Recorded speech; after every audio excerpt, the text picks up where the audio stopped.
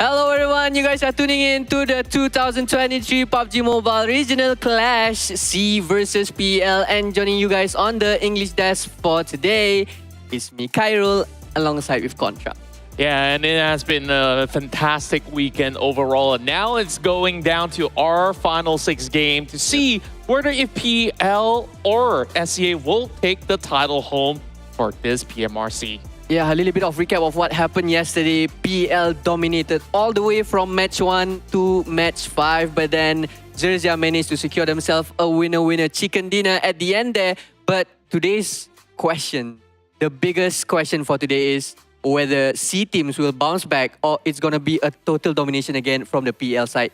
Well, looking at the later stages of the game from day 2, we did see that the C teams are really fighting back much harder than before, whereas as much as all the chicken dinners are going into the side of PEL, except for the last game, of course, there's so many of all these teams that have at least make it to the top 5 heading in from the side of SEA. Yeah, and maybe we can touch a little bit about the early fight draw spots that is going to happen around Sanhok. We might gonna see a fight at the top of the hill at Camp Alpha there between Thundertalk Gaming and Alter Ego, but then maybe we'll explain it more afterwards. But right now, looking at the overview, we are on the last day of the tournament, 22nd of October, where the last 6 matches will be played and the champion will be crowned later today.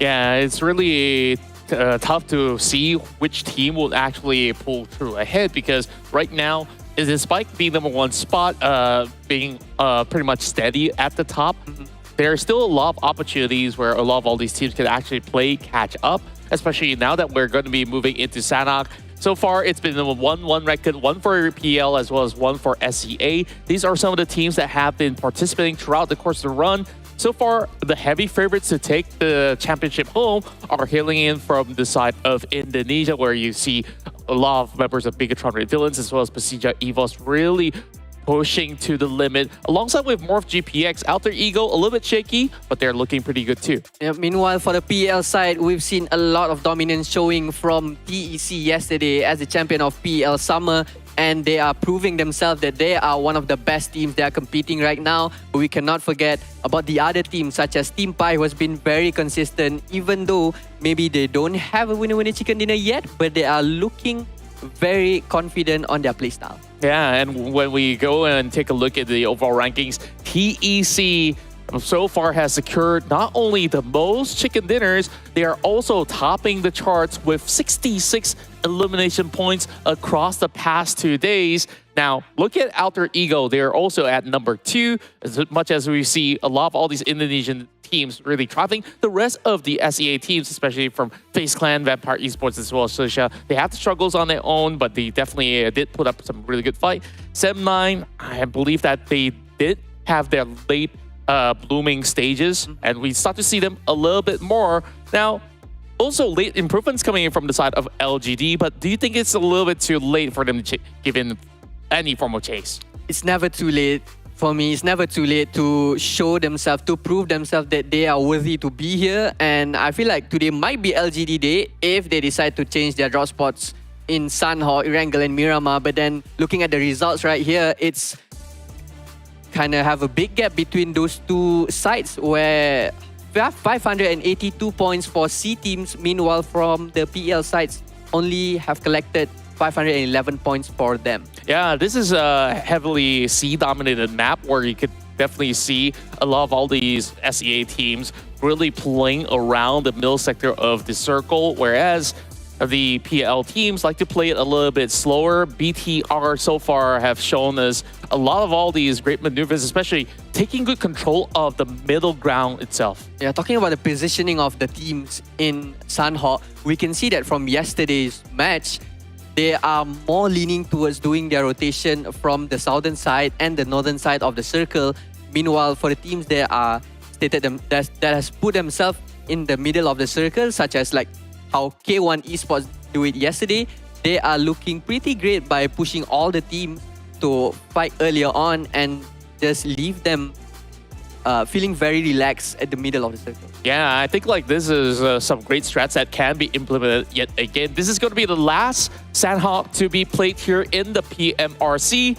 I really want to see how well will they be able to readapt once again, because the first time that we go into the map back in day one, you see so many of all these early fights going on, especially on the hot team. Yeah. And on day two, I think that we see a lot more changes coming through where you don't see too many of those hot drops, but it can still happen here in day three, right? Yeah, the biggest question for me is whether FaZe Clan is going to go to Hatin, since there's no early skirmish going on there, and they've decided on the second day to drop at bootcamp and trying to fight with PERSIJA EVOS, and they managed to win that fight. And it's time for FaZe Clan really decide which draw spot will they land towards to. Maybe you have any opinions about it? Yeah, and I guess like there's a lot of different form of play that they can actually go for, but knowing a team like FaZe Clan, they want to play a little bit more central. Maybe if you want it to be slightly safer as compared to bootcamp, you can still opt for maybe Paradise Resort, right? Like it's slightly off of center, but there's still a lot of ways that they can re-rotate back into boot camp if they want to. But I believe that that will also mean that they will have to contest with another team. But with enough of that spacing, Paradise Resort can offer them just about enough loot to get by. Yeah, and apart from that, we cannot forget what's happening around Cave. Unfinished business between Sam9 and LGD. They keep having these early fights, but then it was never one team that gets eliminated early on. They tend to run away after three of their members are down, especially from the LGD side, as we can say maybe Sam9 is leading 2-0 on the draw spot fights. But how do you feel about the fights in Cave? Yeah, I feel like it's a little bit awkward because Cave itself doesn't really offer you too many loots to begin with, and you can't really share it with two teams. So it's all about who really gets the first weapons to be able to dictate the pace of that battle, which is why that you see, okay, whether if Sam9 gets it first or LGD, they try to disperse a little bit, or whoever has those weapons, they try to hold them hostage until that one of these teams actually get to leave safely. So I believe that you can basically move off to different areas if they want to play in Kampong. It's not too far off from Cave anyways, and maybe by the port, there's still a lot of loot as well to get by. So those are some of those ways that they can actually shift how they want to play. Or better yet, just above Caves, you have Quarry, which gives you a lot more spacing, maybe a little bit more of a danger zone, especially when teams like to rotate around that area. Yeah, and I totally agree with you on that, because Kim Charlie is actually quite open for LGD to take, but they feel like, oh, we want Cave also, and this is not giving a lot of benefits toward neither of the teams, because having these early fights will slow down on their rotation. But maybe we can focus a little bit on the rotation side of the teams that coming up from the southern area of Sanhok. Maybe if the circle pops at the northern side of the map, which way would you think would be the best route do they have to take? Well, depending on the way that it shifts, is it north Hatin or is it north towards the side of Kao or so? Because like they could basically play it really, really slowly, wait for stage 1 to pass, and then you can wrap around on the eastern side. But that will also see a couple of challenges, because there are teams from Thailand dropping around the areas of Langkawi. There's also a couple of all these PL teams somewhere around the central zone, and not discounting the fact that you have strong teams like PERSIJA, EVOS always taking the center along with VTR. It's kind of like a gridlock. It's like it forces you to go to the edge of the map if you're coming from the south. Yep, and talking about PERSIJA EVOS, as for now, we haven't got to see Luxi and Zuxi paired in the map to be played together. And I feel like this has to be in the last day, because we need to see how these twins are going to mix things up and give maybe a little bit of shocker to their fans out there who are currently waiting for a chicken dinner from their team. Yeah, and speaking of the Tachibana twin brothers, right? Like, we only do see them play maybe in the bigger maps. Not so much on Erangel, where they have always shifted towards different players in the team. I think that it's also great where it allows players like Red FaZe to actually shine. You saw throughout the entirety of the tournament, Red FaZe always been very, very consistent. XERXIA also have amped up his game from day 2 onwards. So now I want to see how much more does XERXIA actually add to the board as well. Yeah, we're looking forward for maybe PERSIJA EVOS to climb up the ladders, get the chicken dinners for the side of Indonesia. But we cannot forget about MORPY GPX. Their playstyle sometimes are super, super aggressive and it gets out of control. But then when they switch a little button, they start to play a bit relaxed, composed, passive. But then it can work and it cannot work as well. So on your opinion, which playstyle suits the best for MORPY GPX?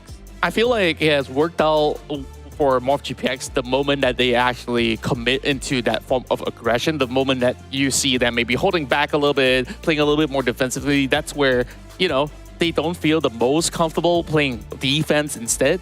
So when you look at some of the ways that the SEA Indonesian side has played, they are one of the fastest in attacks. They all come in different form of angles. They also do know how to set up choke points when it comes down to ways of attacking from long distance. It can actually work very effectively if it is being implemented by Morph, but most often than not, Morph, they like to play close range in a 4 versus 4 setting. Yeah, talking about close counter combats, right? And we've seen that FaZe have been winning their drop spot fights at Pecado in Miramar.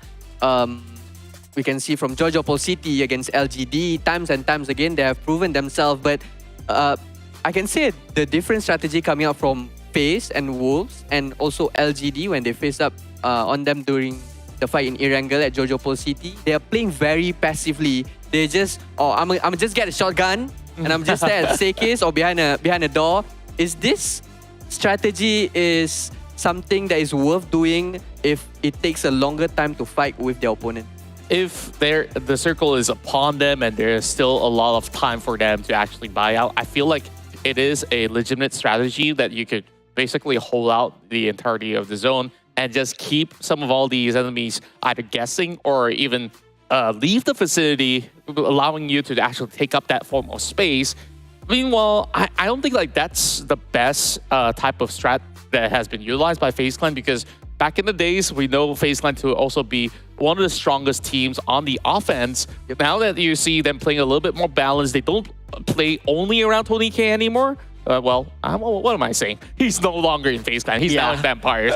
Now, of course, with that form of shift, it has also allowed players like Mormon to actually get by just really holding the fort. Yesterday, you saw how many of these teams actually run into the trap being set by FaZe Clan. I think it has worked out a couple of times, but how long can you hold out, actually? Yeah, I have to agree with you on that, but maybe we switch up a little bit and talk about the PEL teams right now, because we see that TeamPAI and Sanok Gaming has been doing very well in the bigger maps, such as Erangle and Miramar, but I feel like those performances have to be laid out in game. And I think it's time for us to start our first match, and we'll pass the mic to our lovely casters, Choo Choo and Sir Cloud. Thank you so much, Cairo and Contra, and that's a lot of insight regarding the final day of the Regional Clash PUBG Mobile here today with me, Choo Choo, and Sir Cloud. How are you feeling for final day here? Oh, today's the final day. I want to feel what our analysts feel. I know that sounds a bit weird. I want to feel what Cairo said.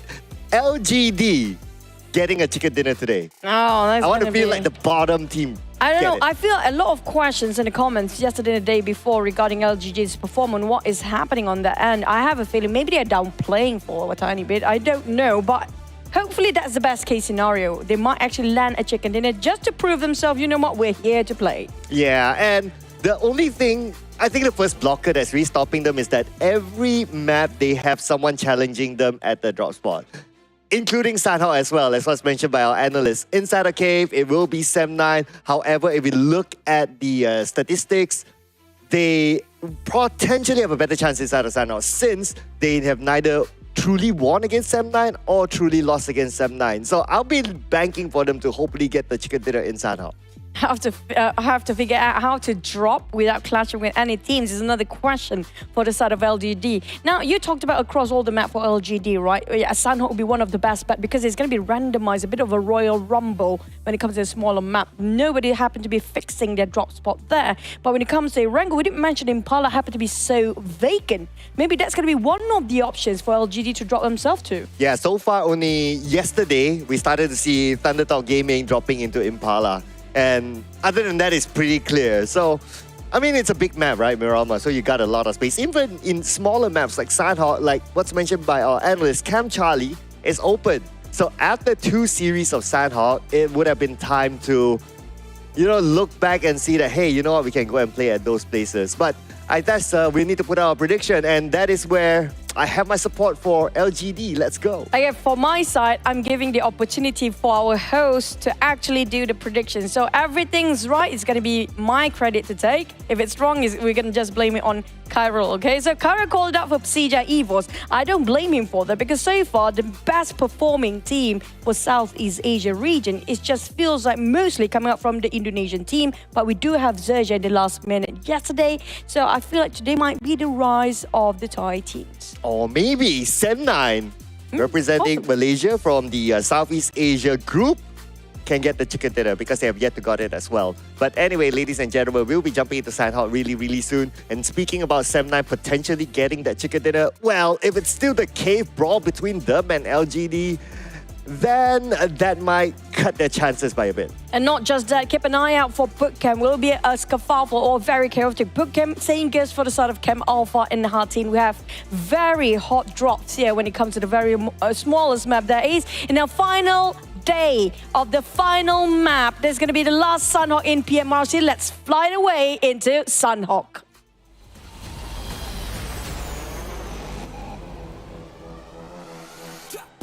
But the points between the region for Sanhok has shifted to PEL. 91 points versus 90 points held by the Southeast Asian teams. And now, let's get on to our drops. Flight path not too far away from Camp Charlie, as mentioned by our analyst. Camp Charlie is open, so opportunity for the teams to go in. I can see LGD hovering around there. Well, they can still hover to cave, but come on, LGD, just drop in Camp Charlie. They're dropping around Bantai, spreading across for LGD, while the side of Morph, they're taking Sami for themselves. That's no surprise at all, because we do know Morph do drop around Sami or even Tambang at times. Vampires will resort to Tambang. We saw a question about the circle. Will the circle be easy for these guys for the final day, or will it be super challenging? But we do have our first contact made between FaZe Clan and, if I'm not mistaken, the purple, that's gonna be FaZe Clan on FaZe Clan. purple. And is it Weibo?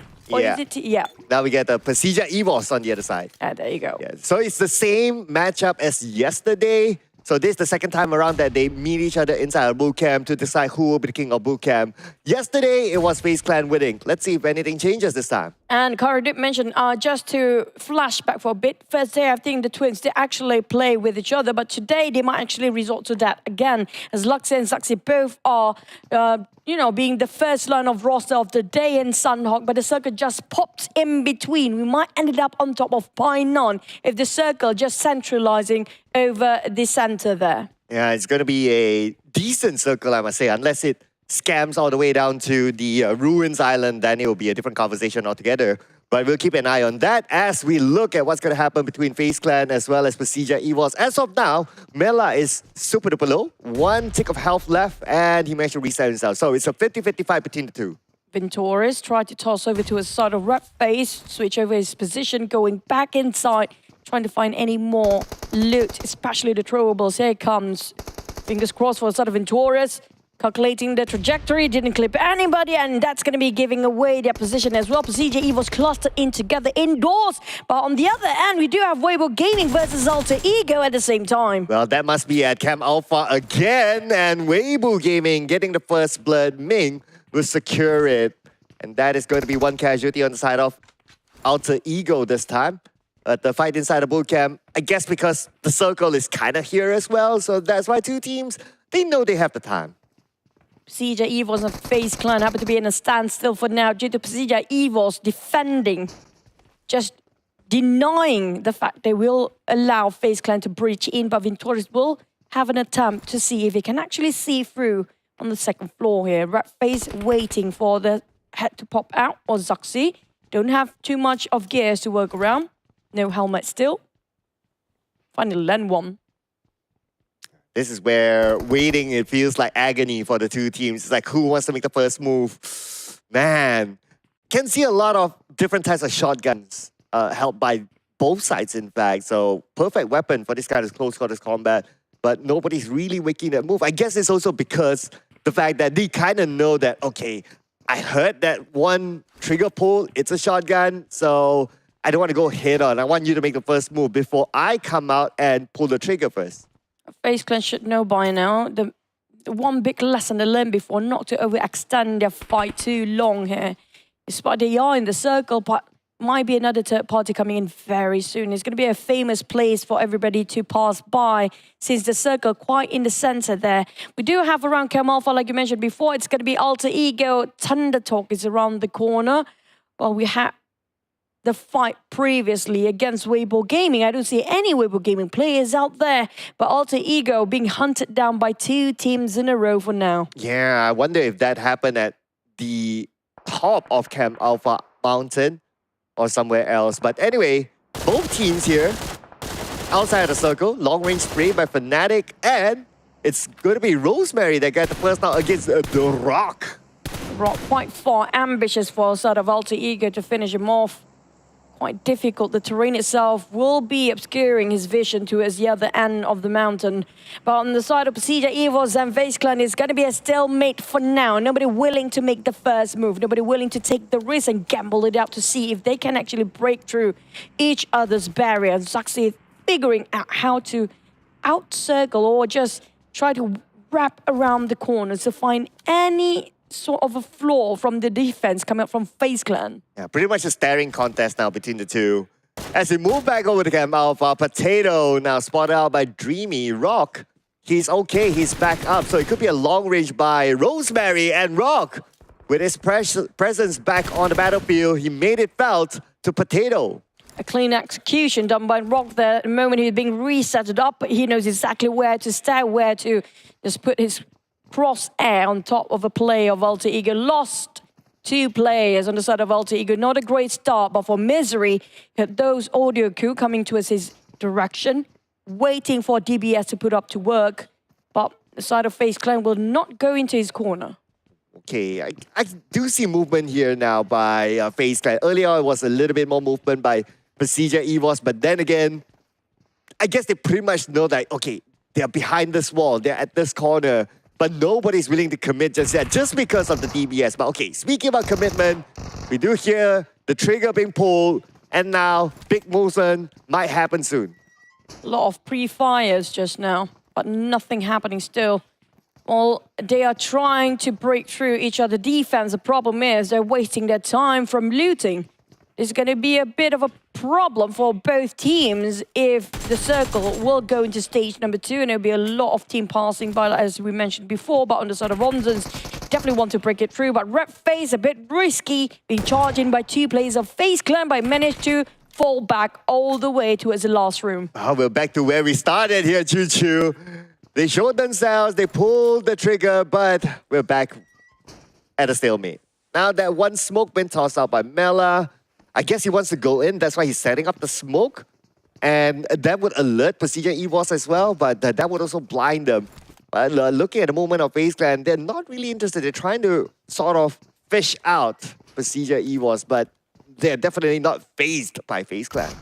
10 seconds, the circle will pop again. We do have two teams playing around the blues, and Weibo Gaming and Thunder Talk will be one of those two. Make it two teams at now. Tianba, on the other hand, a bit later as well. These are the latecomers into the circle, and the circle will be on top of Painan or Quarry. Now, this is going to be tricky circle. A lot of choke points. Not just that, if we ended up on top of Quarry, now that's going to be a bigger issue. Or Cave, due to the multi-levels of terrain, you have to figure out which way to go. Yeah, it'll be tricky as well in case the circle does shift all the way to the Sami Island. And that's where majority of the teams are not at. And if they were to move at about the same time, well, it's going to be all out brawl. But speaking about brawl, here we go. Misery with a knockdown. For the side of PERSIJA, EVOS, FaZe Clan. They're both lucky enough to not to be that far from the circle. But FaZe can finish off. FaZe Clan members being knocked down early on. FaZe trying to wrap around and being stopped by the side of a FaZe Clan members. Onzens trying to save Mormon, but next it's going to be Vintoris on his ground. And a bit of a trade with FaZe this time. Mormon being finished off in an instant. What sucks is still struggling to fight for his life indoors. Onzens with a shotgun gets another, leaving only 2 players of PERSIJA EVOS. Equal ground once more as Mela easily just finish off the rest of PERSIJA EVOS with that shotgun plays, but they need to get a reset as fast as they can. Unfortunately, Cairo, I think it jinxed the team, man. Well, yeah.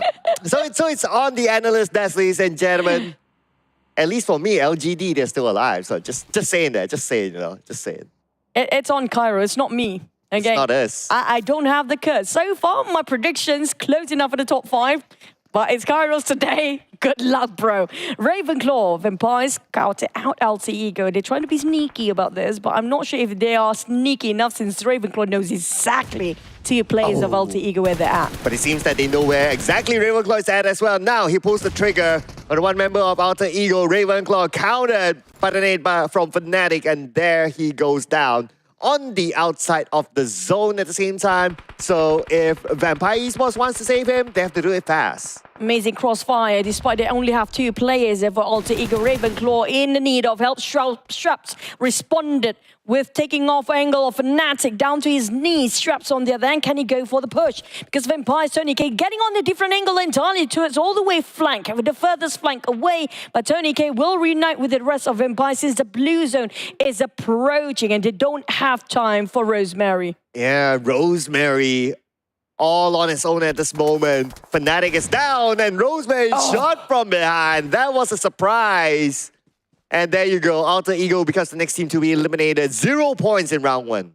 Yeah, out of nowhere, just popping his head out and casually just steals away the effort by Vampires being scoping down towards Alter Ego for a long time. Now, 2 teams for the Indonesians being eliminated up there. That's going to be a bit shaky for SEA. That's going to be one of their top teams that are being eliminated just now. LGD, can they finally score a chicken or not? But back to it, Tianba and K1. You do have 7-9, a three-way war on top of the hills of Cave. Yeah, 7-9. I believe they need to defend their ground as well, not only against Tianba, but potentially other incoming teams since the circle is as such. The Tianba definitely will be interested since they're this close to 7-9. On the elimination feed, it looks like we have a brawl between Weibo Gaming and Thunder Talk. I believe that's somewhere around the areas of Camp Alpha or somewhere up north there. Here comes the shots open up. Ajay again once more, getting those off angle, those flanks that nobody given him enough attention to. But Weibo Gaming, so what a big nade to shut down Ajay. After such a long time, he's being sneaky, being discovered by Suk. He's going to go for Rock next. Thunder Talk, they are in trouble. Both of the players that remaining still alive is not really in the best place possible. Yeah, 1 nade is all he needs.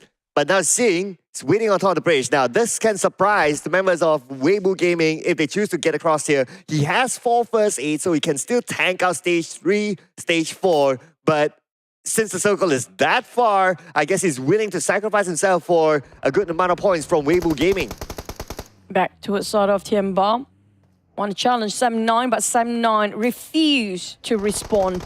On the side of BTR, here comes a crash and run, where it's going to be more for their target. Cleon tried to defend with the UMP. Got the double knock, a huge one by Morph with the aid of Yoru from the support fire backline. That was amazing. They just stopped entirely BTR the moment they crash into the compound. You blink it, you miss it, ladies and gentlemen. Cleon all alone, take it out 2 from BTR, and the rest of his teammates take out the other 2 members of BTR, eliminating them.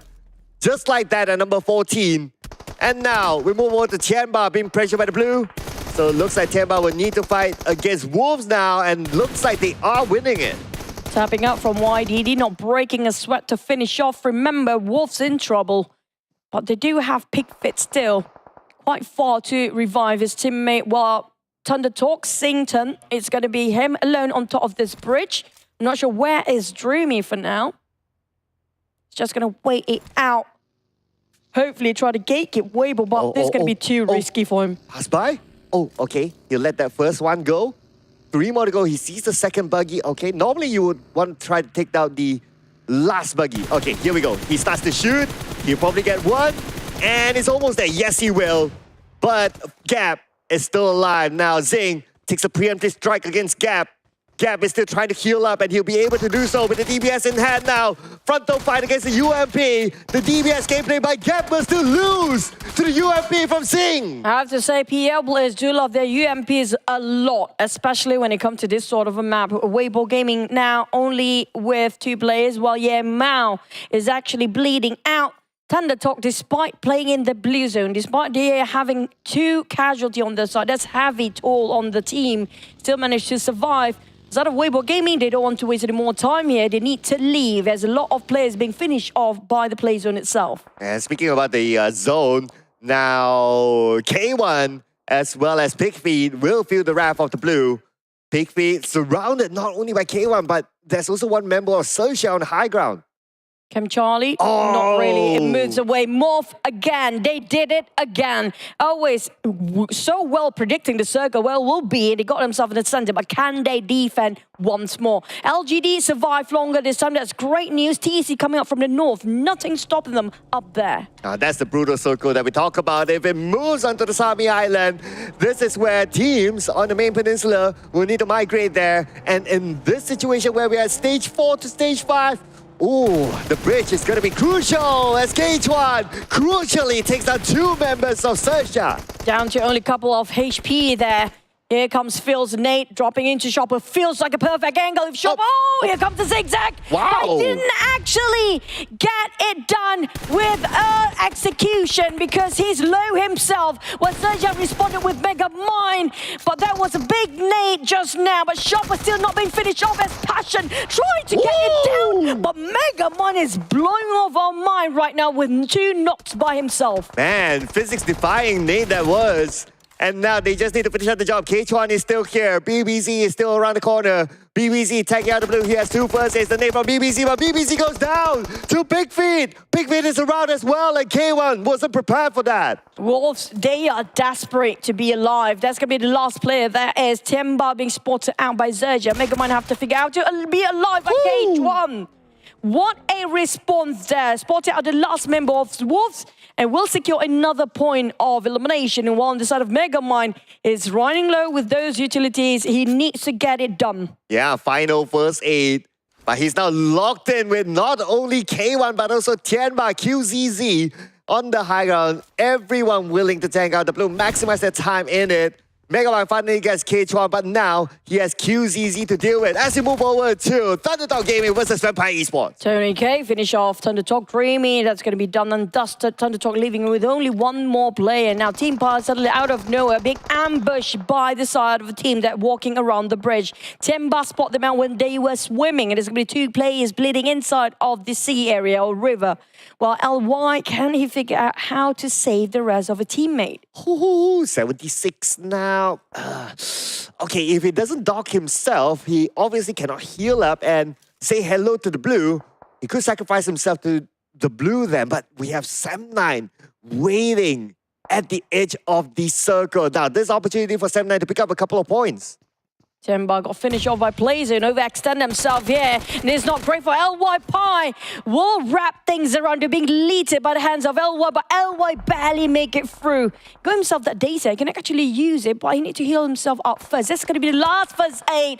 Being ambushed by Sam9 next. Oh boy, from the Pam to the fire. And not just that, the players are even closing now. Mikhail tried to finish off the last player of Tianba, but it's running out of bullet. LGD stole it away in the last minute. Another team down, leaving only, Tianba still alive with only YDD, but LGD on the other end also kind of sandwiched Tianba for now. Well, at least they pick up their first elimination in this round. But for LGD, the fight will tune up for them as teams will start to get closer and closer to each other. Now we have Suk from Weibo Gaming. He's kind of caught out with Vampire Esports on the other side. So looking to defend or try to get into the circle, I guess. And now visual onto Suk is kind of low. So I guess he's trying to buy time to see where he can get into the circle. Now back onto LGD, getting the next knock. LGD, this is a good run for them, but Cat finding being knocked down from YDD, but they did not ask back. Somebody coming up from Blues in just now, but for the side of LS, he will shoot him down in an instant. Boo Boo Hoo trying to steal away from quite a far shot, but back to a side of Tony K. Sam9, their next contender is going to be Vampires here. Here we have Kenny. Let's have a good visual onto the members of Vampire Esports. He pulls up a nade, cooking it up, hoping to land the nade on Tony K, but Tony K is on the other side, so that nade will not land onto him. Both teams in the circle, so they can still play tag, but let's see who can get the first knock, as Tony K is kind of low now. On the support fire side of Vampires is quite far to help Tony K if he needs the revival, but still within the vision and field of a vision for the side of Vampires. M9, do they fall back or do they still try to brute force their way towards the Vampires? Next, it's going to be them advance towards the side of LGD. That's going to be Lingsao or LS and Cheng Si of LGD remaining, but Morph still taking the grounds of a circle. They can spread out and try to get half of a circle for themselves, but Weibo Gaming Suk is still alive. Well, if Morph GPX wants to do that, they need to deal with LGD first, as LGD is moving towards their area. And on the south side, we have Sam9 on the outside of the circle. Earlier on, they were engaged with Vampire Esports. This time around, they probably must end it. Yoru, too close for comfort against Sam9 here. Lingsha or LS with Cheng Si try to work things out as a duo against the entirety of Morph. XERXIA, that's going to be the last player there, as we're down to top 5 here. Didn't actually win over the blue zone, but Lingsha, here comes. Trying to hold two angles by himself. Cheng Si will actually give the support fire, or even a hand grenade at this point, hoping it will land on Yoru, who sneakily just flee the scene for now. Oh, now Sam9 is making their move as well, and they're going towards where LGD is at. From the lower ground, though, so LGD has the ground advantage, but they don't have the numbers against Sam9. Now Sam9 Tam pulls up his nade. LGD, we have LS here with his UMP. Kind of knows where Sam9 is at, but he's not prepared with the nade. Almost knocked down. That was close. Got himself 3 first 8. Cheng Si got 7 here. They resort to play time. They will, but now it's the fire time. It's going to be them spraying over Sam9. Getting on 1, getting on 2, but it's not going to be enough. Barely make it through. Tom almost got knocked down, but saved the day, and it was a heck of a last minute for Sam9. Yeah, Tam putting on the captain's performance there to finish out the last member of LGD, but now they have more GPX to deal with. Cleon with a buggy, trying to circle around to bait out the members of Sam9. They know that someone's there after the fight ended, and now, with the circle shifting away, they must win the fight against Sam9. Boo Boo Hoo, Cleon down first. Kenny Yaps, it's going to be a bit of a trade between these two teams. Boo Boo with the DBS, hoping he can clear the corners around the rock. Where Boo Boo Hoo, he's trying to buy time. Sam9, they're losing members, but Morph, they still need to do the revival. Where are the Vampires? Oh, here we go. Look at the zone. The zone is going to pressure them. Sam9 Tam knocks down Boo Boo Hoo. Captain knocking out Captain, but we have Vampire Esports from the other side, taking advantage of the two teams. Tom, Ravenclaw, the Vampires do have their manpower and numbers against Morph here, but Sam9 down to one last player still stands. Tony K now taking a bit of a jab against Morph. Cleon responded with Ravenclaw on the ground. Now shredded almost his vest. Cleon trying to actually play alongside with the terrain, hoping it will actually just block the vision of Sam9 to see that through. Well, they're trying to reassess the situation where the Vampires are. Well, look at this. Top 3 is all Southeast Asia teams. So it looks like he's definitely going to go to Southeast Asia for the first chicken dinner today. As Rocky knocked down by Tam. That nade was close up on the blue. His life is just too low. Just incredibly tough for the side of Sam9. But next, Vampires versus Morph is 3v2. Vampires being outnumbered by Morph, but the blue zone is against Morph right now. Vampires got the circle. As Cleon, he slowly advanced while chucked down all his adrenaline and his energy drinks, but back to his side of Eurus, but Tony K is on the ground. That's going to be detrimental. Straps down to only 30%, 40%. Here comes Cleon. Nate almost got needed down as well. Here comes the Molly just to flush him out behind the rock, but will it finish? Can Straps still be alive? Oh no, Cleon is forced to show himself, and now Straps could take him out, waiting for him to stop. And yes, Straps will take advantage of that reload time. And now we have Shreps. Can he be the hero for Vampire Esports to finish out the members of MORPY support of the Clash? He got 2 for the day! That is huge! 1 more to go onto Yoru on the high ground. Oh, Blues are coming in! Shreps, what a remarkable play. That was incredibly tough. Outnumbered against the odd, but he did it anyhow. Props to the side of Vampires with his first chicken dinner in the final day here. But Shreps, we have to give it to this guy. He's definitely the MVP. He carried the hat for the team. Yes, Shreps must be thinking to himself, like, as much as you guys talk about Tony K, hey, don't forget about me, alright? I brought this chicken dinner to Vampire Esports and also Southeast Asia. This is Vampire Esports with the first chicken dinner in the PMRC. I miss this Shreps, by the way. We haven't seen him playing this aggressive and how he defended by himself and playing such a miraculous clutch by himself once more for a long time. Welcome back for Shreps. And finally, Vampires are awakened. But on the side of the other teams, I have to say this is going to be a good day for LGD so far. I don't want to praise them too much. I might actually jinx them. But since the second half of yesterday, feels that they're playing better than the first day as a whole. Oh yeah, at least they got a good start. So that is the first main thing. They get a good start, they'll have a decent round. So we saw that even though they have 2 players, but they managed to hold out Sem9 quite a fair bit as well. It was just that towards the end, they had to deal with not only Sem9, but also MorphGPX. So there was a bit too much, but that's totally understandable for them. I mean, that's going to be a lot of breaking down to the for analysts, especially he actually jinxed PGEV just now. But yeah, speaking of which, we're going to toss it back for the breakdown of the game. That was an incredible run for our last Sanhok in PMRC. Give it back the mic to Eds, Kyril and Contra, take it away. It's looking straight for the start of the game, for the start of C teams for sure. Shreps with the clutch against MorphGPX. It was crazy all over. Yeah, I didn't really expect that he'll be able to hold on, but the moment that he found that grenade and the pick that he had just by the corner tree, MorphGPX had most of their members pretty much well and alive, up to the point that you thought, okay, this guy's on the rock, he's not going to be safe anytime soon. He still have those grenades cooked up, and he definitely ended all in the bang. So a couple of changes that they also brought in is that Newsy finally gets some playtime here on day 3, but the impact wasn't really as great as what Shreps has had to offer in this game. Yeah, maybe the impact of giving the teammates a little bit more boost. Because we see that Vampire Esports, even though they are down with 2 players only in the game, they still managed to secure up a winner chicken dinner for the Thailand teams here with total points 20 on their hand right now, but followed up by MorphGPX with 14 points and Tianba at 3rd place with 10 points for them. Vampire Esports really looking more like themselves right now. So far, I hope that they'll be able to stick with this roster for the entirety of the day, and maybe they'll be able to reap even more. But what we see in the early game is that there's a lot of dynamic shifts, especially coming from LGD. Well, we had this discussion about drop spots and so, and they finally succumbed to taking the Cam Charlie, which has worked very well because not only is the zone very close by to them, they have been able to gate a lot of all these teams from coming in.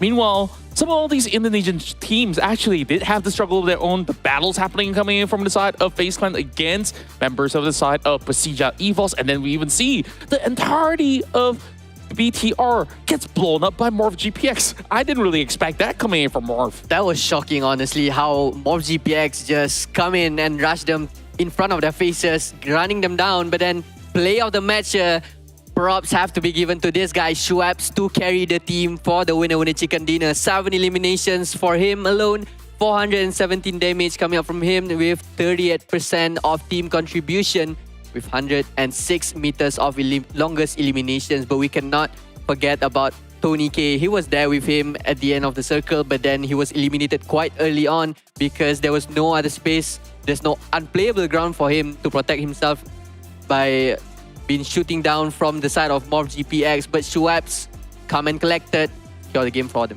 Yeah, this is also one of the highest elimination points secured by an individual. So far, I think Shreps definitely is going to be up there in terms of the amount of eliminations that has been accrued by all these players on board. So elimination leaders, undoubtedly Shreps will be on top of the board, but Lai coming from Tianba comes in with 5 as well. Meanwhile, Tony K, Leon as well as 7, 9's Tom, each have gotten 3 points for themselves. Yep, Tianba Lai here for the side of PEL teams. We've seen a lot of fights happening with the PEL teams on the outside of the circle, where we've seen around Cave, teams like Tianba, Wolves, and K1, they are just battling it off outside of the circle 4, and this is not good for the rotation ahead to go into the smaller circles where all of the teams are already prepared inside to just eliminate them. Yeah, and within the span of that one game in particular, you can see that more of GPX have now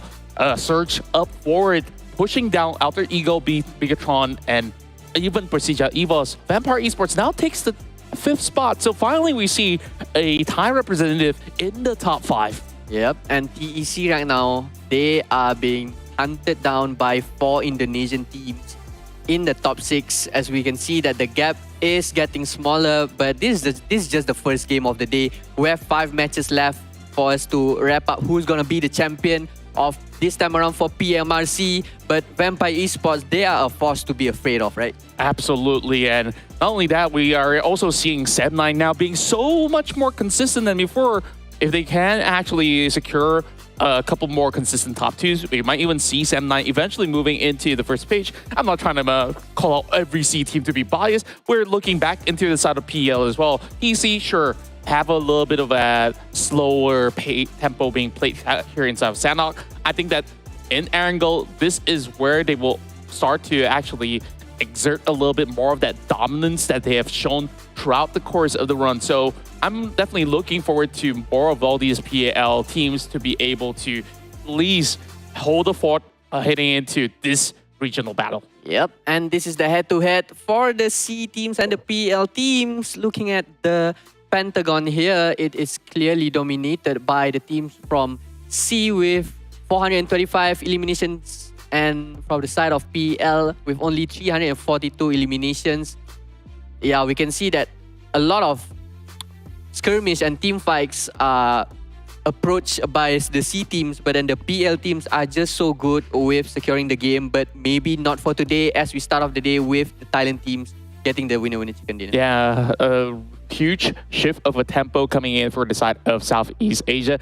And just going back into that sound round very quickly before we jump into Erangel, you do notice the majority of the teams that did manage to survive into that later stages were most often than not the teams that started off over the south side. It also meant that, you know, like, you got to take control of all these areas of play, just like how Morph actually did till the very end of it all, until they get wiped out by BPE. So Erangel, we see a lot of trend going up towards the northern side, which is where a lot of all these PL teams are much quicker than the SEA teams in terms of moving into the zone. And if you give space to teams like K1, they will squeeze and use it to their advantage. Yeah, teams like K1, TEC got 2 winner chicken dinner yesterday at Erangle, and not to forget Thundertalk Gaming at the last map of Erangle yesterday. They are truly amazing on Erangle, maybe because more knowledge on that map rather than the C teams are mainly focused on drop spot fights, like we can see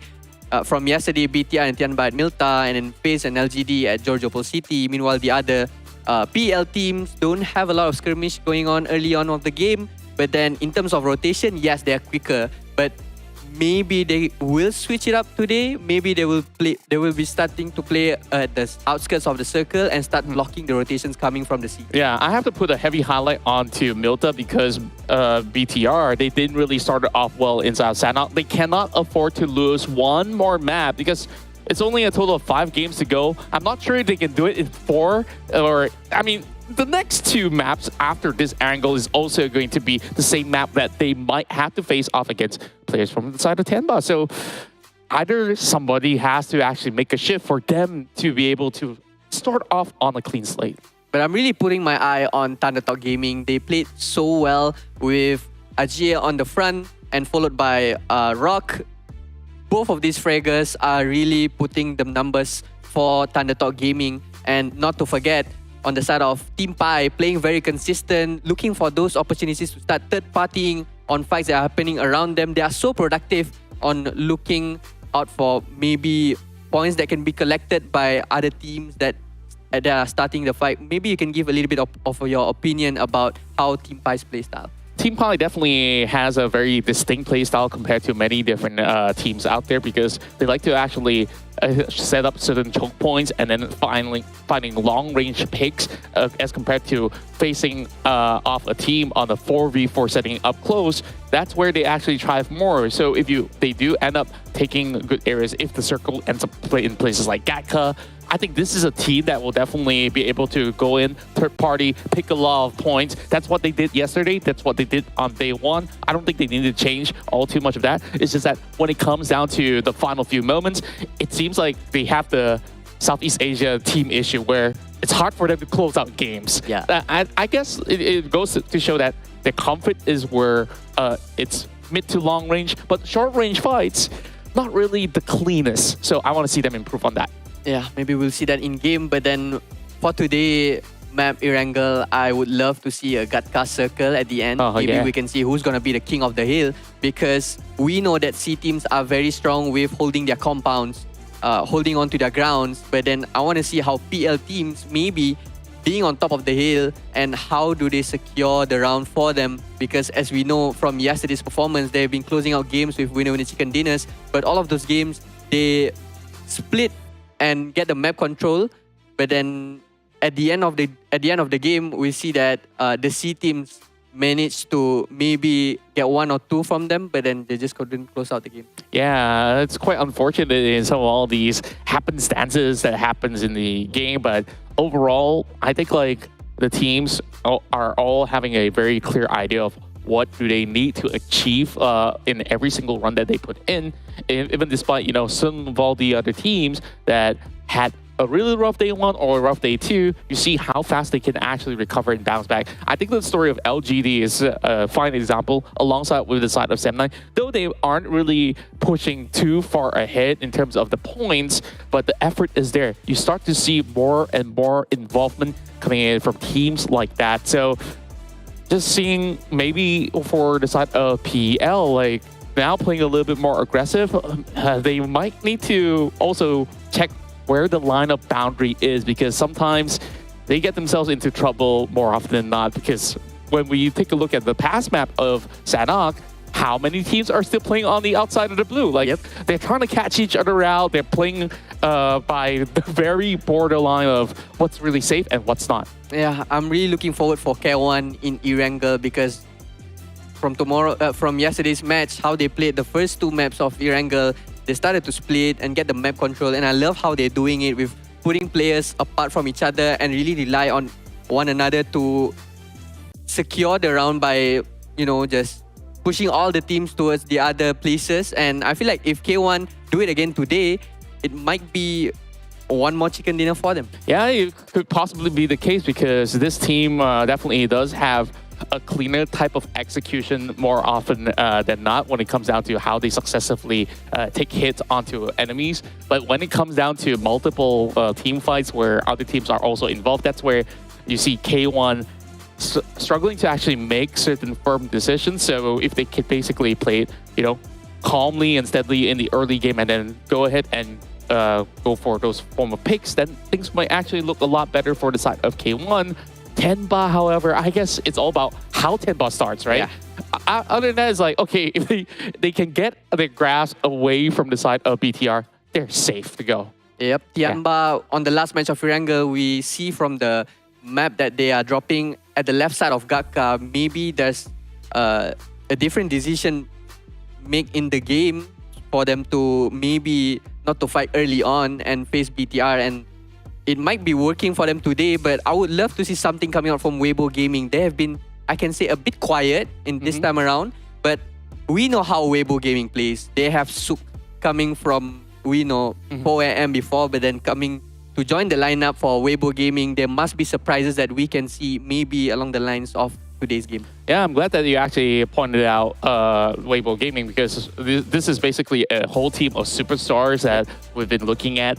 A little bit more of that inconsistency being displayed when it comes out to Erangle, but moving into Miramar, I think like they shine the brightest because they are absolutely sharp on all these point of attacks. And I feel like Weibo Gaming one of the biggest advantages of play is that they really know how to abuse the terrain advantages wherever they play. And well, basically, this gives them a better understanding as compared to maybe a lot of all these other teams that they're facing off against, so that they can quickly decide to be on the offense or even on the defense. So for Weibo Gaming, as much as they did not have the flashiest of plays, they are one of the sharpest out there. So I'll keep my eye out for these guys as well. What would you say about the C teams though? Like, start off really well today, Sanok, but yesterday's run, man, I tell you, it was just a PEL show overall for all these big maps. Yeah, maybe from the start we can see for today, VPE won the game. And maybe on Erangel and Miramar, it's a good, we can say a good spot for them to show more throughout the games for today, because this is the last day. Everything has to come out today. Go big or go home, but we can see that we want to see that in-game later, but now we are passing the mic back to Chuchu and Sir Cloud. You know, every time Contra does that, it reminds me of a very distant past of myself that no longer exists. Yeah. Let's not I thought you cannot dwell further relate. into that. I thought I cannot relate. Yeah, I can't relate now. If it was like more than 10 years ago, I probably could. Just saying. But we still have more, and the viewers do have their combats here as well, because it's going to be a question. How many teams in this event will also play the PMGC 23 starting November 2nd? So 9 to 12. That's going to be the right answer. 1 to 4, it's going to be 44%. How did you guys ended up? I'm telling you this, all top 8 from Southeast Asia is going to play for PMGC. There's already 8 for sure. Yeah. And then there's going to be another 4 from PEL. They have top 8, but the top 4 will be playing for PMGC. So 8 plus 4. Yeah, then that's already like the answer, right? Like, even if you only look at Southeast Asia, there's already like, oh, 8. So 8 is definitely out. But hey, you know what? 44%. I know, right? That's like majority of out of the 4 choices. But you know what? That's also opportunity for our viewers to check out the social medias of PUBG Mobile to get updates on what's going to happen in PMGC soon. Yeah, keep you guys have to keep yourself updated. By the way, there's just, I mean, that's blowing my mind. It's only 4 teams. Are you kidding me? But yeah, they did mention a lot about Erangle. Now, this is a shot for... Now, surprisingly, I'm going to put that top 4 hole for a bit, because we look at chicken, we look at the total score, which is more important right now. Definitely in every tournament, it's going to be total score, right?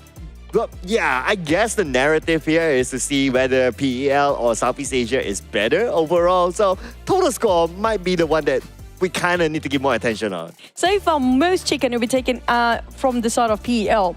But when it comes to scores, it's almost 100 gap right now. But for, this is coming up from Cairo. If it's right, it's going to be me. Yeah, it's TEC, but Tianba, Cloud. Yep, I am picking teams that have yet to get their chicken dinner.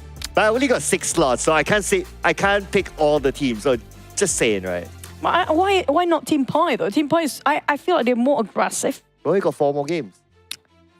But Tianba didn't, TeamPAI haven't scored any chicken yet. Yeah, I mean, we got 4 more games for me to predict. So TeamPAI will be in there, I guess. Yeah, in one of the Spoilers rounds. alert. Yeah, spoilers alert. I mean, if we have like 3 predictions, then yeah, probably TeamPAI will be there, but we only have 1. So I can only pick 1 at a time, okay?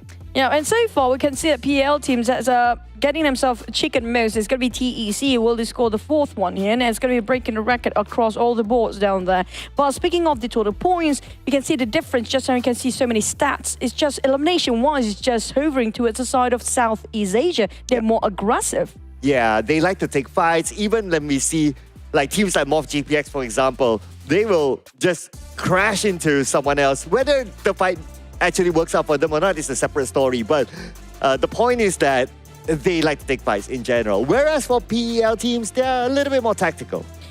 When it comes to Erangle, we're going to have to look out for the flight path first. We'll be towards the left side. If that's the case, look out for Hospital and Joggle Pool. And also don't forget about the Milta Battle, or is it going to be SMB Circle once more? We only get 1 Southern Circle so far. All of us having a lot of Northern. Let's head into Erangle.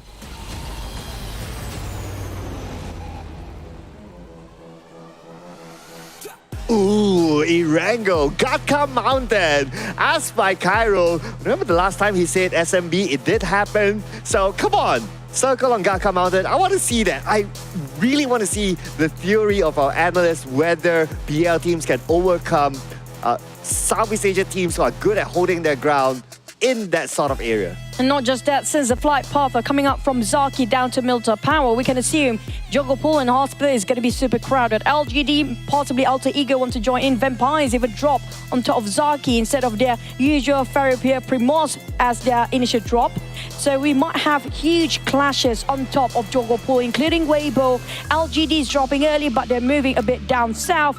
While on the right side, it might be not as much as we thought it would be, except for Milta, BTR and Tianba. Will they fight there again? Well, LGD, round number 552 against FaZe Clan, and we'll start it off by Mela getting the first knockdown and first elimination, but he'll be counter-fired upon by LGD. Mormon, the star man, currently for FaZe Clan, gets one for himself. So far, LGD never win over FaZe Clan yesterday. So can they redeem themselves? Have been getting themselves a good tempo since the second half of the day yesterday.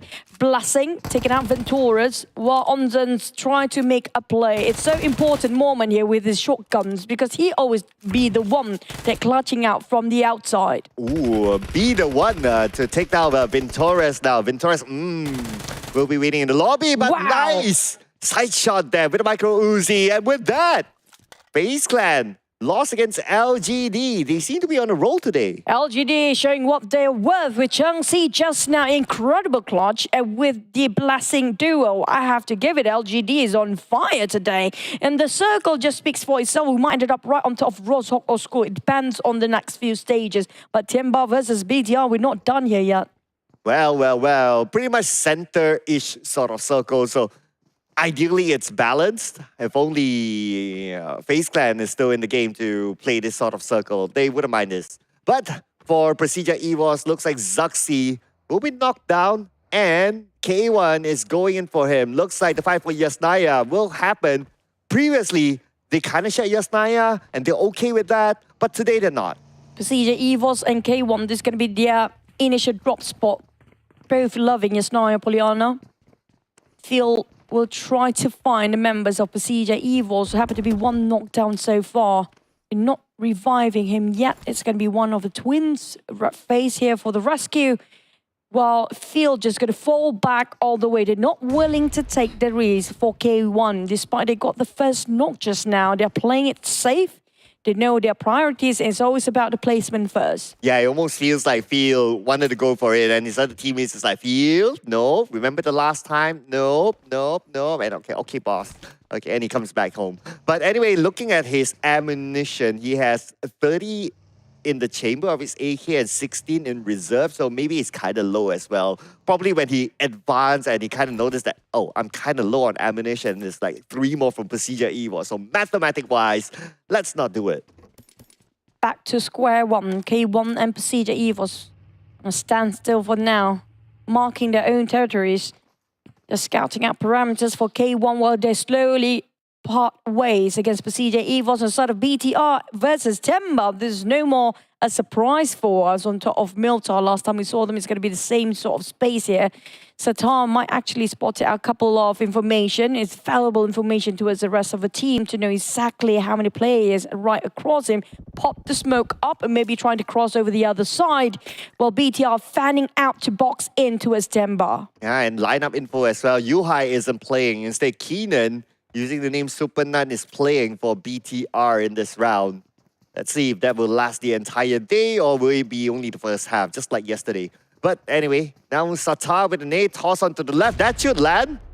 Ooh, okay, that was probably a smoke or something. It didn't explode. There goes the explosion. Satar got chipped down to half HP instead. It's going to be QZZ trying to pressure him from the front line, but Gen Force got it from the top. That was unpredicted by these guys. Gen Force around the ledges of the building and just finish off LY. This is not great. Run Tianba with the DBS, just hoping to shoo away whoever's around the window peeking in. And Run trying to just box into the players of BTR, but they are playing it smart. One knockdown on Gen Force, but they're not reviving him just yet. Okay, they're going in now, but they can't seem to get a good clear shot. Now GenForce is on his knees. Satar is knocked down as well. So only 2 left for BTR at this moment. If they want to save their teammates, they need to win the fight against Tianba, who has 3 active players now. YDD trying to find the players, but they're playing ring around the roses between themselves. Couldn't actually just finish off Satar. Here comes a blow shot and finish off. VSS in his hands. Barely get to see players using VSS. This is a double DBS on run. Okay, that's going to work possibly. But here comes the door shot. He's down. There's going to be Keen on a swooping and down on the ground. A bit of a trade done between TeamPAI and also BTR. YDD going to go in for the kill. But the problem is he couldn't scout out the rest of the BTR player. Boychill trying to give pressure from the outside, while QZZ also going to be having a bit of a pressure on the side of BTR once more. Boychill, the last remaining player, still standing for BTR. There's going to be a lot of pressure onto him. Yeah, and he's going in for it with a UMP. His opponent has the DBS, so close quarters combat. Oh, Tianba, they managed to revive up their teammates, so now he's outnumbered. And BIGETRON Red Villas will bow down to Tianba. Despite they got themselves a bit of an upper hand as a start with first knock by GenForce, but the moment he knocks down, he got traded instead. But Tianba well versed with the compound as well. So congratulations for the minor victory for now, but they're not done. As XERXIA for the next one, coming out of school, they're going to yo-yo it for a bit. Now, XERXIA, they know for a fact they are quite in the center of a circle right now. We have no clue where the next stage will end up when. Will it be nice enough for the players to be in the center? But RNJ, we have to watch out for this, guys. He's always the first one to take actions for the team. Yeah, XERXIA with their regular drop spot at school, so that will be their comfort zone. Considering that this kind of circle, they'll be there for quite a while. They just need to prepare in case any other team has interest to either crash onto school compound or the school apartments. Now, for MORPY GPX, they're at the Waterhouse. They seem to be on the clear, but can't say the same for Vampire Esports as we have Weibo Gaming now. This could be a 1v2 win for Gap. Gap could probably take out Tony K now. And yes, he will. 1v2. Bold move by Gap, charging there by himself into the lair of Vampires, but Vampires a bit late for the response there. They have already facing heavy casualty with 2 members out. Now Gap will respond the fires before Ravenclaw and Schweppes once more. Starting off the map here at stage 1 with only 2 players. Can they do it again like how they did in Sanhok before? Well, looking good so far for Weibo Gaming. And considering that they're on page 2, they want to collect points as well to together help the PL teams have more points than Southeast Asia by the end of the day. So that kind of performance to take out the 2 key members of Vampire Esports, that was great. Trying to do damage control by Ravenclaw, tapping it out with that mini 14 just now, hoping to land at least a couple of members down on Weibo Gaming. But Weibo feels like they're fighting more than just one team now. Feels like possibly either PERSIJA, EVOS or Morph is attacking them from the back as well. 7-9 might creeping into as Vampires. Here comes School Circle. So far, we do have most of the teams inside, except for TeamPAI will reaching in a bit later, and Alter Ego just touching at the rim there. Or 7-9, I'm not sure where are the rest of them. I think that's going to be the last player for 7-9. Yeah, I only see Depp up north, and it'll be really interesting to see how he will overcome this kind of circle as he needs to get onto the main peninsula. So it's whether he wants to make a long rotation, either to the left or to the right, or he wants to take that risk of going through the choke point. That is something that we need to keep an eye on. But we have a confirmation that 7-9, they are still a full squad, probably separated for some reason. Where are the others? We do see only one player now. That's a big risk taken over by 7-9. It might be the scouts as well. Before Alter Ego to start to move, they might just pass by PERSIJA, EVOS. TEC taking a bit of a warning and preemptive shot towards K1.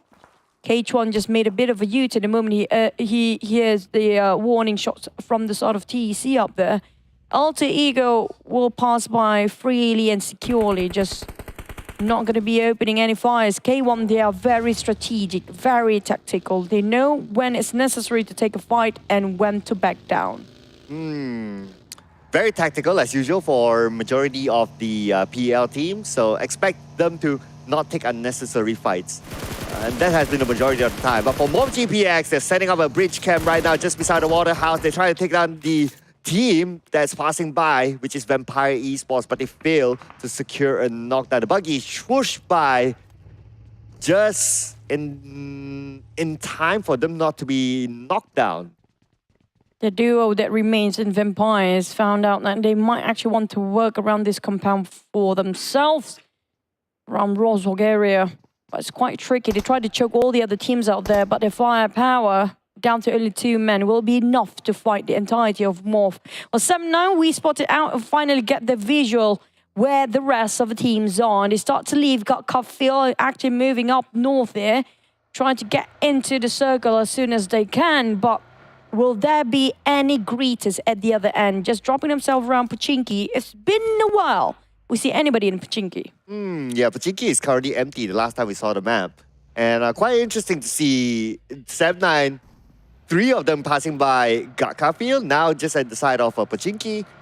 But Deb is up north, all the way around the areas of shooting range. So not too sure what they have in mind, but hopefully Deb will be able to survive since he is alone and he needs to potentially cross by the choke point. Tianba, as per usual, love to play themselves in the blue zone until stage 3 or 4, then they start to leave. 7-9 might actually want to go through Pochinki. They don't really have that much options. If they want to go up north, it's going to be going through ruins. They actually might resort to that since the circle just shifted towards Wolfshawk.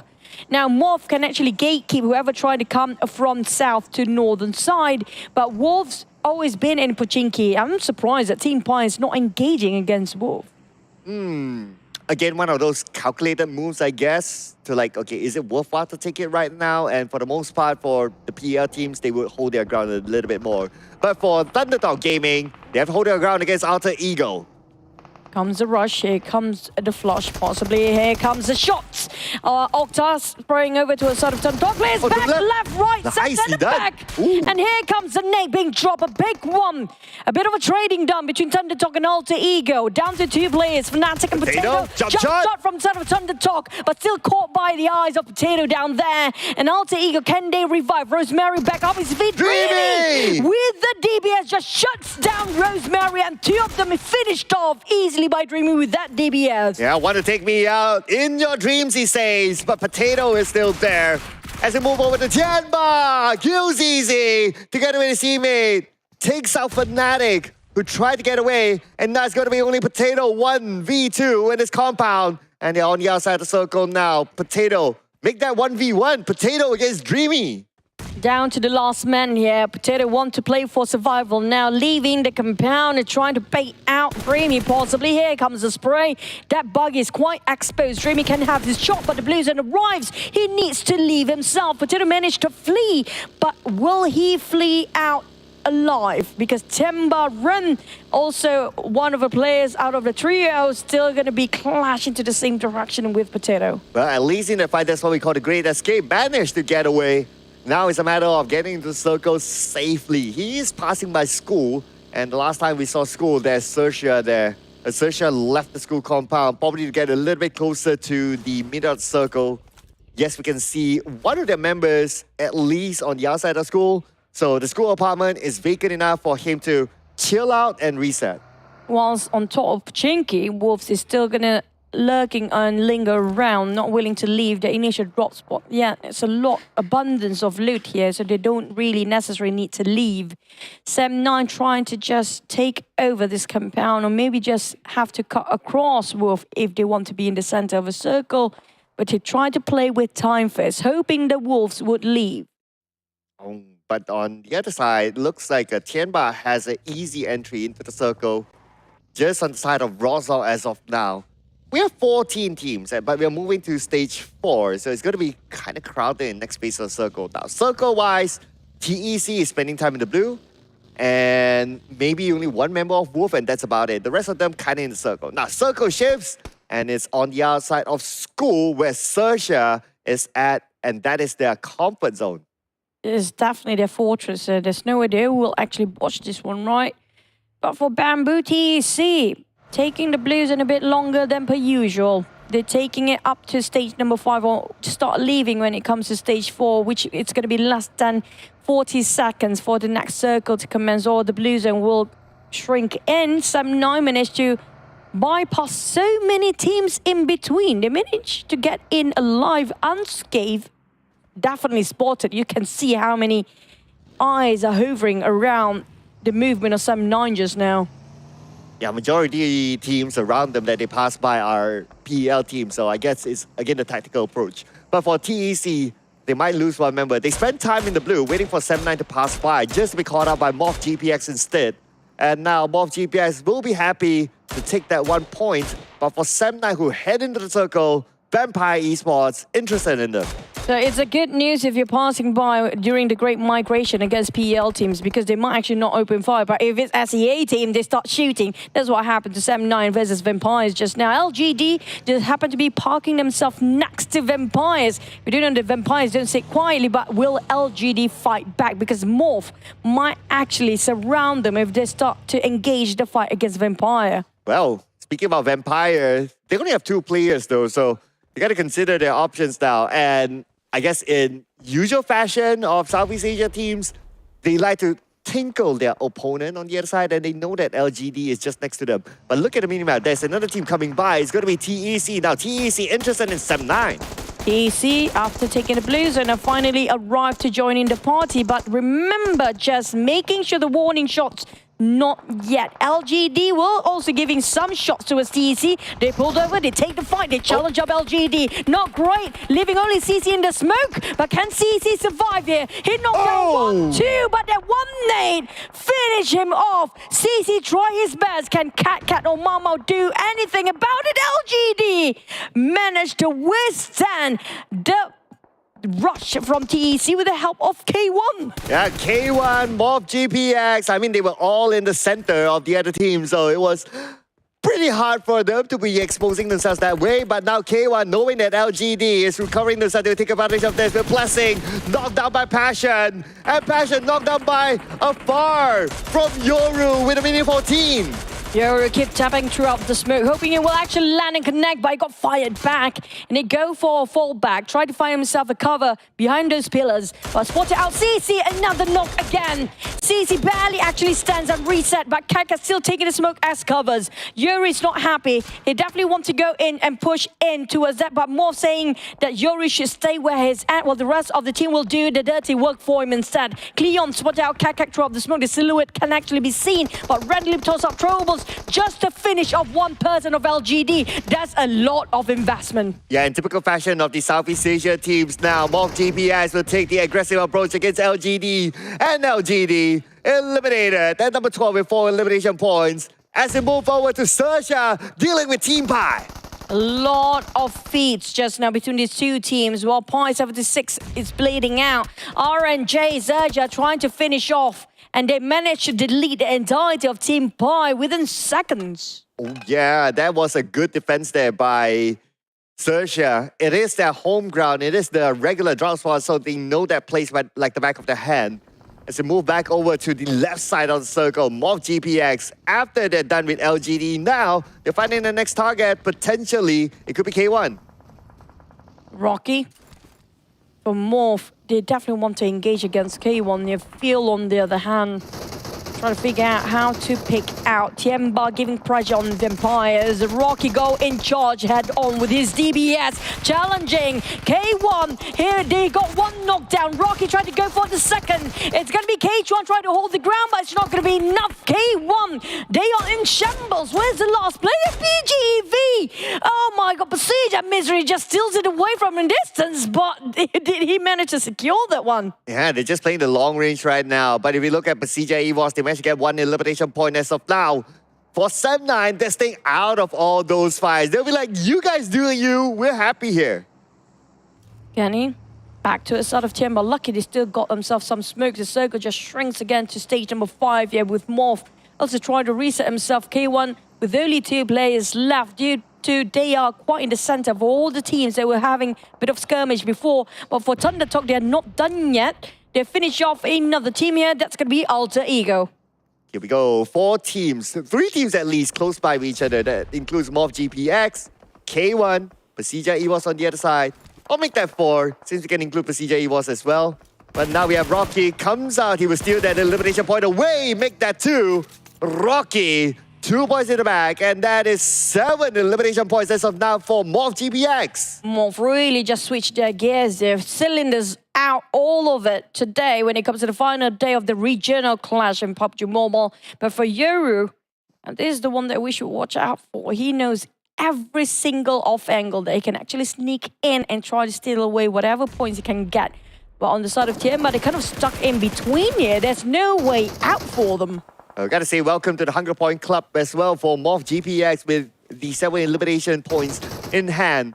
Tianba sees Sem9. They were as quiet as possible for the longest time, Sem9. But next, looks like they are starting to set up the fight with a Weibo. Mikhail bleeding, finished off by FaZe. Weibo Gaming trying to bombard Sem9, but Sem9 sandwich in between so many teams, including BTR. But Weibo Gaming toss out the first nade, giving a bit of a warning and trying to go back and forth, back all the way, trying to confuse his enemies instead. And Ming taking the high grounds. Where's Daosha? I don't really see him yet, but Yemal coming up a bit later. The circle will shrink even further. TT or Thunder Talk Dreamy final being finished off by XERXIA just now. The circle will favor only one team at this point, make it 2 even. It's going to be nobody being favored, no man's land even. Back towards Weibo, giving the charge and wipe out Sem9 easily as that. Wow, at first it was Sem9 setting up the fight with Weibo, but I guess Weibo had some help from PERSIJA. It was from afar, taking out one member of Sem9, and after they look at the elimination feed, they saw whatever happened, they're like, okay, that's our chance to go and take over Sem9's position, and that's exactly what they did. It brought them success.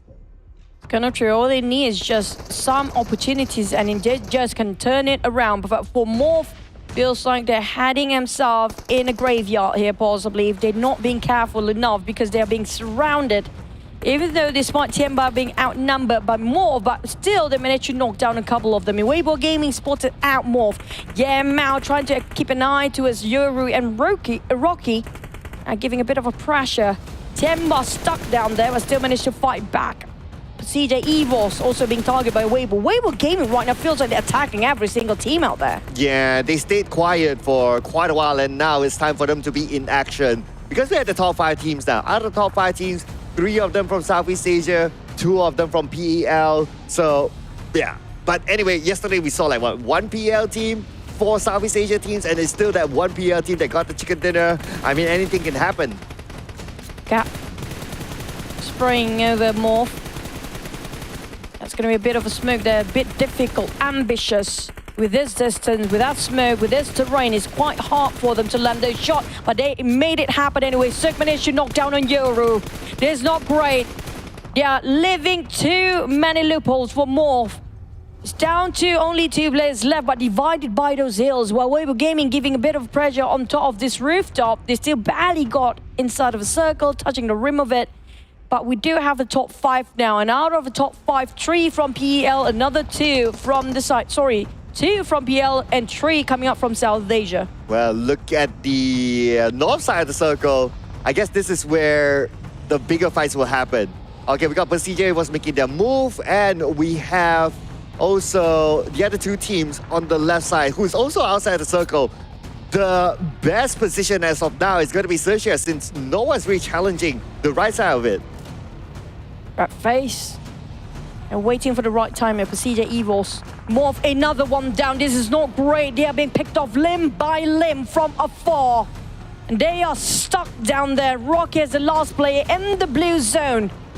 And that's going to be the last player of Morph. Boo-Boo-Hoo bleeding out as Sook and Yemao giving the pressure and keeping them at bay for Morph. But Tianba not being spotted out due to a bit concave of the land itself. The terrain seems to be covering Tianba, but Rocky have to expose himself. That's going to be the last one. Morphed out, despite he got 4 players before. Well, at least Rocky, he denied his point away to the blue.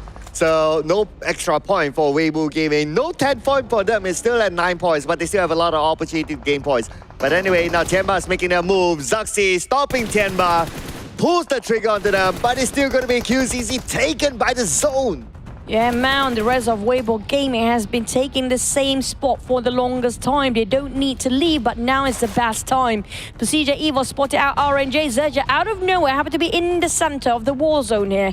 FaZe still playing alongside with the smoke. Now, do they still have enough smoke for the next couple of stages there? We don't have too much of resources in the center of the field for them to loot on. But LGD-GAMING, last player there, is barricade himself with carcass of vehicles back towards side of Ming. Pressure's on to XERXIA. They are picking all the fight they can for Weibo Gaming. Yeah, you pointed that out. There is a lot of open space in the middle, and with this current circle, Weibo Gaming, they have control of it. 3 teams on the outside of the circle. The zone will start to close right now while Weibo Gaming puts pressure. RNJ knocked down by Suk, and they're looking for more at this time. Tianba with the last man on the left side, caught out as well. There's nowhere for him to go. It is fishing time for Weibo. It's just waiting the Thanksgiving Day for Weibo Gaming. Let they come to us. They don't even need to leave, but being denied the points towards the blue zone. TeamPAI refused to fall down in the hands of Weibo Gaming, but for the others of Weibo Gaming, all they need to do is just wait it out. Oh yeah, they have control. So as PEL teams, they like to play the patient game. They like to play tactically. I would expect them to be as disciplined as possible with this kind of scenario. Let's wait for teams to come towards them. Now Chopper from XERXIA knocked down by PERSIJA EVOS. PERSIJA was focusing on to XERXIA, but Weibo Gaming has the same interest as well, leaving XERXIA with only Megamind. This is going to be Weibo's gaming chicken dinner. There's no way they're going to flunk this one then. PERSIJA will start to make a move. Megamind being charged and no way. Six manages still in the very last minute. They scored a double digit now with 10 elimination for Weibo Gaming. So keeping it going against PERSIJA EVOS, who split themselves into 2-2 formation, 2 different angles entirely. Whilst giving support fights at the back, the others are taking the front line as a 3-1 formation for Weibo Gaming to fight against PERSIJA EVOS. Wow, Red Base tapping it away with a mini 14, trying to get a member of Weibo Gaming, but not able to land his shot, but he's able to blow up the vehicle. On the other side, we got Misery finally knocking down one. This is an opening for PERSIJA EVOS. We can see that Zoxy is leading the charge. The twins, one of them being knocked by Suk. Somebody shut this monster down. Suk is just unstoppable for now, taking off angle picks every single time. But on the response of PERSIJA EVOS, can they see through what Suk is right now? He's closing in the gap. He was so far just now, not right across PERSIJA EVOS. Here comes the Nate toss over. Managed to take down on Mao. Down to Zoxy to make the play. And on the side of Cap, Dao will actually work around with Suk. They're trying to make it happen and closing the deal. Okay, here we go. Suk with an 8 in hand. Zoxy is currently on his knees, so they don't have a frontliner for PERSIJA EVOS to pressure Weibo Gaming. Weibo Gaming, they can still reset at this point. All they need to do is keep their opponents out, because at this moment it's always time to close. Misery down by Gap. One more to go. Gap, unknown as Dawson. And he's going to be trying to shut him down, working along with Suk. As Zoxy managed to finish off Mao. Red Face is a bit too far off, but he got the circle for himself. He can wait it out, but he will just have to sacrifice the rest of a teammate without any 8s down there. They are too far within his reach. But Suk managed to knock. Not really knock, managed to just put a headshot on top of that from that distance. Here comes Gap, pushing in to go to the side of a flank of Red Face. He knows this is coming up and he's ready for it for Red Face. Oh, the day from Gap. Louser, you say, but he's showing that he's the louser instead to finish up the game. What a proactive move by Gap, and it still comes back to PEL. Incredible plays and ending there with the duo of Suk and Tausu, or actually Gap in his IGN just now. They've been playing superb, those two players, back to back, giving support each other, and I feel like Suk is just incredible peeking off those off angle. That was just incredibly well for Weibo Gaming. They scored themselves a double digit this round. How much we rounded up their eliminations. I think the last one we saw, it was 10, might be 12 or 11. Yeah, it's definitely more than 10 after eliminating the entire PERSIJA EVOS. But for me, the key player to bring them this success is Suk. His off angle, how he proactively moves, proactively reposition himself. I mean, that is just absolutely amazing game sense. I have to say they are very patient and just bear fruitful for the side of Weibo Gaming. Despite they got the circle, they're not recklessly leaving out the compound easily just now, but to take a very few steps, one step at a time, advancing. And when it's only needed, knowing the fact they are in advantage, that's where they stop to push in. That was a perfect toss of a nade by Gap till the end. But I have to give it to Suk as well. He's a real MVP this one. He's opened up so many spaces for Weibo Gaming. Oh yeah, if he didn't get that off-angle shot first against PERSIJA EVOS, then they might be ran over by them. So his off-angle positioning to just disrupt the movement by PERSIJA EVOS, that was just on point. So to me, if I were to pick an MVP, it's Suk. It's definitely Suk. He's one of the best players coming up from PEL, but what are the thoughts and the insights of our analysts and our hosts, Kyrul and Contra? Your time to shine. That was world class coming out from the two teams, PERSIJA EVOS and Weibo Gaming. Secure the winner chicken dinner for his team, and Suk and Gap. Those two guys are doing wonders. Yeah, it's just phenomenal on their work rate. And just like how Sir Cloud has pointed out, the way that they also practically reposition themselves in the midst of the fight when PERSIJA EVOS is also trying to come in with multiple engagements coming from all fronts. They managed to steer clear away from danger, especially with ZXi pushing from the back. They managed to at least hold down the line. And after that, I mean, throughout the course of the journey, you saw Weibo Gaming, they had the entire bird's eye view through the fields of that Rozok. And man, tell you what, instead of Suk, it is Gap that will be a player of the match, securing 7 elimination points. And we even saw some of all these other players, they were outside of the blue zone, getting chipped off. Some of these points were also stolen away. Can you imagine how much more points Gap and the rest of Weibo Gaming could have actually gotten from those battles? Yep. True. And play of the match here for Gap with 7 eliminations, 922 damage, 41% team contribution with 110 meters of longest eliminations. And we have 2 players from Weibo Gaming on top of the eliminations leader here with Gap, 7 eliminations, Suk with 6. It is just crazy how they play. I would say they are back from the dead. We just mentioned about Weibo Gaming before the second game started, and then they just deliver everything in that game and manage to put themselves on top as for now. Yeah, I think like this is definitely one of the best games that we do have that's equally challenging for all the players that were on board. And the same type of play style that we have known PEL for have basically been brought forward to us when the circle goes into its much more of a central area of play. How many teams were actually contesting on the top of that mountain? It has been a very, very tough challenge for even a team like Tianba. Speaking of Tianba though, they managed to win inside of Milta and now pushes BTR even lower onto 7 within the span of the game. And they did so well making it to the top 5. Yeah, but look at the gap between the number 1 spot and the second place. MORPH GPX is catching up to TEC. TEC got caught up when they're doing rotation a bit late from the outside of the circle. Caught by Sam9 for sure. We saw that one of their players will pick off early on, but then they try to push in, trying to be in the center of the circle, but then their fights between them and LGD weren't doing well, with MORPH GPX on the other side of the circle, just gunning them down one by one. And we see there's a lot of third party going on along the lines of Rozo there, and it's getting a bit scary if you're a TEC fan right now, because MORPH GPX is definitely catching up to them. Yeah, MORPH GPX is a scary beast to deal with, especially when it comes down to close quarter combat. Now, we're going to take a look at the comparison as we have both Vampire Esports as well as Weibo Gaming. Very similar stats, I tell you this. Same total of eliminations, and in terms of damage, it's only a few hundreds off. It was mainly Weibo Gaming getting most of these numbers in this match itself.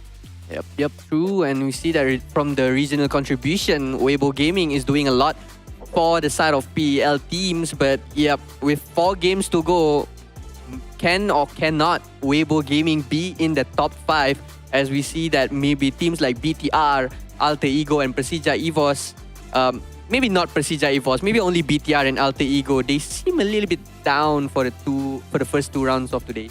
Yeah, I think like these early engagements coming from BIGETRON has really dented their hopes a lot more. And now it cannot ever be a running trend. They need to move out of that area. They cannot afford to take another fight with Tianba. Because if you lose to Tianba, you're basically pushing them even further on the charts. And then they are going even lower and lower. Today, I think that BTR gets less than 5 points throughout the past 2 rounds. Yeah, and if we're looking at the stats for the drop spot fight between BTR and Tianba, it's currently 3 for BTR and 2 for Tianba. Tianba is definitely catching up. They did their study on how BTR play and how does BTR approach these early fights. And Tianba, it seems like they are currently doing very great on how to counter back on BTR approach to these fights, and winning at Milta is definitely a good start for Tianba to gain more points as they are now in the top 5. Plus, we cannot forget what's happening at, around Georgiopol City between FaZe and LGD. LGD, They won. they won at Georgiopol City and it's now 4-2 between them. But then FaZe Clan, for sure, they are not going to be happy about this. They definitely want to bounce back on the next round. I think that some of these teams are going to be going in hunting very, very early on. So at least it gives a lot more confidence to LGD. Today seems to be pretty much a good day for them. But still, worked great heading into the late game. Still needs a little bit more of a polishment in terms of execution. But I believe that there's a lot more to see in the next game. Yep, there's a lot more to be talked about from us. But then we'll be going on a short break and catch you guys after this.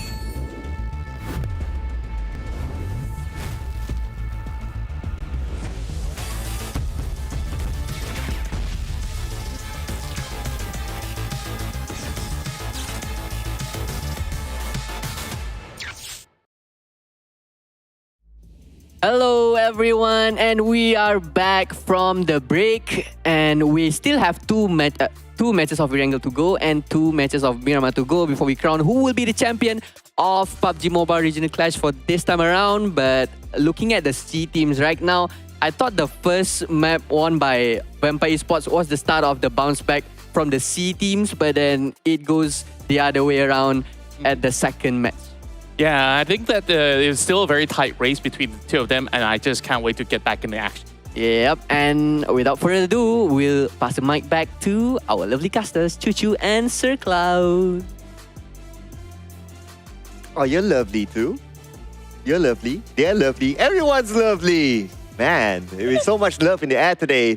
And so much love as well for a lot of these teams out there who have been showing a lot of good work. Weibo Gaming came out with the chicken dinner, and Sook was amazing.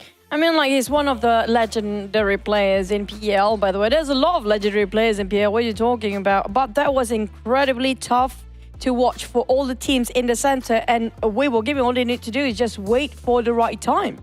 Yeah, so, but it's all about coordination. And again, we did talk about like how tactical the PEL teams are, and they're showing the way they tactically move to finish off their opponents. And I guess tactics, they work better, especially at the final phase. Like taking fights work better during the mid stage or early to mid stage. So yeah, I guess that's what we can kind of summarize as of now. But we also want to hear your thoughts as well, ladies and gentlemen. Which region performance do you like the most? And so far we got a lot of C fans. I think it's because of the gunfights and the skirmish early on, mostly by SEA players and teams out there, where PL is more tactical, a bit more careful approach towards all the team fight, and they want to go for the placement first. Yeah, in general, if you like go for team fights, gunfights, and things like that, on screen, it's definitely more exciting. So I can understand why like the viewers out there, they vote more for C teams. But for us, are we going to vote for another C team or another PEL team in our next prediction? So I wonder what did Cairo predict though. So I'll take note that it's Cairo's prediction so if it's far, wrong. whatever Cairo predicted today, which is going to be under my banner or name of prediction here, mostly it's going to be jinxing the team. So good luck, Cairo, taking the blame for it. But so far, we didn't get a lot for PERSIJA EVOS or TEC for me before this. Now it's going to be Vampires. I feel bad for Vampires, as in their names are flashing down there, but PERSIJA EVOS for you. Yeah, Vampires a bit late to the party in terms of the prediction. PERSIJA EVOS almost got it, but I have to say it is an outplay by Weibo Gaming, who are a lot more tactical, but they played however they're comfortable with. They see their opponent, they know that they can take the fight, they went in for it.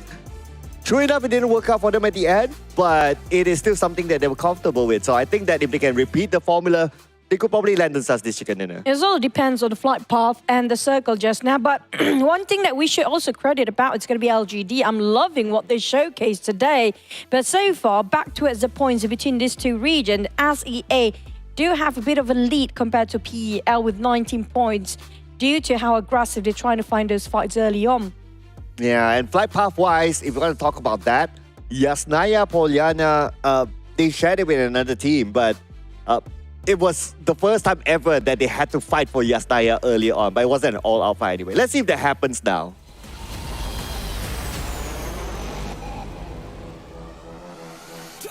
This is our second last Erangle in the final day of PMRC, with the flight path coming up from the side of Laf Hospital up to Yasnaya Poliana. We did just mention Yasnaya Poliana before, so we can assume the PERSIJA EVOS and might be K1 to be on top of there as well. Tianba dropping quite early. We might actually have another sort of skirmish on top of South Jogopol, FaZe Clan versus LGD round. How many rounds are there already between these two teams? I'm starting to lose count. It's basically every Erangle that we have seen so far, right?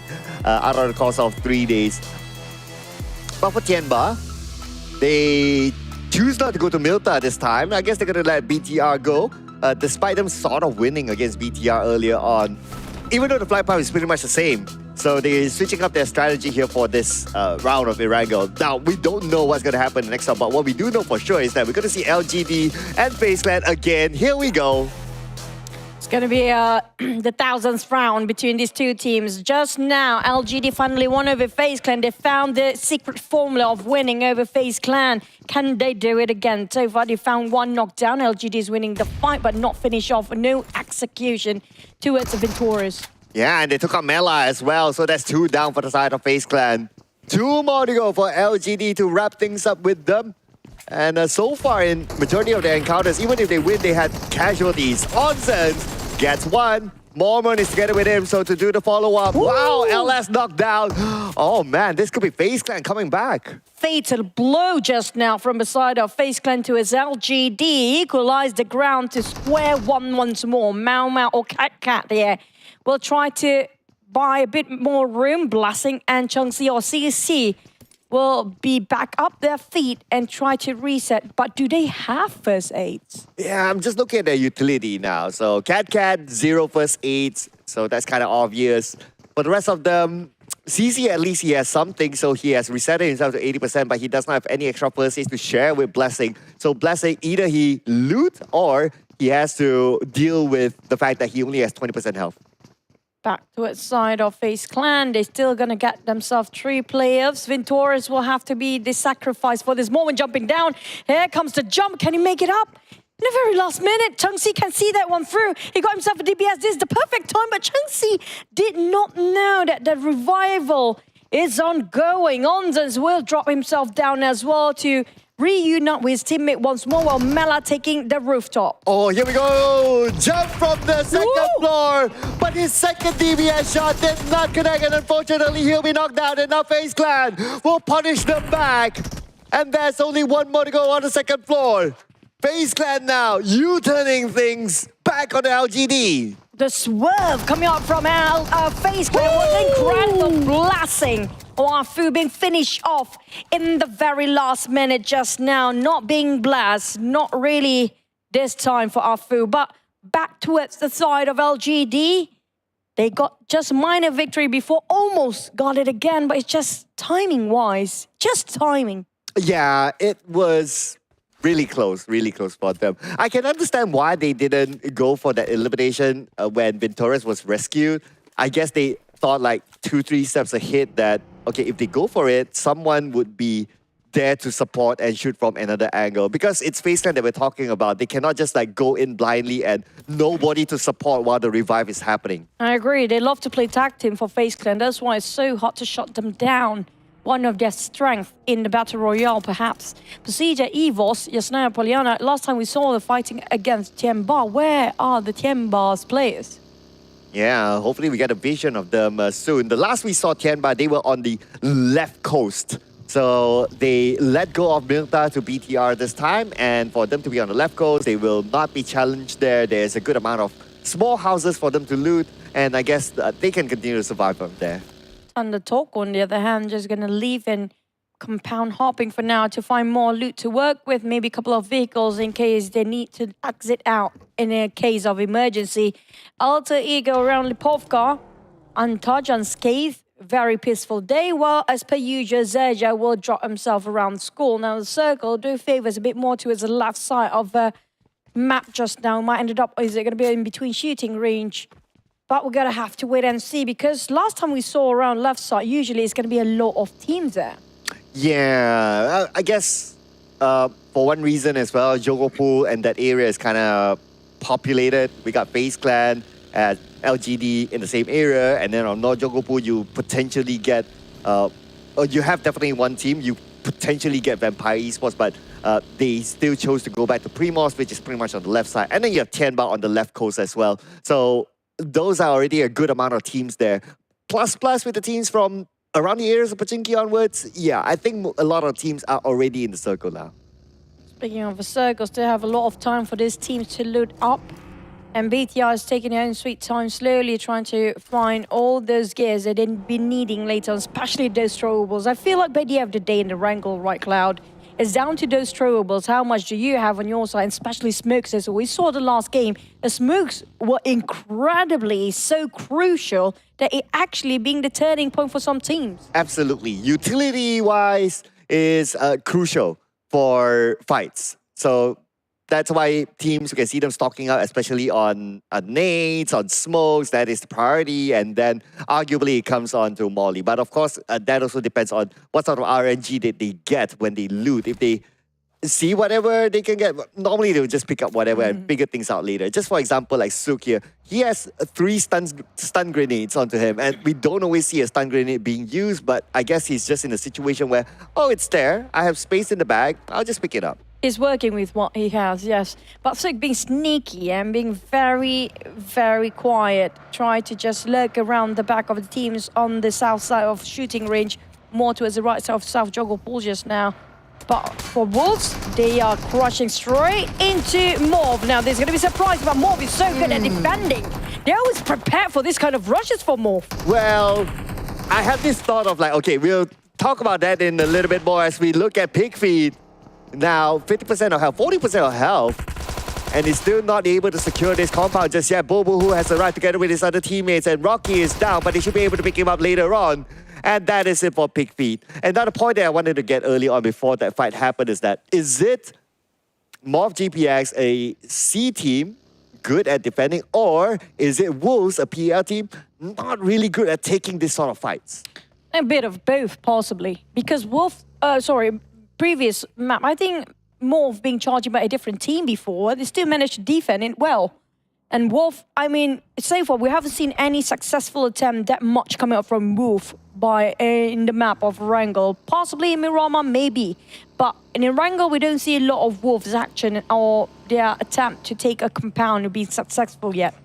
Well, we have a second attempt here by TEC, and TEC, well, I wonder are they going to go in for it. Okay, they might crash in, but it's not the nature of a PL team in stage 1, 2 to do this sort of crashes. So I guess with the information they got, they'll just leave it.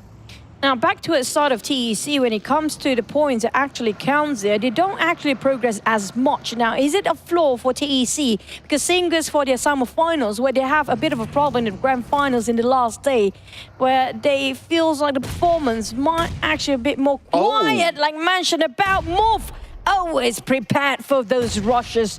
They will defend their castle as fast as they can and as strong as they can get. Well, it looked like a bluff there from Morph GPX. 2 of them left as compound, and now they're U-turning back, defending their ground against TEC. And the 2 members of TEC ran over by Yoru. TEC out. What a fortress being hauled. These guys are the vanguards of the entirety of PMRC. Incredibly tough to take down for the side of Morph. I'm just loving what they perform here since day 2 and the final day. But on the side of Tianba, we have to move, and it was incredible defense. 2 teams back-to-back, by the way, for Morph. Yeah, and one of the teams is TEC, who held on to the top spot before this, and because of that win from Morph GPX against TEC, now they are at number 1. TEC having a rough run for the first half of the final day here. They barely progressed with their points.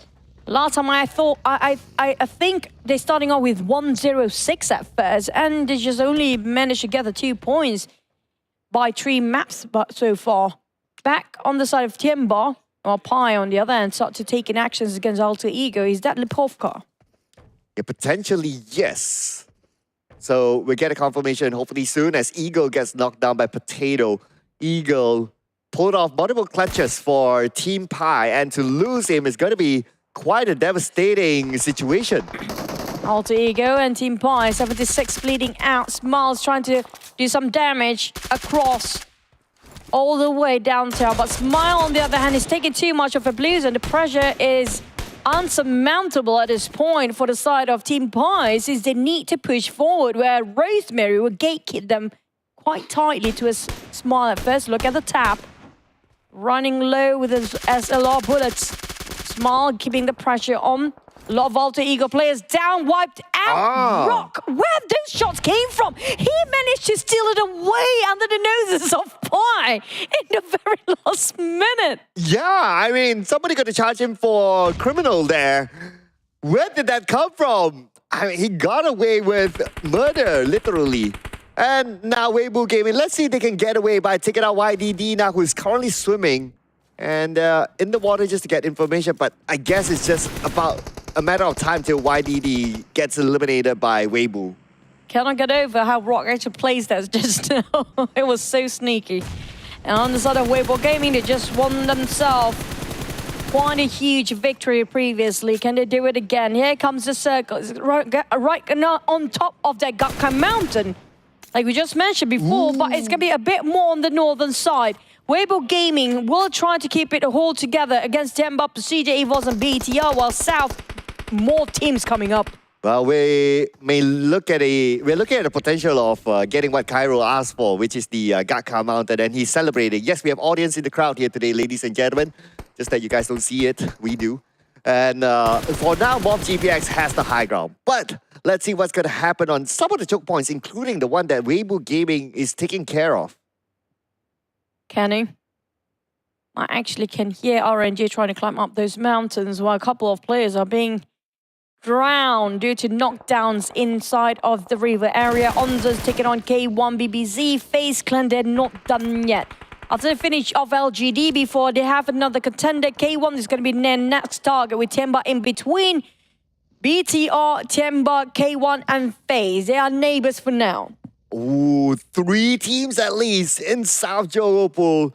The good news is that this area is within the circle, so that's still kind of okay. They can kind of hold, and navigating through the containers, well, that would take some time. So if they want to stay here for now till the circle shifts, that's absolutely okay as well. But Weibo Gaming wants to come by as well, moving from the bridge to South Johor Pool. BTR could be there to stop them. BTR, can they work their way through the mazes of containers? Thunder Talk, after the steals just now, definitely scores quite a number on the side. It's going to be a Rock once more. Sometimes he's been super quiet, but sometimes he's just been such a great team. A Robin Hood for his entire team down there for Rock. But on the side of 7-9, can they respond to Thunder Talk? Happy to just passing by, or will they just keep it quiet for now? Well, Mr. Rock here is doing the scouting work for his team, trying to determine where is the next destination. And 3 other players still on the outside, so I guess... Well, if it's a C team in this side of the scenario, right, they would definitely crash onto 7-9, take the fight, and then win the compound away from them. But because it's a PEL team, you can see them slowly moving, gathering information, determining whether we want to go for it, and for the most part, maybe not. Really calculating every steps here for the side of Thunder Talk. Cautiously approaching to a 7-9. We're being split out into 2-2 now. Reunite with their teammate 3-1, while the other a bit later. But the Blues is tough to close in. Thunder Talk don't really have that much of an option. If they want to go up to the Gakkai mountain top, they need to pass through and cutting across 7-9. Oh man, look at the tactical approach by Thunder Talk Gaming. We've got one here waiting by the side, and I'm not sure if 7-9 knows that he's there, but they do know that the Blue is on top of them now. Scoping out to see the members of 7-9. Now they're starting to pull the trigger with them going down. Adair will be the next one to fall, so it looks like a trade between the 2 teams. Both are losing men here, with Blues start to pressure them, and none of these teams are actually in the winning team at all because of the Blues, and nothing can fight against it. Adair finally being shot down, but Morph the one taking the advantage between these 2 teams here from above. They will just try to shut them down. Rock managed to reset himself. 7-9 have to leave. They must leave now. Same goes for Thunder Talk. Will get themselves a buggy and try to drive towards the other side of the mountain where the circle's at. Yeah, the fact that he sent out Dreamy together with his teammate to open up the flank on the left, that is again another showing of a tactical approach by Thunder Talk Gaming. It's just that MOBGPX is on top to stop them. But speaking of MOBGPX, now they have a clear shot on the 7-9. Kenny is able to get away. No, unfortunately, he's not able to skip by MOBGPX. It's a clear line of sight for Cleon. There's no way he can actually miss that one now. And it's going to be a one more nade toss. Dap switch over to DBS. But did he actually drop the nade on time? That was perfect timing, Cleon. And the crowd, who has 2 million people on our right side, goes wild with that nade. My gosh, what a defense here by MOBGPX, and now they're trying to do it against Thunder Talk Gaming. If you smell what the Rock is smelling right now on the ground, and he will be turned into the box soon thanks to Cleon. He's smelling the grass. That's what he did just now. Definitely, that's the only thing he can do and smell. Down to only dreaming of Thunder Talk. Morph. Today has been what a day. Just peak performance. All 4 players of Morph. 11 elimination. Only in stage 4. Taking hold the grounds of Gakka Mountain. They are such a strong team of defense. Incredible clutch multiple times. And I guess that's where Cairo is pouring his theory of the Southeast Asia teams. Well, it's technically only one team, but we can see like the play style of how they defend. It does look familiar to how other Southeast Asian teams would do on top of the Gakka Mountain as well. And so far, doing so well for Morph GPX. Not only that, 11 elimination points picked up by them. Now, I'm interested to see how far the circle will shift away from South Johor, because that's where a lot of teams are there.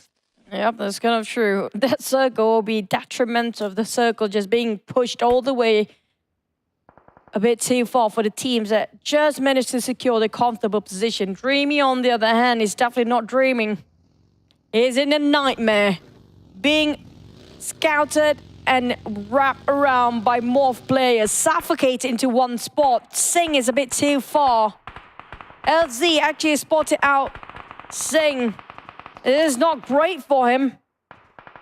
Newsy spotted out Dreamy as well, possibly. Vampire is interested to take the fight where Thunder Talk plays. I can see it through. As he will start to pull the trigger.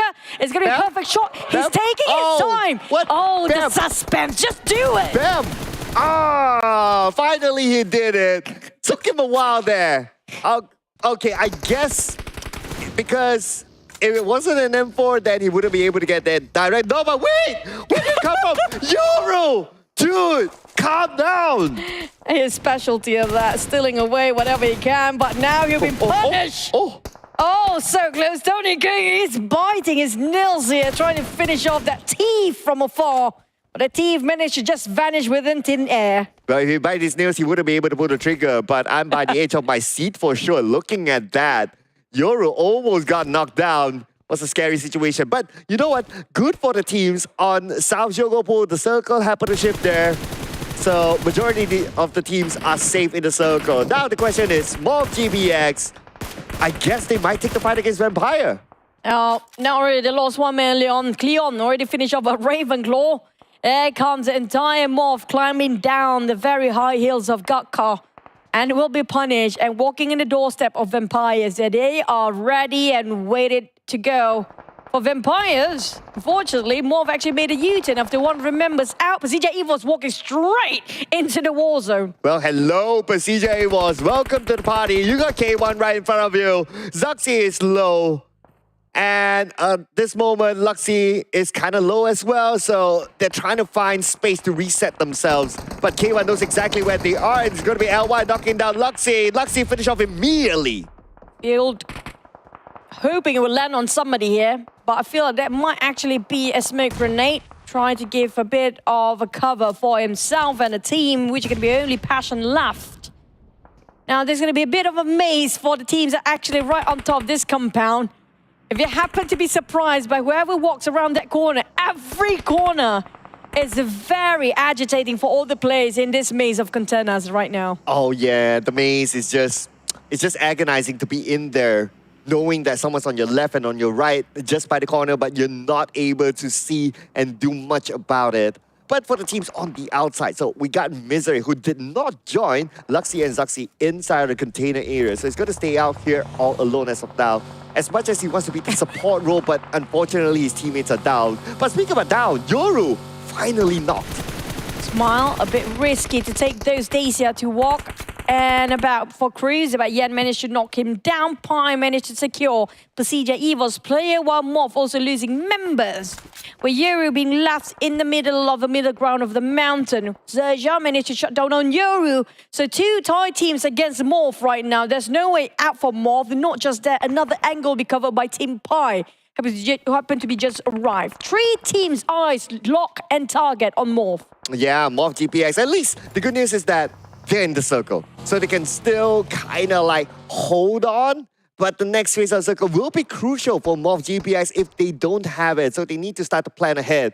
Now, looking at Morph GPX, TeamPAI seems to be kind of interested to lock them in as well, but they are also holding their breath, praying that the circle does favor them somehow. If it goes to the South Jogopu City, then, well, all those teams will be happy. Now, circle-wise, we'll get a confirmation, and it moves to the left instead. And more vampire, this inevitable of fight between these two teams. They have to force it out and brute force their way in here, regardless of how they want to win and get into the circle. The only way is just to get it through this fight. And TeamPAI will actually be gatekept by Morph, which is not even touching the rim of a circle, while the rest of the team already inside is too. Still having a battle of survival as Yen dropped one on Rocky. Down to only Bubu to fight against two players of TeamPAI, or will he leave? Man, just look at the formation of TeamPAI. They send one in front, two to give support. It's like looking at military tactics here by TeamPAI. Again, tactical approach is the strength of the PEL teams. And with that, they got one out of GPX. Now, SERXIA attempting to punish them as they are still on foot to get into the circle. It's going to be incredibly tough for the side of TeamPAI. Nothing to cover in between, only a couple of vegetations, no structure that can hold them strong to just get through into the circle. Now, Bubu, who do have vehicle for TeamPAI, I don't think so. Clear shot from SEA that snipes, missed just a tiny bit. Speaking of timing, whilst Bubu, who just going to flee out and get himself a couple of very small rock to barricade, but he will be the target of FaZe Clan, who happen to be on 2-2 formation back to his side of Tianba. Even focus on TeamPAI. TeamPAI, good luck getting out of that sticky place. Yeah, I mean, speaking of sticky, they are stuck on the ground right now. It's really hard for them to get across. The spray from SEA, no way for them to get out. Smile will not be smiling any further. One more to go for the side of TeamPAI, and it's still on the outside of the circle. My God. The cluster in the center of the circle is a bit too much right now. Still have 10 teams in stage 6. It's a bit too crowded in the center, a very small radius of a circle. Well, SEA still have his eyes to his TeamPAI. TeamPAI need to leave, but the moment it stands up, XERXIA is just going to hunt them down. But Tianba walking through the mazes, surprised by every corner, is going to be walking into the night of fright here. Oh, here we go. Hunting house LY down. KZ's trying to heal up. But he's not going to have any more first aids after this. BTR on every corner. They will try to wipe it clean. Well, it looks like Halloween came early as QZZ surprised members of BTR right now, but he's cornered inside the container. And BTR knows exactly where to shoot. With that, Tianba will be eliminated. Now next, walking to the maze is going to be K1 versus Weibo Gaming. Do Weibo Gaming want to play that Halloween team mazes or not? K1 shutting down on Gap. Passion, try to finish off Sook. Two very important players down for Weibo Gaming. Can they still stand strong? The jump shot. My God, the support fire from Ming at the back with the distraction of a jumping shot by Ye Mao. That was incredibly nice. Yeah, that's the coordination again by a PEL team. Now Megamind, straightforward approach to knock down Superboy, aka Yuhai, who's playing in this round, substituting for Keenan. And Megamind looking to secure the elimination point. Nade toss across. Will the nade even land? I don't think so. The second nade attempt, third nade in fact, they know that they have utility to spare, so they're just trying their luck. But so far, not able to get an elimination over BTR. BTR taking covers with those boxes, big ones, and XERXIA in the warehouse. Still, TeamPAI couldn't make it through. We're down to only 7 teams. A FaZe Clan taking the Mushroom Tower. But they're not inside of a circle. On the northeast side, this is where 14 resides with PERSIJA, EVOS, XERXIA in between. Gen 4 spot out. Weibo Gaming, Mao, who tried to climb himself up. Now, this is going to be a bit difficult since Weibo Gaming don't have any visualization throughout their containers. XERXIA still stay quietly in between. Vampires taking on Onzons, while BTR going in for the rush. Weibo Gaming have to defend. Yeah, after all that action, BTR is still a full squad. But you'll be surprised, both GPX is still alive. They still have a representative. Now for PERSIJA, they only have XERXIA left. He's waiting in the container. I don't think they know that he's there. As we come back to BTR versus Weibo Gaming, the frontal approach here by BTR, Southeast Asia team looks like it's bringing them dividends as they take out Sook. One more to go, that's Ming on the left. FaZe being wiped out the earth of Erangle by vampires. BTR taking out Weibo Gaming 1 by 1, leaving only the last player alive. It's going to be Mig.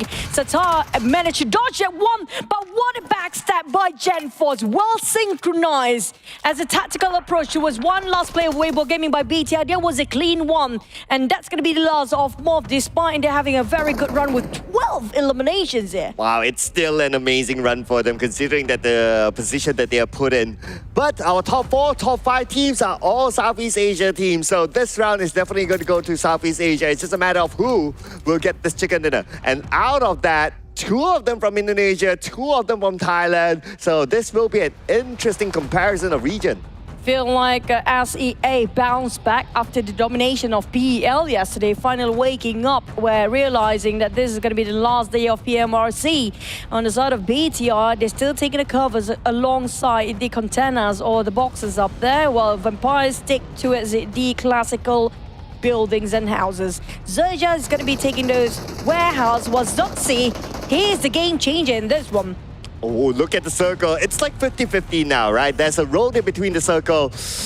And I don't think there's enough space for Vampire to like kind of squeeze in. If they move front, it's like an open area.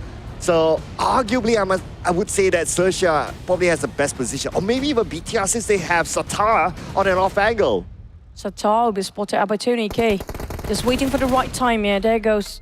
Bit too late. Satar managed to just prone down and get himself covered. Spotted out Yuhai Superboy. Tony K couldn't have anything connected so far. XERXIA still not going to move an inch from the warehouse with a couple of smokes in between. Zuxi still playing this quietly with the DBS prep in his hands. XERXIA, on the other hand, are planning to have a bit of a rush there, but which way to go? Well, for Vampire, if they want to survive the circle, they have to create a smoke bridge and just zoosh across to the warehouse where probably XERXIA is at, or at least somewhere beside them. Now, they are starting to do that. They're creating the smoke bridge. Ravenclaw is making the first move, but unfortunately, shot down by XERXIA. Ravenclaw, no way that he can be saved. RNJ and the rest of them trying to get a grasp about where to go next, but they're being stopped at midway here by the side of XERXIA. Sharper making sure they're putting the pressure up. Counterfiring the side of Empire did not connect to anyone in the warehouse. They have a strong fortress here for the side of XERXIA. BTR trying to take advantage between these two parties, and Satar spot them out. A perfect angle, a perfect vision with Satar on top of that pillar. Yeah, that's the key angle that BTR has, where Satar is at. But we don't have any more circle after this. It's going to be stage 9. But for GenForce, taking out Tony K, Vampire Esports, it's quite a miracle that they're still holding on to this.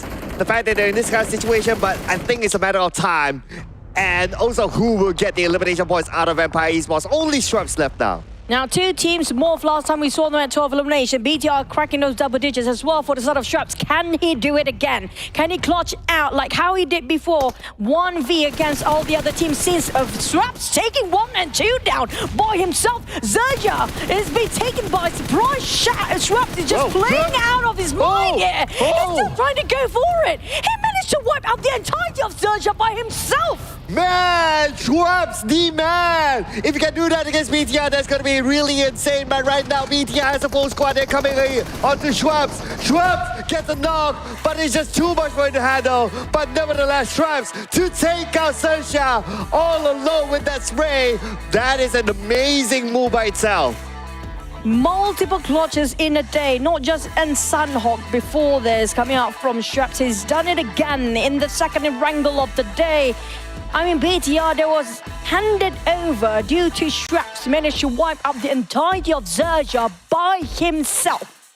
Yeah, assuming in a parallel universe that Shrubs was taken out and XERXIA had 4, then it will be a different story for BTR. Because if you kind of think about it, even with Satar's position up there, he was pressured by the blue. He needs to get down anyway. And with XERXIA having the warehouse, he wouldn't be able to contribute much if he stays up there. So it becomes like kind of like a 50-50 fight between the two, or maybe even swing slightly to XERXIA. I say, just now BTR, it was impossible to penetrate through the warehouse fortress just now. But Schreps made it happen. Schreps made it possible because of his angles. And BTR could not possibly done that unless they actually try to push in, and it will be their death if they actually do so, thanks to Schreps. I mean, Schreps the real MVP here. You know what, besides all that, I have to point out something that I've kept it inside for the longest time. You don't get to see that often at that mid to late stage of a game, someone still holding a car 98K in the current meta. It's been a long time, you know. That's true, that's true. And also, it's been a long time we've seen this side of Schreps as well. I mean, like, during PMSA, we don't see a lot of that. Now, finally, it is back. Now, what the analysts and those will have to say about this is, I think it's blowing off their mind here. Back to Kyrol and Contra, please. BIGETRON Red Villains finally finding their momentum to secure the winner chicken dinner in round number 3 for today's match, and it was one hell of a show coming out from them, putting on Superboy from sub to the main lineup, and it shows a lot of difference for BIGETRON Red Villains this time around. Yeah, it definitely sees them playing a better tempo of the game, and at the very same time, it was also a complete annihilation against all the PL squads. You saw how many of all these teams challenged more of GPX. That was like TEC going up forward, and you have Wolves. None of them could even stand tall. They just got snatched up in a matter of seconds. And despite bowing out early, look at more of GPX. They got 15 points. Vampire Esports, they were also holding one of the prime warehouses where no teams from the south can actually pass them. And Schwebs, with his stunning play, takes out the entirety of XERXIA. We thought XERXIA could actually play for that chicken dinner. Yep, but play of the match will be given to Genforce from BIGETRON Red Villains, with 5 elimination points coming up from him with 637 damage, 31% of team contribution, and the longest elimination is 242 meters. But what a game from BIGETRON Red Villains for sure, but we cannot count out more GPX from the side of the hill in that compound where Wolves just come up to them and they managed to wipe out all of those 4 players, and then TEC finding the same fate from themselves out of more GPX. Defensive work is just phenomenal. Yeah, it's just great work rate coming in from so many of all these squads. Now, BIGETRON Red Villains find themselves back into a top 2 comfortable spot. So I say comfortable, that's also because TEC wasn't able to actually secure any form of points here. Yep. Morph now holds on to that number 1 spot, but Vampire Esports, they're starting to show up and showing strong. They now tie the points with PERSIJA EVOS. Now, both sides are on number 4, technically. Yeah, absolutely. Vampire Esports, without us knowing, they are climbing up the ranks right now, closing the gap between them and TEC, maybe hunting down for that number 1 spot at the end of the day, but for sure, Mob GPX wouldn't let it go easily without a fight.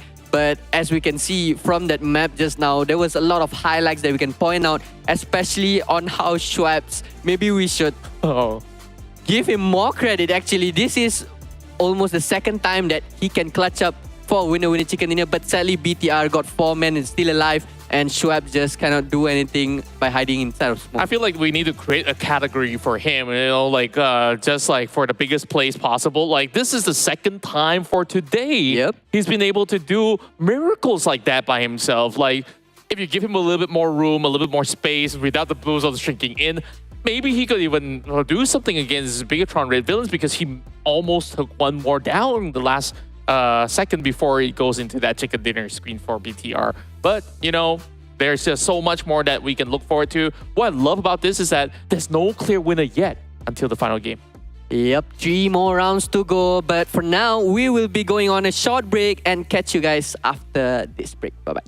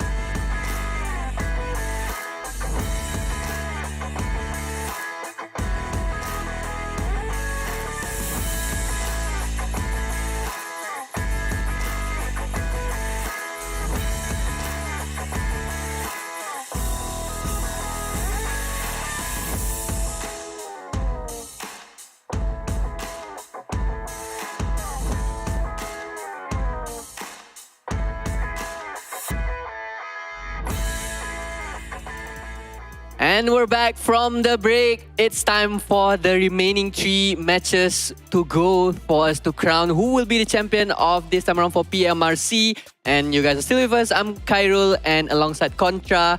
And I'm super excited to see who's gonna get those winner chicken dinners. Yeah, like overall, some of all these chicken dinners that we are getting today are pretty special. Like unexpected moments did happen with Schweppes, really turning the tides around. But you know what? You can basically fight the tides of zombies in our brand new team mode, which is the Zombies Edge. Perfect for Halloween time. If you guys are not leaving your house, you can still get a little bit of jump scares. Yep. So yeah, go ahead, get a bite of victory or get a bite of KFC. Yes, there's a new collaboration with us and KFC where you can basically get the set meal. The new set meal is up for grabs in your KFC restaurants out there that's nearby to your place. And there's a lot of new updates with the collaboration with KFC. You can basically heal in-game and you can hear the theme sound of KFC. The jingle. Yes.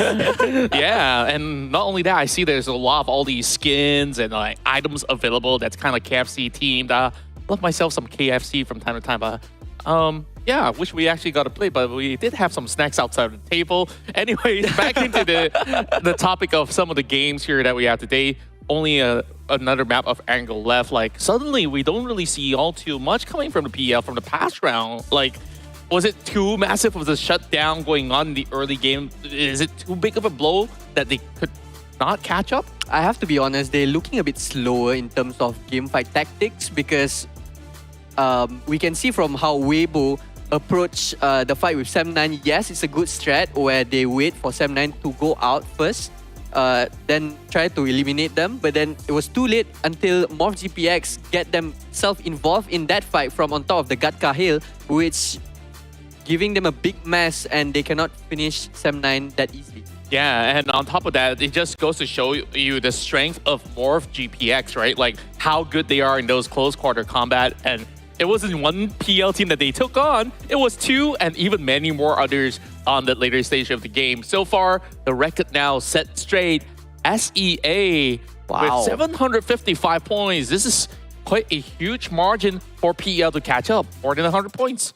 This is the biggest gap we had so far throughout the days that we are playing for PMRC. And I don't know, C teams are looking so confident right now. Yes, the winner chicken dinner counter is leaning towards the PL teams, but then on the consistency side, momentum base, it's looking way better on the side of C teams. And we can see that the way that they're approaching fights, the way that they're doing their rotations, it feels like they come more prepared this time around to face the PL team. Yeah, and also at the same time, like you did mention, like PL teams are a little bit slower today. Like maybe they're just playing a little bit more too safely, whereas the rest of the teams coming in Southeast Asia, they're just saying, you know, it's the last day. We're going to put everything on the table. We're just going to run at you and do everything we can. And that's what we actually get coming from even Vampire Esports, where they are now climbing up to challenge the throne. So MorphGPX, as much as they're holding on to that #1 spot now, I believe later on after this game, we still will see another shift on the table. Yeah, however, I feel like TEC is feeling the most pressure right now as they end the day yesterday being at the #1 spot. But now,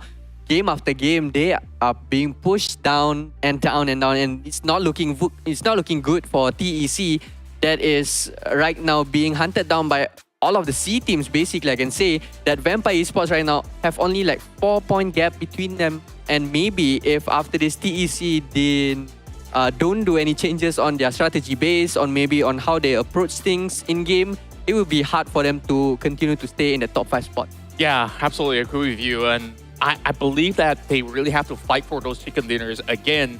You saw how BIGETRON Red Villains in a couple of games from game 1, game 2, almost absolutely no action coming from them. And then now they actually get themselves a chicken dinner to add in some of all these points that they lost. Now they're in the contention again within the top 2, top 3 scenario. So right now it's all about keeping themselves steady for some of all these C teams who are already on that first pager. And for the rest, not to slack off. Yeah, and I want to talk a little bit about Alter Ego Aries. So far, day #3, we haven't seen so much from them, and maybe mainly because we haven't seen Rosemary been fragging enough for the team. and most of their fights, they currently get picked off one by one during rotations, and it's not looking good for Alter Ego Aries. Maybe there's a little bit changes that need to be made in terms of how the team should play the game and how they should maybe prioritize how Rosemary should play the game well. Yeah, I absolutely agree, because a couple of games I did notice that they get caught off mid-rotation, and there were also certain points that when they want to take a fight, they were kind of exposed in multiple angles as well, which is why like they aren't allowed to actually get things done in their own respective way. But if you give them enough of that sort of spacing, then sure, you will see the traditional alter ego at work. But right now, it's just a different kind of mask that they're currently putting on. Hopefully that they put on a scarier mask for the rest of it.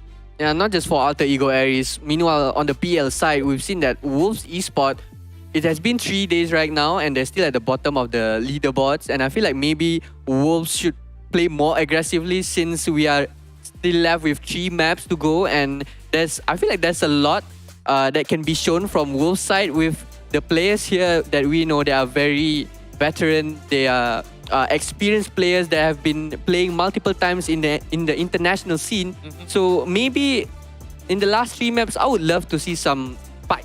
Yeah, from Wolves. Overall, like for LGD and Wolves, like it really felt like this is a very different kind of play style that they're following with the rest of Southeast Asia. Sometimes they are just trying to find ways to push for a fight, but these fights are really going nowhere for them. Like we saw what happened back in Georgia Pool. We saw what happened for Wolves multiple times as well. So they really have to show us something at the very least, because yeah, you might want to save those strats for PMGC. We get it, but right now it really doesn't matter. It's all about making sure that you are able to contest at an international level. Yeah, and Contra, we can chit-chat here all day long, but it's up to the players to show it in-game. So now we are passing the mic back to our amazing casters, Choo Choo and Sir Cloud. Take it away. Thank you so much, Caro and Contra. And don't forget your coffee while chit-chatting, by the way. They're not willing to pass the mic to us just now. But I agree the fact that mentioned about nothing to lose with the final Erangle. This is going to be the last Erangle for PMRC. Yeah, so last Erangle for PMRC, maybe LGD, Chicken Dinner, come on. We like to see... We always like to see like the page 2 teams do well, right? For LGD and Wolf, which one do you prefer more when it comes to those chicken in the very last minute? Well, I'll probably go for LGD now. I'm probably going to go for Wolf then to balance things out, right? But also coming up from Sem 9, somebody have to vote for Sem 9 here. We're talking about the bottom teams, come on.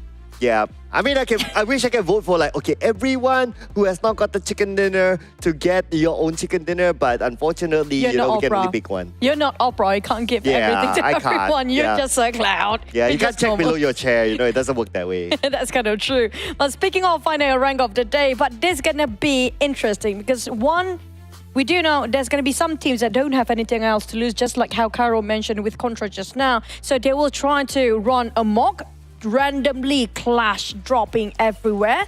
And not just that, that's going to be difficult for TEC especially because they are having a bit of a stagnant points up there for the entire day. Not much of a progress. True, and because of that, MORPY GPX who ran amok everywhere, they overtook TEC. And I guess that's where this is technically it's Cairo's prediction, right? That he put MORPY GPX in there. A bit later.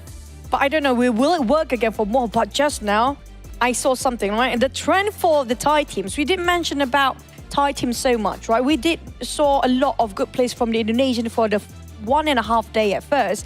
But when it comes to the Thais, starting from day 2, that's where they start waking up. But day 1, it was FaZe day.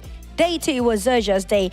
Today has been Vampires. I mean, like, today has been Shrap's day. Not even Vampires, Shrap's. Yeah. That curly guy...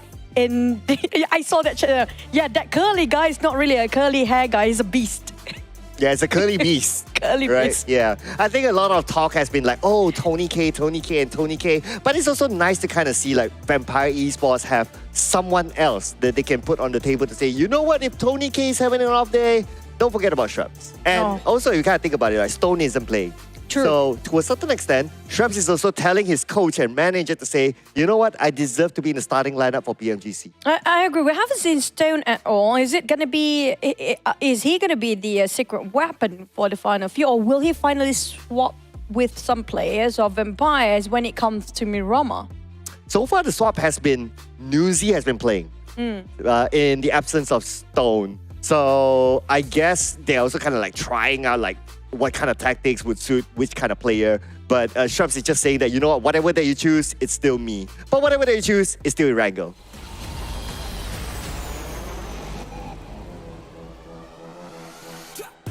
This is gonna be the last Erangle in the PMRC, the regional clash between teams from the PEL or Peacekeeper Elite League versus the PMPL Southeast Asia. Now, who will triumph by the end of the day? This is one of the biggest gap, by the way, for PMRC. If you compare for PMPL SEA versus SA, it was a close one, but this one, the lead when it comes to the points, definitely towards SEA, but Chicken, I feel like the PL just aiming for the chickens there. Yeah, so it depends on, I know the viewers are also talking about like, oh, PL team's getting a lot of chicken and all that. And I guess objectively, both are not wrong, really. True. Yeah, even if we want to talk about like overall points, yeah, it's not wrong. If you want to talk about like who gets the 1, 2, 3, 4 and whatever position that you get the prize pool, it's not wrong as well. So as long as you have a good time together with the teams, I'm sure they're having a good time as well. That's fine. Look at the left side here, Clown. It's so crowded. It's just too colorful. Vampires, as per usual, down to Primos. Sam9 change it over to SMB, where Thunder Talk actually always been there. But the one that we have our eyes on is FaZe versus LGD, and not just that. Left side, Wolves right now fighting as well. We didn't mention about them earlier on. The circle is just tormenting the players till the very last Erangle. Wow, I'm liking this circle for the final Erangle. Might as well, right? Might as well. Hopefully it goes all the way down to mid to the base, but because it's still a 50-50, it's confusing enough for all our teams. But look at the elimination feed. Sam9 getting into action with Thunder Talk as well. And this is the final Erangle brawl between FaZe Clan and LGD. 3 clash of drops here, 3 places. LGD can't manage to shut down Ventoris in an instant. Ventoris couldn't even look about Mela respawn. We're getting another one trade back. Mela and the rest of FaZe Clan just gonna rush into us. Every room there is clearing all the corner zones and finish off with the BBS. Blessing. We finish off LGD, leaving only one player left. Where is the last player standing for LGD? Well, they got the perfect weapon for the perfect scenario for FaZe Clan. And now LGD, one left. Okay, M4, great with this distance. Even if we swap over to a UMP, that's okay as well. So weapon-wise, fine. However, because he is alone, he can't even afford to be knocked because there's no such thing as knock if you're alone. Number-wise, not so great, Yes, as on Onzens, but closing off that one last bullet. He managed to dodge it for the side of Onzens. CC, Tungsi try to finish, or at least get a couple of points in the very last minute with an iron sight even. That UMP, not going to be enough. Same goes for the rifles. The M416 running low on bullets, trying to get some resources around the next house. Jumping down, but if he exits out, he might actually have a shot at getting in the top 5, at least for survival part, that is. Yeah, now it will be a question of whether he wants to exit or not. He is still looting, trying to get as much as possible, but I'm not sure if he will have the space to exit, because if you can see that FaZe Clan, they are closing onto him. The fact that he pulled the trigger, he revealed his position. So now, even if he exits, he will be in an open space. He still needs to find a vehicle. I mean, he will be in a tough position and an open position that FaZe Clan can shoot him down. Too many will problems for Tungsi right now. Definitely breaking his brain to work things out, but nothing seems to be working for LGD except for that one time they won over FaZe Clan, that one time. The buys on Mormon with the DBS as well can get super scary with those DBS. Tungsi spotted out Mormon. Above, below. Now tossing the grenade. Okay. Prepped out. Seems like a perfect angle. Mormon, never mind. Bye! Yep, take covers, but never mind. Mormon's still going to be bleeding out on the ground, and where Onzas will respond to that hand grenade, giving back the favor to the side of CC. It's going to be last first aid for the side of Tungsi here now. Covered and smothered by the side of the members of FaZe Clan. Wait! Come on, Alter Ego. Come on, it's their brawl. Come on, man. I guess, like what our analyst pointed out, Rosemary hasn't really been showing up today, so he just wanted something for himself. Hello there. But back to it on Thunder Talk and versus Sem9. It's not done. Next, we're going to have Tianba versus Morph after such incredible run today. Can they hold their ground strong again? But you're being picked off, and it's going to be done and dusted as Tianba will finish off execution done. And Tianba LY and YDD will take the loot out of this bonus loot box. But the rest of Thunder Talk, just now they were fighting against Sem9, leaving Sem9 with only 2 players. Yeah, they're sharing mid to the base at this moment. And I can kind of see why. I mean, the circle is still 50-50 between like the main peninsula and the mid to the base. So 2 teams, they want to lock down this area for themselves. And obviously at this moment, for Thunder Talk Gaming, they do have the advantage since they took out 2 from Sem9. So that will mean that Sem9 will try to stay at their corner, play a little bit safer. But speaking about playing safe, now Tianba definitely not doing that. Coming up from Morph, they do have the grudge against Tianba. Just now finished off one of their members, Yoru, early on. Ren and YDD try to help themselves up for the players are being knocked out early on, but Cleon don't give them the space. Another knock by Cleon with the DBS. Cleon down to only 10% of HP, still taking his shots in. Ren on the other hand with a mini 14, don't even have the extension yet, but wait, the DBS. what? Cleon just clean off the floor. Wow, Cleon with a 10% health. I had that thought in my mind that, oh, he's like really low. One shot onto him, he'll be taken out. Like, he'll play a little bit more passive or he will be out. But no, he still managed to land that final blow. At the same time, Morph, can they hold the #1 spot here with 2 players remaining? Hopefully they can get a reset. Well, BTR, Genfos being knocked down. We have Satar and Yuhai playing. Yuhai reviving one of the members, Genfos being knocked down early on. TEC, not a good day here, but they already cross over to a side of SMB. Now, it's all about the question of the second and third stage of a circle. Will it favor the main peninsula or will it go back to SMB? Yeah, that's a big question now that a lot of teams would want to know. And I guess based on strategy-wise, it's either you commit down to SMB. If you choose to stay on the main peninsula, then you try to play by the coastline. In case that the circle shifts away, you have the quickest access possible to military base. So I guess that's where a lot of teams would try to play along there. So that also means that places like Ferry Pier, the Lighthouse might be occupied at this point. Definitely very concentrated now. We can see around the coast, it might be very colorful by now, but it's actually a good news for Vampires. Can they actually take this one away? Because they are so close with Struct, so outperform everybody else today. This is actually their best shot at getting those chickens. So the trend of Vampire, because Primos is no stranger to them, is that they like to come in later once the circle is confirmed to be at either side. So if it's still on the main peninsula, then great for them. They don't really need to shift. But if it goes out to military base, then they would come in later. That's why you can see that they have a 2-2 split in case it changes. But we'll get a clearer view of where the circle will be as it closes. And it's going to be 100% military base in the corner. And supposedly, it's going to be Thunder Talk circle here. We already won over against Sem9, but we have PEI versus VTR. It happened to be clashing of vehicles, a bit of a bumpy car moment. TeamPAI easily wiped that one out because of how they have more numbers. But the car now pretty much stuck against each other, but now it's fine. But just now it was smart coming up from Vampires. They are kind of 50-50, depends on the second stage. Just now it just revealed itself. SMB will be it. Now imagine the choke points towards SMB later on. It will be a lot of bridge camping, a lot of swimmers, and not just that. Can anybody find a boat? I guess the boat was taken by Vampire Esports because they were at Ferry Pier and 2 of them went into the base. But for Sem9, unfortunately, the bike is not the most secure sort of vehicle. They'll be easily shot at, and that's what happened to Kenny. And with that, Sem9 not able to make it across.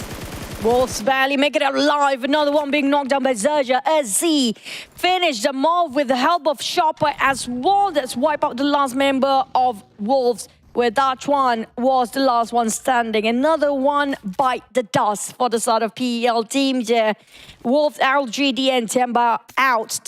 But where are the others? We're waiting for TEC to take actions here because they need to take back the reign in #1 spot. Wow, quickly tanking out the blue. It's still stage 2, so it's still tankable. So TeamPAI will follow the left bridge instead, assuming that not many people are there. But, oh man, K1 happen to be still there. So this fight, it might happen. Okay, K1 sees 78. Shoots, and he will be on a clear. K1, quite aggressive to shut down on TeamPAI, but 76, it doesn't have that much time anymore. Blues start to hit because of how low his HP can get. Eagle on the other hand, scouted all the audio cue they can actually listen to. TeamPAI been broken in formation by the hands of K1. How they spray and pressure towards TeamPAI, they have to scatter about. Smile reposition, they are taking their own respective position to fight back. K1 trying to charge in sneakily towards the back of TeamPAI, but TeamPAI, their aim right now, just get on top of that bridge. Man, this is definitely not in the plan of TeamPAI right now. They are providing cover fire, cover support to their other teammates. If they're able to get at the halfway mark of the bridge, they would just zoom past by because they cannot afford to spend too much time here. The last I checked, their utility was like maybe an average of 1 first aid per player. That was the right side of a bridge, by the way, which is quite far from the circle, and both teams were not having a happy ending with Weibo Gaming around that corner too. TEC, Morph, Thundertalk, and also BT already got himself at the center, where TeamPAI just gonna leave whatever K1 has to offer just now. They don't have that time and space. They don't want to wait. They just get into the safe zone. While we do have another bridge cam, where XERXIA tried to gatekeep Alter Ego and FaZe Clan as well, but Alter Ego got on top of that bridge first. Now, K1 making their move, but Weibo is just behind K1 though, so if K1 wants to be on the clear, they have to make it quick across. They are pressing the boost so that they can get away from whoever that's behind it. They probably have an idea that Weibo was approaching, and for them to get across safely right now, found another buggy, okay, they should be all right. PERSIJA EVOS taking out Yamao. Weibo Gaming, there's going to be a blue zone fight. PERSIJA EVOS stopped by Weibo Gaming from advance forward, and Weibo are willing to take the fight anyhow. They love the blue zone fight here. Luxy and Zoxy still in the lineup. Red FaZe actually want to help Mizu. Somebody have to pick him up, but Luxy got knocked down instead. It's with Sook. Out of nowhere, the bullet starts flying. Weibo Gaming, when it comes to approaching, Sook is always going to be the pivotal player, the anchor for the team to open up the space for them. I mean, look at the spread, right? And Sook's position, he's like all the way down south, just on top of the bridge, and that is a position that probably PERSIJA EVOS did not expect. And now, they're able to take out Luxy. Looks like Weibo Gaming, with still a full squad, they are winning the fight against PERSIJA EVOS. How do you open up the flank so far and white for Weibo Gaming, but Zoxy is not happy about this. They lost Luxy and Misery, and it's going to be Red FaZe and Zoxy. This legendary duo can make it work again, but do they have enough supplies to last long enough to be in the safe zone here? Here we go, spray coming in from Zoxy. Almost knocking down one.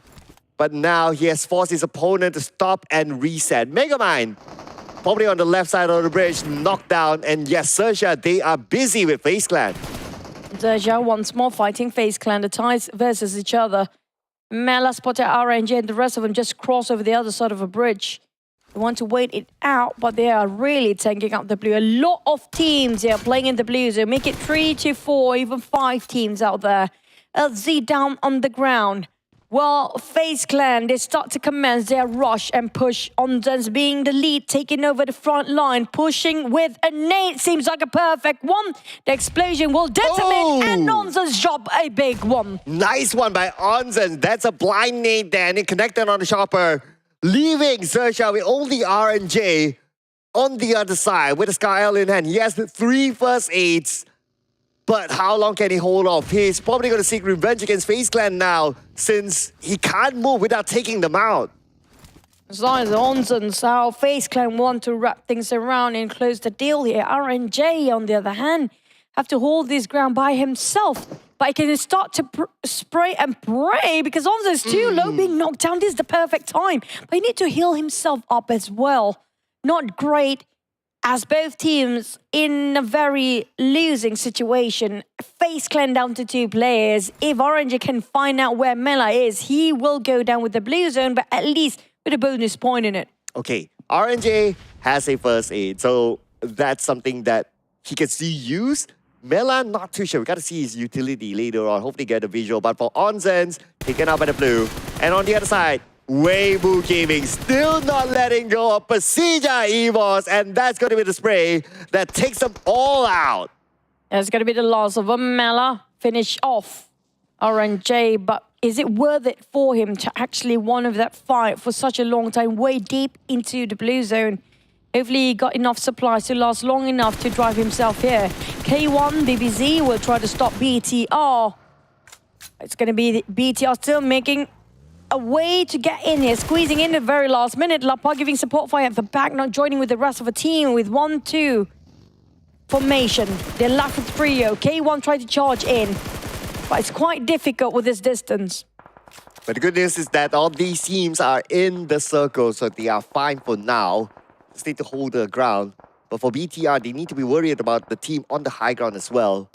As for Weibo Gaming, they will lose another player to the blue, spending a little bit too much time on the right side of the bridge to stop PERSIJA EVOS from coming in. Well, it paid dividend, but at the cost of 1. K1. Focus on TEC. There's TeamPAI across. But PAI is just focused on BTR. It's going to be a 5-way war here. Blaze zone finish of Mao. Rosemary having his crosser right on top of Mela. Barely getting out of the blue zone, but Rosemary did it again from afar. Just easily take 1 point, 1 step at a time, and secures 2 for the side of Alter Ego. Well, looks like the drought that Rosemary is facing, stopping right now as he managed to pick up his second elimination point, stopping another team from crossing by the left bridge. Now, just looking over at the teams that's still remaining here, we still have MORPH, GPX, TEC, BTR, Vampire Esports. Basically, the top teams are still in this. So if the top teams are still in this, the points are close enough, I would say it will be a bloodbath later on. So far, the top 5, only 1 PEL team up there is going to be TEC at second place. But anytime now, Vampires will can... And never mind that Thunder Talk.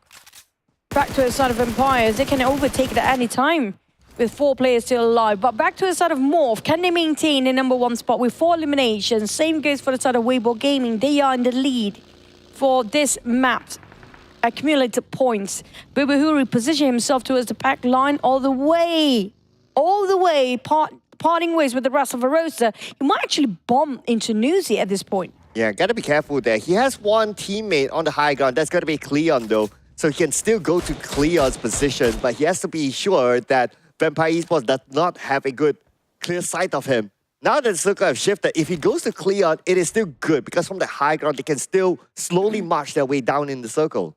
But Weibo Gaming never failed to read out the circle. They're clashing with TeamPAI, who's taking up the challenge. A bit of a clash between these two teams, even with the vehicles bombing into each other. Smile lost Eagle in 76 before. Yan is still standing as well. Ming is going to be 2v2 between Weibo Gaming and TeamPAI right now. Gap finish off 76 and Gap ring around the Rosie found another one. Sick is still bleeding out from Weibo. Wait, Alter Ego is a different strat team entirely today. Come on, Alter Ego, this is the second time. Third time. Third time, make it the third time that they took out a team that was fighting each other. I mean, Alter Ego, come on, man. Don't be a party pooper. But for Thundertalk Gaming, they want to poop the party that Vampire Esports is having today. Genius plays by Alter Ego, not even investing that much. It's still away that points right under the noses of their opponents.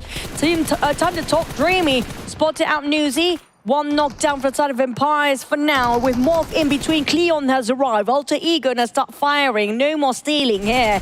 Rock, Thundertalk, trying to shut down on Vampires, happen to be approaching nearby, closing the gap in between them. Okay, here we go. Thundertalk is still on the outside of the circle, though, so pressure is going to be out to them. But they managed to get a knockdown onto Tony K, now leaving again the hero of Vampire Esports today. Schweppes alone Now he will need to defend this area against Thunderdog Gaming in the neighborhood tossed out by Shrubs. Can he get it? Can he connect? It did connect, but not enough to knock down his opponent yet. Now he needs to be careful of Rock, who's opening up the space on the left. Exhausting day for Shrubs the entire day. 3 of the members down, only him to do the job alone with Cleon and also Ego from the back who loves stealing today. But Shrubs, can he fight the entirety of Thunder Talk? Yeah, it's actually been reset. Here comes Rock. Spray and pray. Shrubs down to only 15% HP with Rock. That's going to be a bit smoked up Dacia to take a bit of a hike in between. But he fought back and Shrubs got it anyhow. Man, Sir Tanny brings Shrubs for a massage after this because he has been carrying the team. But finally, man, that took forever for Thunderdog Gaming to take out Shrubs, but he still managed to take home 1 extra elimination point before he went down. Got 1 knock and 1 execution. That was huge. I mean, like, Shrubs has been, I swear to God, he's breaking his back, carrying out the entirety of Empires the entire day here.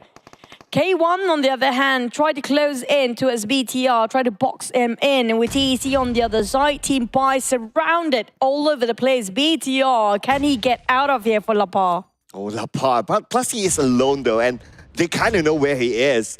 Now they try to counter back with 1 nade. But in the structure that he's at, oh man, not much of a space for him to work with. 1 nade in there, he's out. He steps out, he's out as well. So either way, Lapar is in a difficult situation. Prepping up the nade, shredded almost his fast, and his helmet closing off. K1 will return the favor now. Not too much space for both teams here, but Lapar have to bow out. K1, it was a perfect trajectory of that hand grenade to finish off the last play of BTR, but Rosemary here comes again. Well, let's see what he's going to do this time. I mean, he saw the commotion happening just right below him, and K1 is there. Fnatic keeping an eye on to them. It's probably just a matter of time till if anyone else shows up, then it's going to be Rosemary and Cole to pick up the points. I feel like they're having fun sneaking up to other teams here today for Alter Ego. We can hear the laughter of hee whenever they still kill from afar.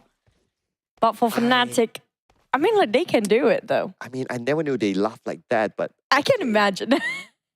That's a very interesting imagination you have there. I would expect more like a ha ha ha instead of a he he he, but okay. And anyone can have their own way of laughing.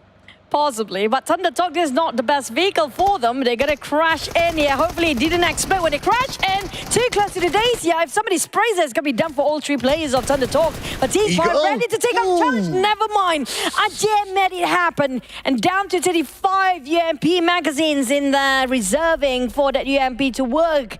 It made it through. Thunder Talk, that was a risky vehicle. All right, top 5 teams now. 3 belong to PEL, 2 from Southeast Asia. And out of the 3, TEC is one of them. So they'll be looking to take back their throne that they lost to the other teams today. Shadow and TEC finally back to the top 5 at TEC.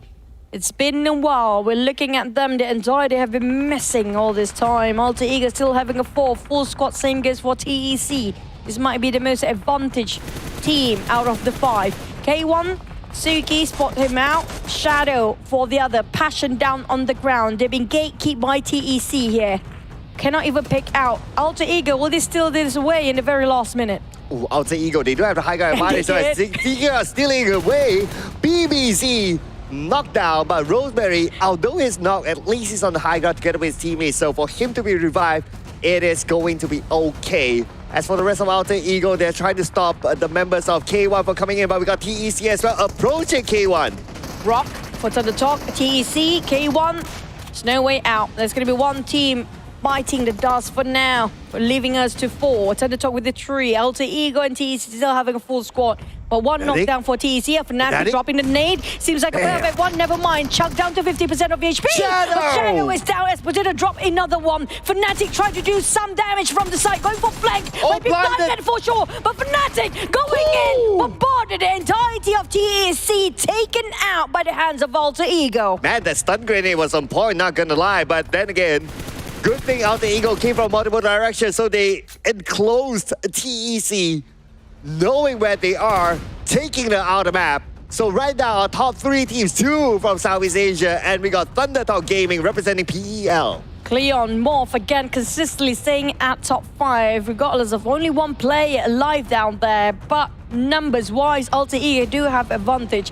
But we're talking about Thundertalk. Rock can play very sneaky sometimes, a very witty player, might be outplaying Alter Ego if he wants to. Ajay try to reposition himself with Dreamy, but Morph, Cleon not being spotted out by any of this team. He can backstab Thundertalk if they're not aware of his presence. Yeah, I mean, it's not the first time that Cleon from Morph GPX does something like that. So it is a potential. But I must say, speaking about potentials, Alter Ego now has the highest potential of getting the chicken dinner, not only because they have a full squad, but the terrain does favor them, the circle favors them. So it is now their chicken dinner to lose. Rosemary on a hike to get along with Okta to work things out. This is going to be the duo, Okta and Rosemary as per usual. Dreamy and Ajay managed to cross the street to get into their compound and houses. Cleon doing the same, but nobody spot him out. Now there's going to be a ninja Cleon making the mission to work. And Cleon, he is closer to Alter Ego. Okay, I noticed that shots fired onto Alter Ego. I believe it was from Cleon. If that's the case, then he would have reviewed his position, but maybe not. So I'm not sure how Potato actually lost a little bit of his health, but yeah, or maybe he slipped on something. But anyway, that's not going to be a big factor for now. The bigger factor is that where will Thundertalk Gaming go? Because they are still on the outside circle. Alter Ego do have a lot of advantage. The high grounds, elevations, players, firepower. Thundertalk, they divide into 1-2 formation, placing the 2 players to charge in towards the flank side of Alter Ego. Though James Cleon, no more Agent 007 discovered by Rock. You're observing Thundertalk Rock try to take down Cleon. Down to 40% of HP, close enough. I mean, to steady a recall over 6 times scope with that kind of spray is not going to be easy for him to be able to land those shots onto Cleon. That is good. But anyway, now Alter Ego Fnatic spotted out and he goes down thanks to Ajay, not the mustachio. Rosemary kicking it off against Thundertalk here. Ajay, even though he managed to knock down on one player, Fnatic still bleeding out. Same goes for the side of Dreamy. Bit of a 1-to-1 trade for now, but Thundertalk don't have the luxury to sacrifice one more player. Potato going in towards the flank to give aid towards their fallen members. But Thundertalk, Ajay, on the other hand, giving the pressure up. Those revival will not happen. He tried to refuse and denied them so. Can Rosemary give the support fight towards the team and be knocked down? But Ajay, instead of trying to keep the pressure up, he being knocked down due to over-peaking just now. You know what? Agent 007 Cleon is still around though, and he's behind there. So gotta keep an eye on what he's gonna do next. But finally, Rosemary will pick up another point. Cleon is staying clear of everything, but he's still on the outside of the circle, so he still needs to crawl in. The biggest hurdle now is gonna be Rock because he's on the other side of the road. Godspeed. The battle of the second place here. James Cleon evaded, and that 007, James Cleon got himself second after such a long time in a solo run. It's going to be Rosemary trying to find the last player of Morph down there. What an even knockdown. Never mind. Yeah, what never mind about that. I mean, Alter Ego, with that circle, with that position, with that kind of full squad, it is hard for them to drop the ball. So Alter Ego, well, you know what? Just as when our analyst was talking about like, oh, Alter Ego not performing today. Rosemary, no esports today. Well, your prediction? They heard it. He forgot his prediction. I forgot his prediction too. If it's right, it's yours, right? Yeah. Yeah, so that's your answer. But we have to give credit when it's due for our analyst and host there, because this is the time, exact timing they mentioned about Alter Ego. Their name popped up in the chicken dinner, and today has been the rise of the SEA team. They were worried about Alter Ego. Not gonna give them that credit that easy. You gotta earn it, okay? You gotta say that, I believe Alter Ego is going to get this chicken dinner stamp copyright, then I'll give it to them. But I love the fact they're coming in and do a different perspective towards the approach of the plays here for Alter Ego. It's so rare for them to play that sneaky, to be that witty third person. or third party just multiple times stealing all the eliminations from afar. True enough. For the most part, like we've seen them for the longest time. They are the type of team that likes to take the frontal approach, like crash into a compound and get something out of there. But this time around, they're switching their strategy to be at certain locations, estimating the rotation from the other teams to try to get pickoffs, and it gave them what they want, which is the chicken dinner. I think it's sort of a new development of strategy from Alter Ego by doing this kind of a fight for this map just now. But that was the last Erangle. Now, speaking of breaking down, I'm going to toss it back to Kyra and Contra. They're done with their coffee. They're back for the chit-chat. Take it away. Hello, and I mean Contra. Alter Ego was like, you call us out, we're going to deliver for you guys. And here they are, winner chicken dinner for Alter Ego, 20 total points in that particular game. But now that we've already called them out, like, can we actually do it again? It's like, Alter Ego, chicken dinner, it's not enough. Give us another. I think it only works once, all right? But this is one of the hardest map inside of Erangel to be played out, because the first couple of all these stages of the game, it did show that, maybe it does go back in the mainland, but after stage 2, every teams were actually forced into the island, and you see so many choke points being set up. Alter Ego was one of the first ones to actually set up over on the west side of the bridge, and then later on, all the Thai teams have clocked that west bridge, and even teams that try to come in from the left side of the map, mainly PEL teams, they were a little bit too slow, and hence why, like, we see a lot of struggle going for the rest of the team, but for Alter Ego that did manage to dive in head first, they managed to at least reap most of the rewards. And this is the biggest point that I told you about how Rosemary plays the biggest part in the team. Whenever he starts to give up, to start playing better, to start fragging well for the team, they can just give us the winner chicken dinner that they can get in the games. But then for the damage leaders, meanwhile, we have Rock and Dreamy here on the first and the second spot, but followed up by Rosemary, the winner chicken dinner team, and Eagle at 4th and 97 at 5th.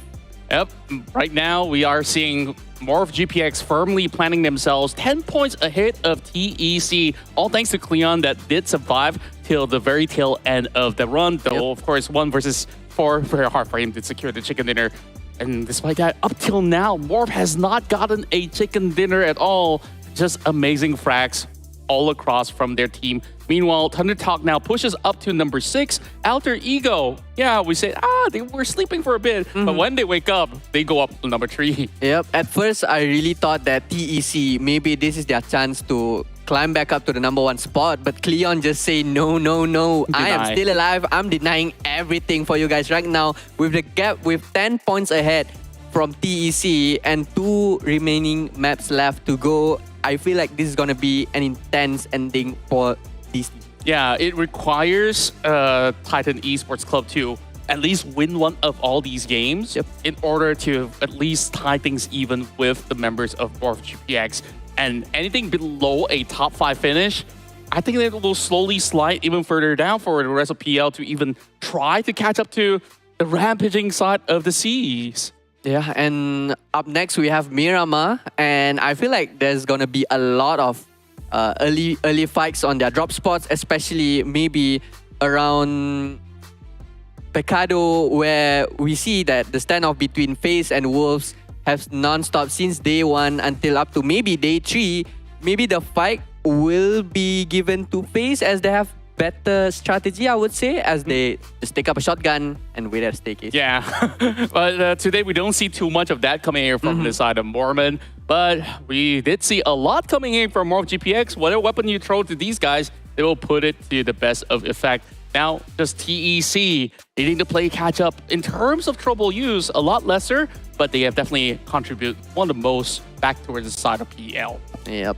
These 2 top teams from each side of SEA and PEL. Morph GPX, who would have thought, who would have known they are on top right now. People were like, I'm a fan of PERSIJA EVOS, and PERSIJA EVOS is going to be on top. I'm a fan of BTR, and BTR is going to be on top, because based on previous performances, these bigger teams would have delivered times and times again, but this time around, Morph GPX, they are definitely very consistent and confident on how they play the games in terms of how they start a fight, how they defend, and it's looking really solid for them. And this is one of the best preparation for PMGC later on. Yeah, and looking into the side of Morph GPX, what's also wonderful to see is that the moment that they are down in terms of numbers, they really know how to play survival mode really well. Like, they don't simply go ahead and pick up another fight. Some players actually do that. Like, oh, I'm going to be the last guy. Might as well I take the most points possible, and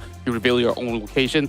Even despite Cleon being all alone, sure, he was being peppered by most of all these Thunder Talk members that sees him running across. It was like, okay, I'm not going to reveal myself because I know there's a bigger fish to fry up that hill. So he basically choose to turtle right in. Like, you start to see more and more of variations of play coming in from the side of Morph GPX. So I think they definitely will be able to offer us even more heading into, you know, international tournaments to come. Absolutely, and I love about Morph GPX, it's not just one-man show. Sometimes it will be Cleon, sometimes it will be Rocky, sometimes it will be Boboho. They can rely on anyone in the team to frag and to put up a show for us to watch together here for PMRC. But then I think it's time for Miramar to start. So let's go back to our amazing casters, Chitu and Sikla. You know what, in Malaysia we call it a menjilat, and that's what the narrative is now for Morph GPX from our analyst desk. But I'm going to add to that, we call it in Malaysia penjilatan as well. Directly translated as licking, but yeah, let's not get into the context. Morph GPX, if you remember, first week of PMSL, it was a big struggle for them. They had to change their lineup. Week 2 onwards, they were okay. They qualified to the Grand Finals. Grand Finals, they got number 5, which is a significant improvement for them. And for them now to be at number 1 at this moment with all these amazing teams, I think Morph GPX is up to something for PNGC. I'm loving how they just mature themselves across all these months and an entire year. We've seen the progress of Morph from being underrated before and now under the spotlight. And the only team without chicken in the top 3, and not just that, they're standing at number 1. That says a lot and a big statement saying that we don't need our placement that much. All we need is our firepower and our frag, and it's going to be okay for them. Yeah, and let's see, is it going to be okay for these two teams now? TeamPAI, and I got Sam9 on it. I mean, this guy really bad at predictions. I don't know what is going on in his mind. Yeah, we want to pass it back to the analyst desk for him to explain. Yeah, I'm sure they wouldn't mind, right? But anyway, okay. Well, I picked Sam9. So, thanks, Cairo. You just, might as well don't make the predictions today. well, TeamPAI, when they show up really well, right? Especially with Eagle. So it feels like TeamPAI's performance is surrounded around Eagle. If Eagle can perform and pull up a good performance, it feels like TeamPAI can go all the way. I beg to differ because I feel like they always depend on the information. Okay, sorry, TeamPAI. From Rock, but I feel sorry for that. Personally, yes. Never mind. I look at the wrong player. TeamPAI, exactly like you mentioned before. Remember the bullet thing, right? But I feel like of all PL teams, TeamPAI is actually one of the most aggressive and most actions out of all the teams of PEL down there. And they love to initiate fights. And it doesn't really matter which phases or stages of the circle when that happens. And I'm looking forward for this team to actually push the rest of Team PL to start taking actions early on. Because right now, SEA is dominating over the scoreboard because of how aggressive they can get. I'm going to add one more point to TeamPAI, right? So yesterday, Eagle pulled off a 1v2 clutch inside of Miramar. So, well, maybe, just maybe, this is like kind of their map. They're feeling it. Just like how Cairo is feeling. I got you, Cairo. I got you, bro. See you in Miramar.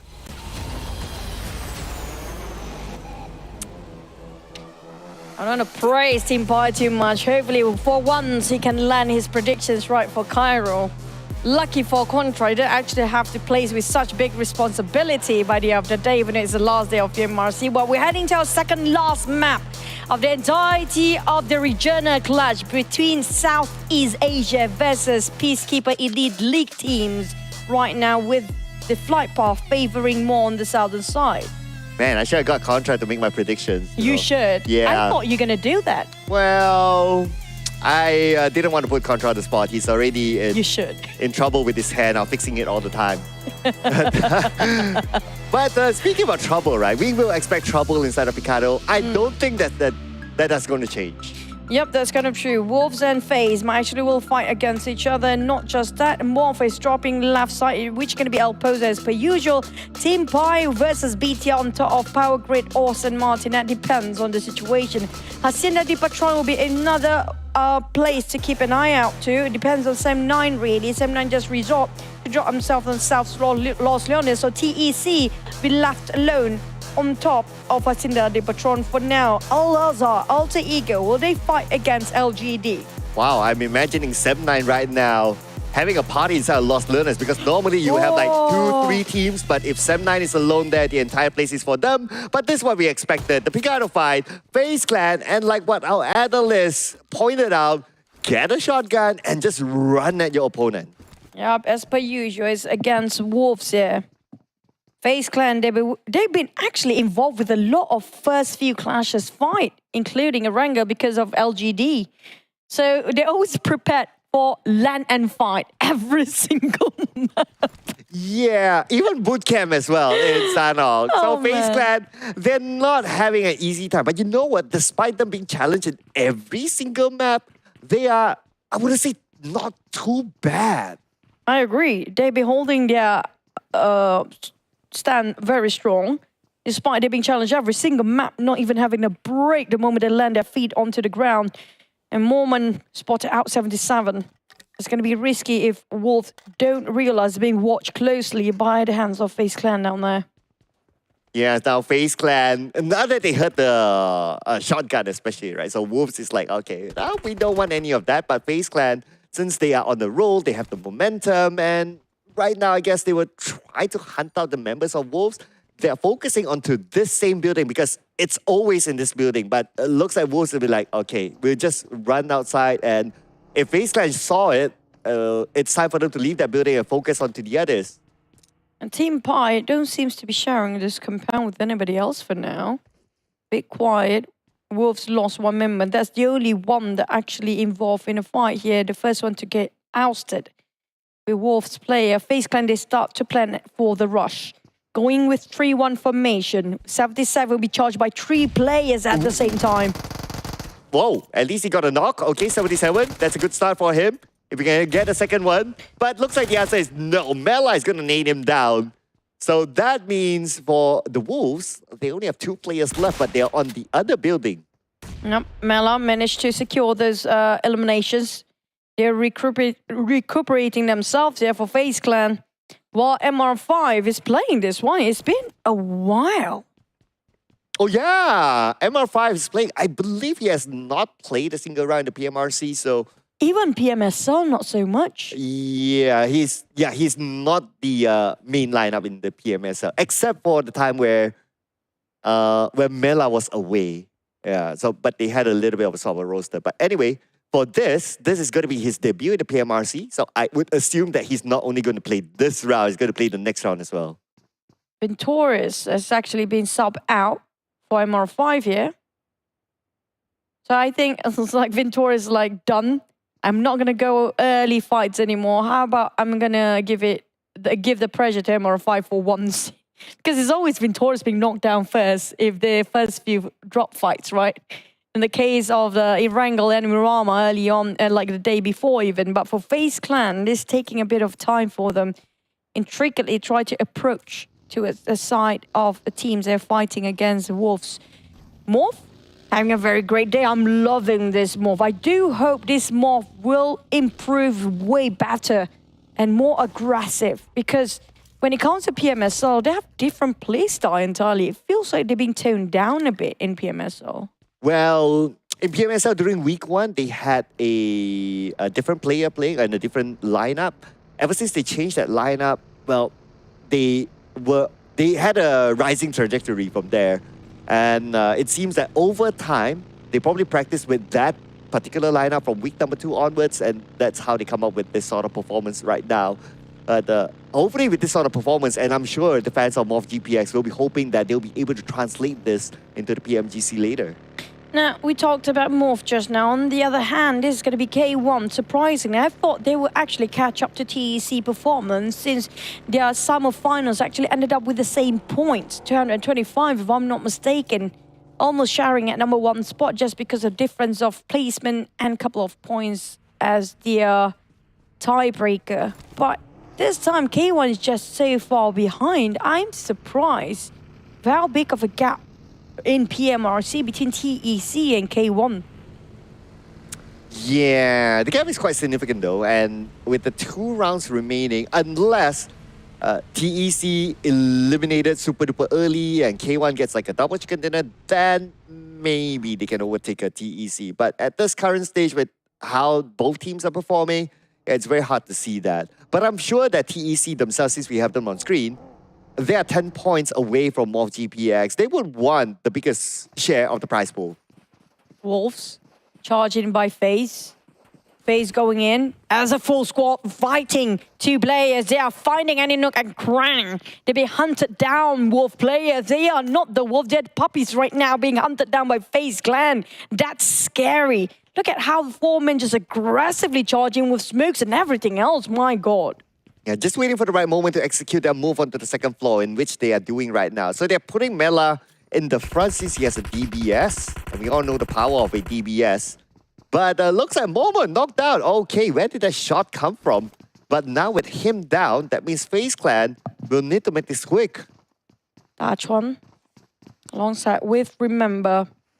Not sure if they have the crossfire position for both players. Yeah, definitely do. But Micro Uzi tried to shot them down along the side stairs.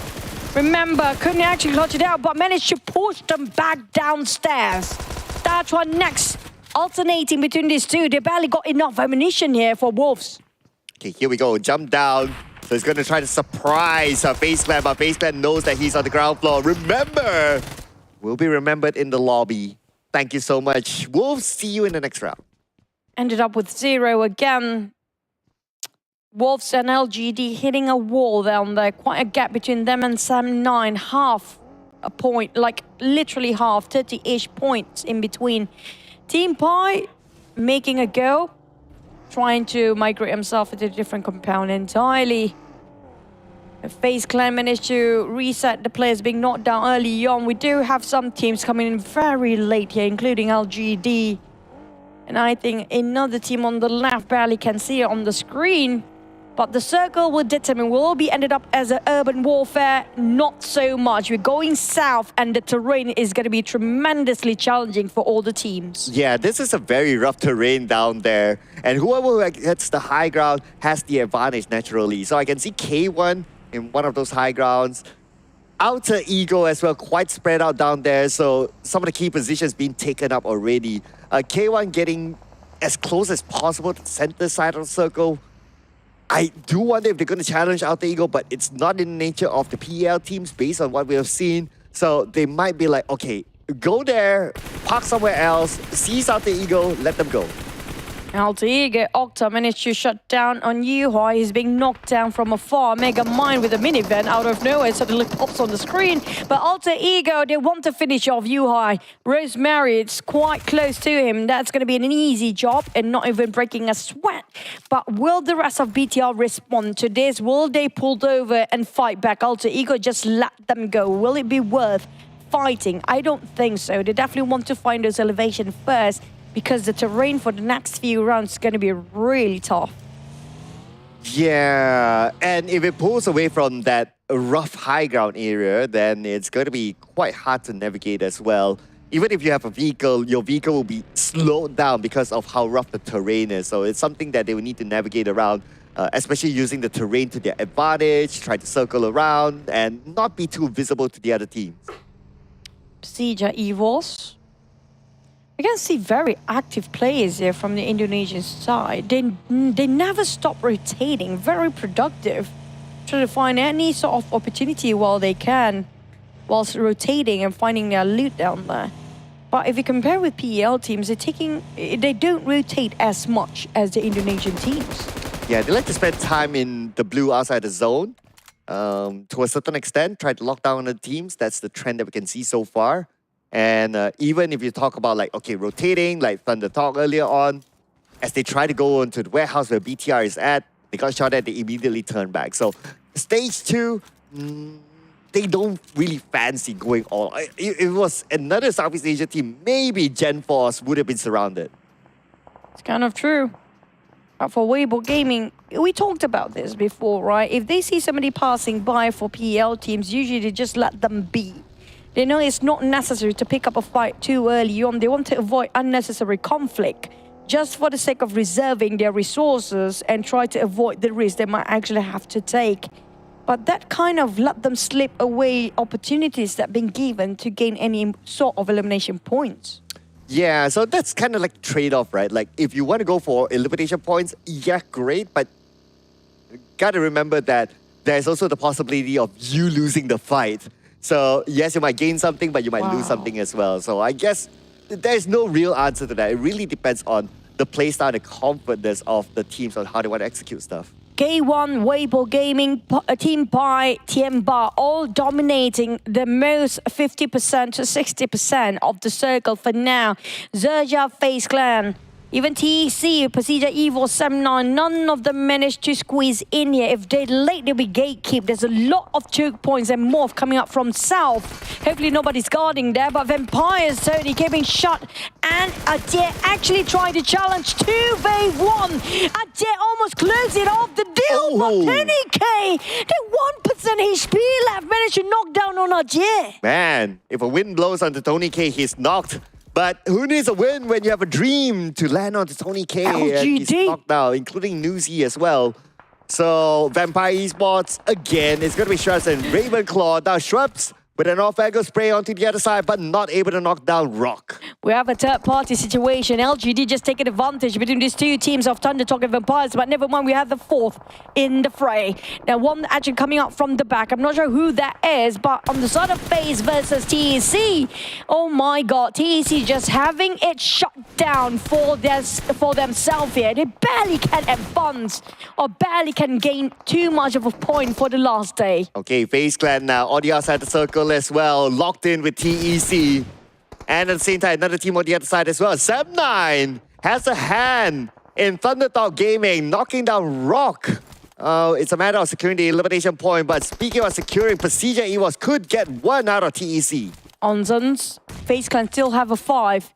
They're wrapping around TEC, PERSIJA EVOS, FaZe taking those elevations. You want to take advantage of this kerfuffle between FaZe Clan and TEC now. Just within the smoke, Evonsen just randomly spray, and he will, I have a feeling he wants to. Don't have troubles anymore. Here comes a random spray, hoping it will clip. Connect, TEC deleted. Man, with TEC eliminated, the happiest one will be MORPY GPX, since they still have a full squad, and this is their opportunity to pull away from the second place TEC. Not just that, kind of secures a placement is also a thing. Make sure the region have their more points than before. But can TeamPAI final push in Miramar gain back the momentum to just balance out the scale between these two regions? 7-9 Mikael trying to do some scout work towards Team Thunder Talk. Misery traded for a bit after he's trying to pick for information, that information worth his life to just pick out against FaZe. Okay, here we go. FaZe Clan in the face of their opponent. With that, FaZe Clan will lose players, unfortunately. Now the follow-up is going to come in. Onzers together with Momon has arrived. They're trying to take revenge onto their opponent, spraying into the shack. But FaZe Clan now only one player left. Is it enough? No, not yet. One last stick of health. And that is it. PERSIJA EVOS defended their ground against FaZe. Now, we're not done yet. We still have a lot of team in the center here. Thunder Talk included, with Dreamy down to only 10% of HP. That's going to be the last player of Thunder Talk. Well, 7-9 giving them the pressure. Kenny As says goodbye. See you in the last map of Miramar. CC of LGD scouted out by Kenny As again, multiple times. Easily just swing over to the other corner just to spot another victim for his crosshair. But 7-9, they have to leave as the Blues will start to shrink now. But there's a movement there by Dap, and the moment he moved towards LGD, LGD responded by a warning shot onto him, showing him back up north. Looking at the elimination feed, Passion gets a knock for himself. So it looks like another fight's potentially happening somewhere else, or maybe that's a long range. And now we do have visual, so it is a long range shot. But speaking about long range, Rosemary, not shot, but spray. It's going to be one knock, Loxy. But Rosemary, there's going to be him alone trying to chuck down all the damage towards PERSIJA EVOS, while the rest of Alter Ego wrapping around the other side of the angle. Rosemary, he needs to leave. The blue zone will eat him alive. Got 2 first aid and that's done. He needs to rejoin with the rest of the team, get into the safe zone first and pulled over to gatekeep them from the inside. Wow. Oh my God, it's a haunted buggy. Yeah, I know Halloween is just around the corner, but it's just right in front of Rosemary. And oh no, not only the haunted car danced by itself, but it blew up as well. Oh, not done for that. LGD, Sam9. Still having a bit of a skirmish. It's going to be possibly 3-way war as a third party come out from the inner side of the circle. LGD, Mao or Cat managed to knock down Mikhail. Blessings and Changxi try to defend their ground. Try to deny Sam9 from advancing forward. Blessing got another one. It's going to be Tom next. Oh, so close for the side of Blessing while Tom tried to reset. But the one coming from back, Straps. This guy again. Now that's the laughter that they might pull off there. Ha ha ha, that is it. Shrubs laughing just like that. Taking another point in the bag. This guy deserves a massage after this. We cannot get enough of Shrubs. The entire day has been Shrubs day all along. Down to 2 players, Ravenclaw and Shrubs this time. Despite news he just played today, but he didn't actually last long enough with Tony K. He got himself 2 elimination for Shrubs in this map. LGD, they need to take the vehicles and start moving forward.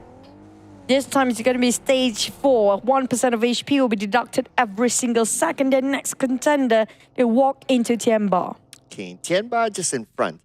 I guess 20 more seconds since they're in the circle. Then we're anticipating to see where the circle will go right now. At least the good news is that they're done with Sam9, so no one else is behind them. They only need to focus on the teams in front and maybe in the side later, but the main priority will be the team in front. That's going to be Tianba. As for a BTR as well, anticipating the circle. Speaking about the circle, it has now shifted, and PERSIJA EVOS, they do not have it. Oh, Redface trying to spray.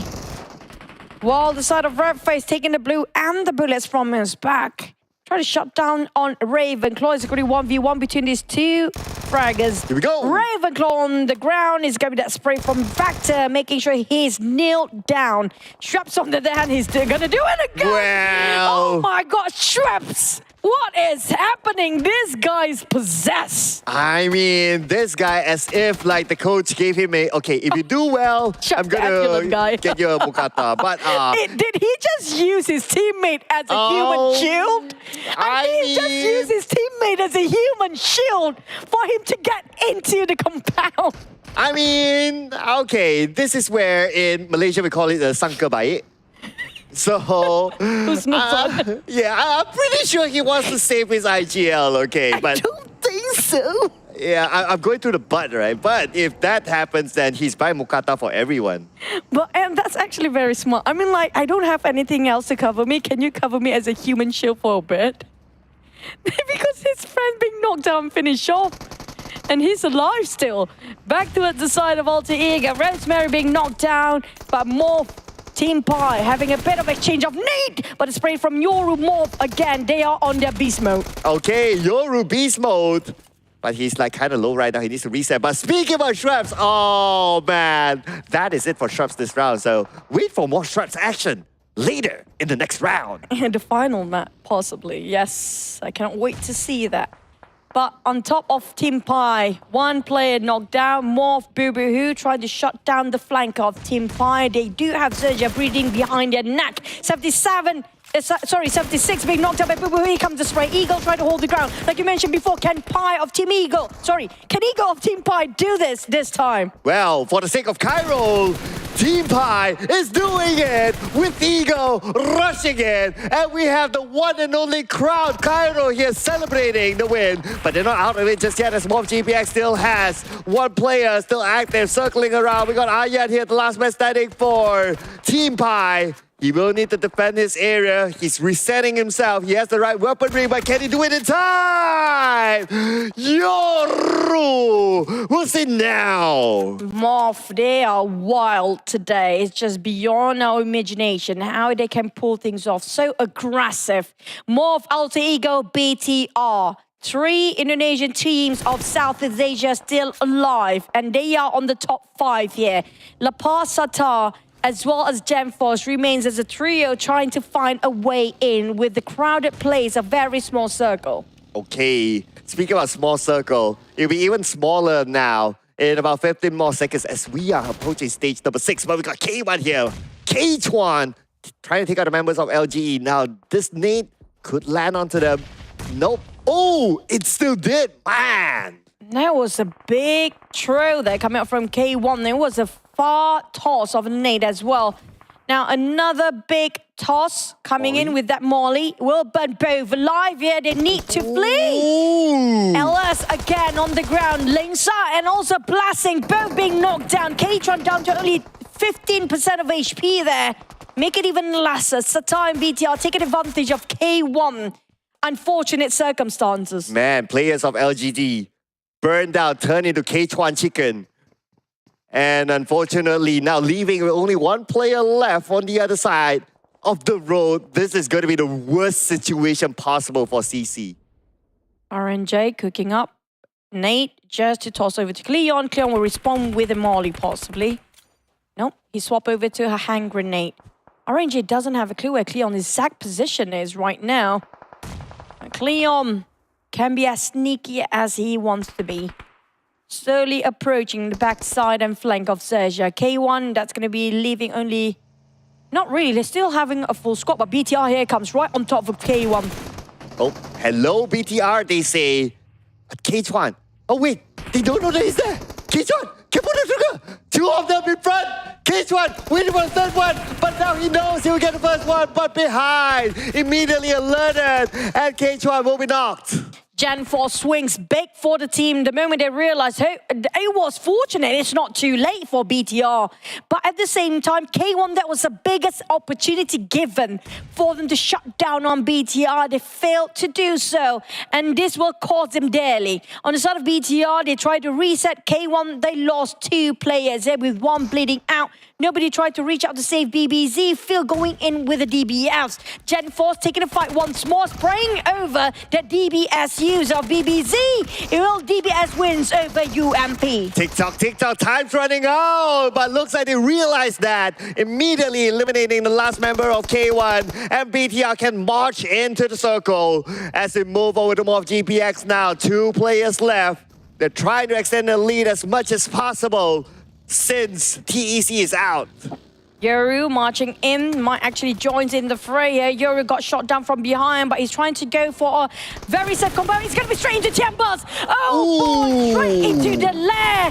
And Ren just shut down on Yoru. Morph not doing great now, leaving only one last player here. XERXIA shutting them down as well as they eliminated at 7th. XERXIA now focus their target to his alter ego next, just behind them. Give Ren a medal for that spray. My goodness, even the crowd went wow. Yeah, the 2 crowd that we have here in the studio, ladies and gentlemen. But anyway, so Tianba now on the lower ground against Weibo. Or maybe somewhere in between. I mean, this is a rough terrain that we're talking about. But we've got XERXIA here in the mix as well. Basically, 3 teams on the north side of the circle. And back to his alter ego. Look how the spread of XERXIA into 1 tree. My mind got caught off first. It's going to be tough for XERXIA since their flanker being shut down first. It's going to be alter ego. 1 more knock. Leaving only 2 players down there. XERXIA, how did they respond to this? Megamind, he needs those smokes to pop out early. Z trying to do so while being revived. Where Fnatic and Rosemary will help each other out, but RNG giving their pressure. Rosemary, difficult angle to work with. But the charge coming on XERXIA is going to be pressuring them on top. Difficult to play with this terrain for alter ego. Well, if there's still Rosemary there, he can come up with something insane. But Potato knocked down by Chopper through the nade. Now Rosemary's on the other side, resetting himself. But Satar giving Rosemary a taste of his own medicine. It's gonna be done for Alter Ego, leaving us to 5 teams only. Weibo Gaming once more, and this is gonna be critical. Weibo still there. They know exactly how to play alongside at the sidelines, making sure taking opportunity when they can get. But Tianba QZZ making sure XERXIA cannot even advance. They gatekeeping this tightly, choking Here we go. XERXIA out of their life there. LY have to trade a 4-bit. But Chopper that off angle entirely shuts down Tianba Rush. Well, there's a sale here, and where there's a sale, there will be a shopper taking those points home for XERXIA from an off angle. But now Shopper needs to take out RNJ. Oh, wait a second. QCC is the one who took out RNJ. So now leaving Shopper alone, the last man standing for XERXIA. QZZ holding on the ground for himself while looking at his teammates bleeding out. Chopper down to only 10% of HP. BTR coming up from behind. I don't feel like this is a great one for Chopper. It's been shut down by BTR. Lapa on the other side. It's been sandwiched, hand down, and shut entirely. Tianba, it's going to be 2 players left. 1 knock, 1 still stand. While Weibo Gaming still have 4 stand strong. BTR bringing the Southeast Asia flag, hoping to secure this chicken dinner for themselves. And if they can do it, it will be an amazing run for BTR, but they have to overcome both Weibo as well as Tianba, who has their own corner. Weibo spreading out. This is their specialty for Weibo Gaming. When it comes to the top 3, they try to play as patient and wait for the perfect timing to pick out. BTR, on the other hand, just investing so much into Tianba right now, try to shut them down. But the terrain is just making it so difficult with where they stand at the current moment. Well, okay, speaking about terrain, arguably right now, Tianba and Weibo probably has the better position since BTR, they need to cut across. And there's an open space between them and cutting across. And plus, they don't have the high ground advantage. So I would say the higher probability right now to get the chicken dinner is between Weibo and Tianba. Kind of true, but for Weibo, high chance there. They played this best when it comes to wait it out and just play with the mind games of their opponents. Gap slowly approaching towards BTR to know exactly where they stand, while BTR spreading out into 3 different individuals down there. Open up 1 man for themselves. Tianba scouted out Weibo Gaming. They're against each other. BTR being the 3rd party from the sidelines. Oh, Satan, nice off angle there. Plus, he is in the circle. So he can provide cover fire for his teammate to get in right now. The tap coming in from Ming. Not able to knock down a member of Tianba, but now he continues on with the UMP spray. He has a nade in hand as well to follow up. Prepping it up, cooking up the nade. And then nade will toss onto the side of Tianba. But that nade, a little bit too short. Yeah, Mao, the spread open up wide for the side of Weibo. Spotted out run. Runs on the ground. That's leaving Tianba, the last player to stand here. QZZ. Ooh. And the nade finish off with the play zone. Oh man, they didn't score. Did they score that one? I don't think so. For Weibo Gaming now, there's going to be 1 mission left to find the players of BTR with their 4 players. But BTR did not willing to go down easily. Yeah, BTR is on the other side. And plus, they have Lapa opening up the high ground. Wow, Weibo was busy. So that was the advantage that BTR took. Now we are talking about stage 9 and the circle will close entirely. Now Weibo Gaming, they're kind of clumped up together, whereas for BTR, they are opening up. So BTR, based on their positioning, they seem to be doing well. Lapa with the rock, try to cover him. That's it. It's going to be the last stage. No more circle, no more covers, no more safe zone. They tried to wait it out. Not enough throwables on the side of BTR. They invested way too much early on.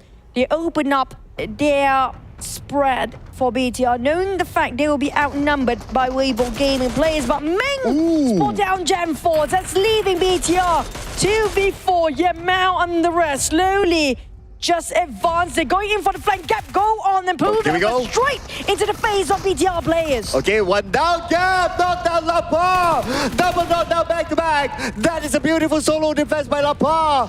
Could the duo Lapa and Sata do it against Weibo Gaming? Looks like they will. Right now they got 1. 1 more to go. And it is BIGETRON.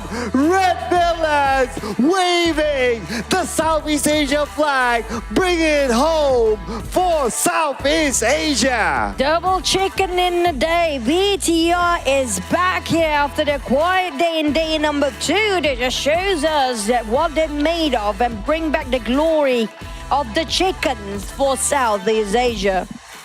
Man, BIGETRON Red Villains with this chicken dinner. The chicken dinner would automatically swing to all of, well, I would say, majority Southeast Asia for day number 3. And with a point gap at this moment, it is looking good for Southeast Asia to seal the deal of having more points against PEL. I have to say, that was Weibo Gaming opportunity, but they botched it in the very last minute, despite it actually got more men inside of BTR. It was a close one, by the way, but BTR, they've been fighting and gunning people down since early phase 1 or stage 1 just now. Imagine how many eliminations they actually score by the end of this map. Yeah, gotta wait for the official points to be tabulated.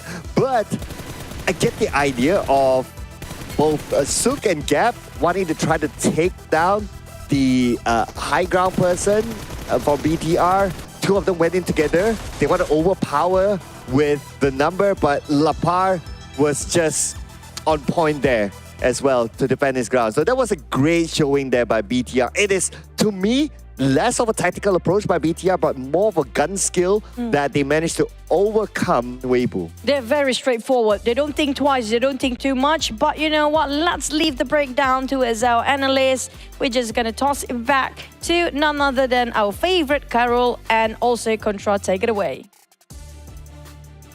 What a chicken dinner won by BTR just now. It was a 3v4 fight against Weibo Gaming, but then with the high ground advantage, they managed to secure that winner chicken dinner. It's overall a good day for them. Yeah, it was just spectacular on how well they have been able to also come back from a very difficult decision-making because they were basically driving in towards the side of K1 and almost got everybody annihilated. And somehow they managed to turn the fight around and still survive till the very end. And once you saw the fight pan out, they managed to also take multiple areas across the map in order to get bird's eye vision against the rest of the team. Honestly, by the later stages, as much as the side of Weibo did have a couple more players still with them, it didn't seem like there's much more left to do because there's just one wide open playing field out there with no covers at all. Yep, it's so hard for Weibo Gaming to close up the match with a winner-winner chicken dinner. But we have Lapa here as your player of the match with 4 eliminations point, 827 damage, 31% team contribution, and 84 meters of longest elimination. BIGETRON Red Villains looking super solid, bringing up Boy or Superboy as their main lineup for the remaining matches, and they are right now, currently I can say, is still chasing for the champion spot. Yeah, they're definitely going to be up there, getting very, very close to the side of MorphGPX. And I think like this match itself, we've seen the most aggressive side coming in from LGD as well. Tengsi, CC has now done the most damage possible. And on top of that, I feel like this time around for today, Southeast Asia really has got the formula down to the wire already. So looking at the current standings, it's 857 points to 688. And SEA, they are currently dominating with 1 more map to go. Yep, 1 more map to go before we crown our champions for PMRC, and 1 point gap Contra.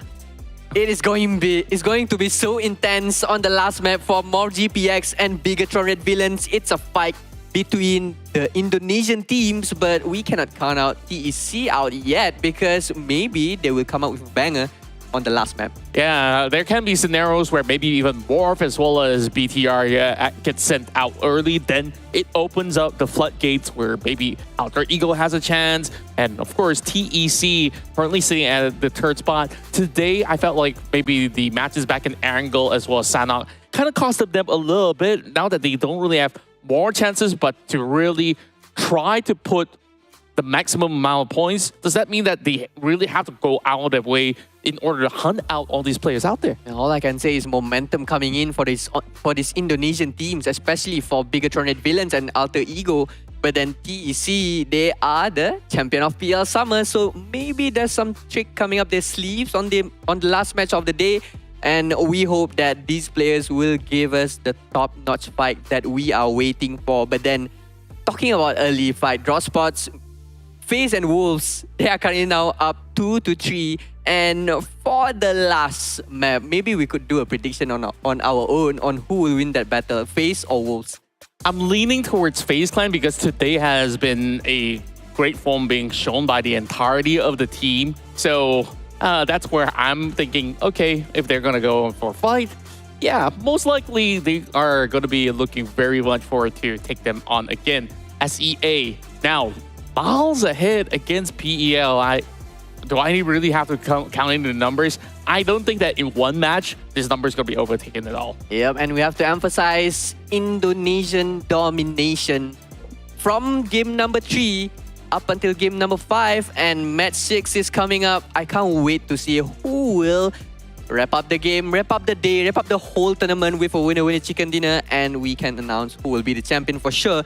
But then, what tournament we are watching around. It has been a lot of drama clashing in their drop spots, and fights that have been initiated by each sides are just crazy again. I feel like this is how competitive PUBG Mobile should be, right? Like, usually in certain regions, it's like, okay, you respect my zone, I want this area. And like, even if you wanted that place, it's like, oh, do I really want to make enemies? Like, no, just play the game, drop wherever you want. If there's somebody out there, fight till the end of it. So. Yeah.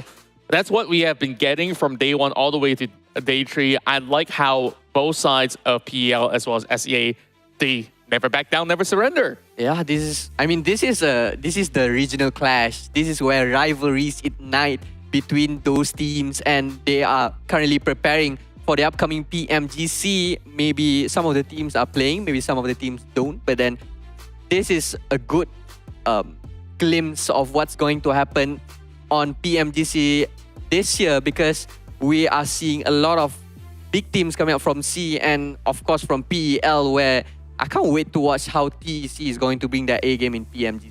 Yeah, TEC, as much as, you know, heading into the third day, might be a little shaky, but we know in the international stages, they can do so much better. Absolutely, and we can't wait for the final match to start. So let's head on with our casters. Chuchu and Sir Cloud, take it away. Oh, this is how it feels like to be Contra. Okay. All right. Yeah. Okay. Yeah, I still can see you. But anyway, what we can see as well are the point gaps are really, really tight. And 1 point, number 1, number 2. And then there's still enough points for like the last game to really mean a lot for a few of these teams up there. So it's nice to see that the last game still matters. Yeah, I think around 15 to 18 points the difference between PL team that's going to be TEC against the top 2 teams of the Indonesian rivals up there when it comes to getting the throne in PMRC champions. But I need to ask Karo again, what was your prediction you mentioned just now? He didn't even know, because he didn't even remember his prediction. He just randomly tosses it over on my end, yeah? But when it comes to the last Miramar map, do you think there's going to be a team that's going to let loose of everything, have nothing else to lose, and just go in and crash into everybody else's compound? I want to say like Wolf, Sam9, LGD, but you know what? If let's get both GPX on their own poster, right? But I also don't remember what I predicted. But hey, FaZe Clan didn't get their chicken dinner as well, so yeah. Really, so, bro? Sergio, whose ones is it? This Kairos, definitely. Cairo. Sergio. I mean, like, okay. It actually might be legit here. But speaking of, you mentioned about LGD, morph in the fray, try to randomly drop, right? LGD has been fighting everyone since the start of the game. Yeah. It didn't turn out well for them. I feel like they have to part ways with all the teams and play later. But apart from that, I do want to see if there are any particular drop that we do see more than 2 teams as the start. You know, you talk about part ways, it reminds me of this book that I read about relationships. There's something called the rubber band effect. You wrote the book? Oh, I didn't. I read it. Okay, yeah. you read So the book. there's something called the rubber band theory. So the rubber band theory talks about like, okay, if you split yourself away from the relationship, you will come back stronger. Bam. you know, because you have that time away, that gap. So maybe that's what LGD is looking for, you know. If they split away from teams from the start, you know, they will come back, bam, Yeah, stronger. I feel like that's actually precisely how to, you know, describe LGD right now. Now back to our last map of Miramar. This is going to be determining who will be taking the champions out there, and this will be the last map of the regional clash between Southeast Asia and PEL teams. Get yourself buck up. This is going to be the last flight of Miramar.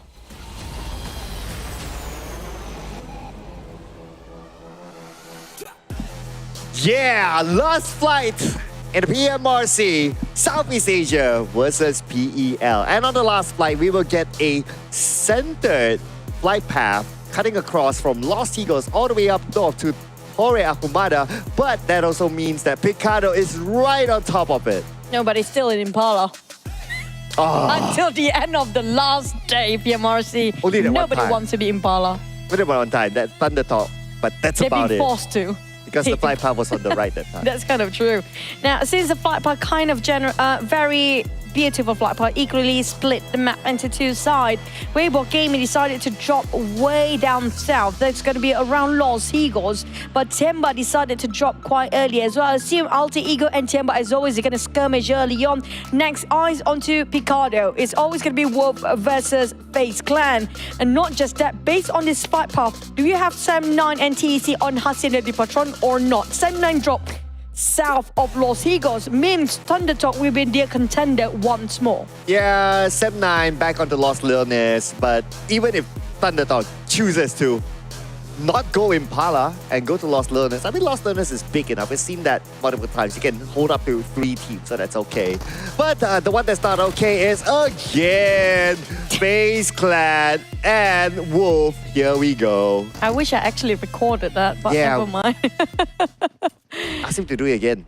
Yeah, if you guys don't know, Kyrie just did something behind the scene here. But back towards the game, Wolves, they still want to have a go against FaZe Clan. Like always, you know what? FaZe Clan, this is a usual drop spot, but it's also a usual drop spot for the side of Wolves. And every single map for FaZe Clan, they have to prepare themselves, arms ready. Every time they land, it's going to be a tough fight.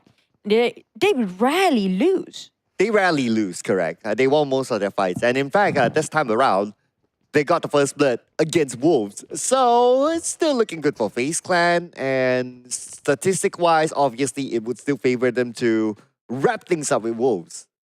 But for Wolf, they're quite separated here. 2 players on the top floor. I'm not sure where the other 2. Feels like they're in a different building entirely. That's why MR5 is actually a bit isolated than the rest, in case the other 2 happen to be showing up outside of the building.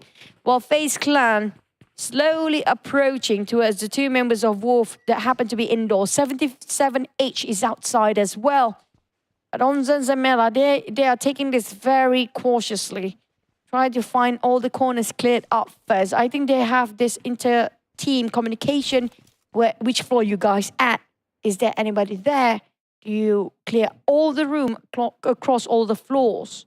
It's so important and crucial for them to relay those information on time. Yeah, that's definitely some of the communication that they would use with each other. And if there are any footsteps, since footsteps will be obvious in PUBG Mobile, and since Onzen heard a footstep across the building, and that's where you relay back the information to his team.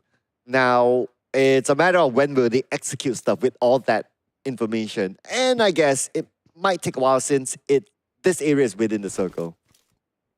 Back to the side of Onza. No other team seems to be involving in any fight so far.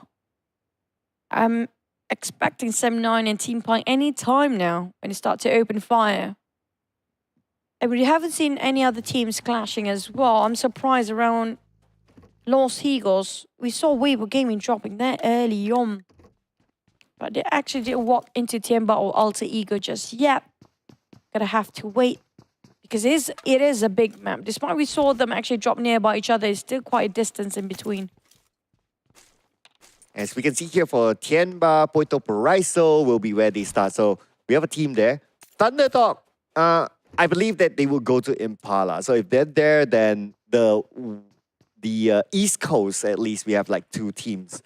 I don't think that they would really clash onto each other since Miramar is a big map and there's a lot of space to rotate into the circle. So they'll probably do their own thing and not clash it that early. But speaking about early, this is not that early that they got the second knock now. But with this second knock, with that information that the other members of Wolves are in this one building, they will all just need to focus on to this one area. Chuan and Pick Feet. I think FaZe definitely know where they're at right now in the same building. And now they're hovering around the staircase, waiting for somebody to try to push up here.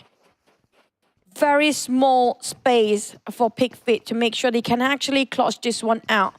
But will FaZe show themselves in where the small space will be? He missed it. It's going to be trouble for Pick Feet. Do they have any troubles? Definitely they do. They pop the smoke up, making sure they will obliterate Pick Feet's vision. A bit trouble for Pick Feet to defend this by himself then.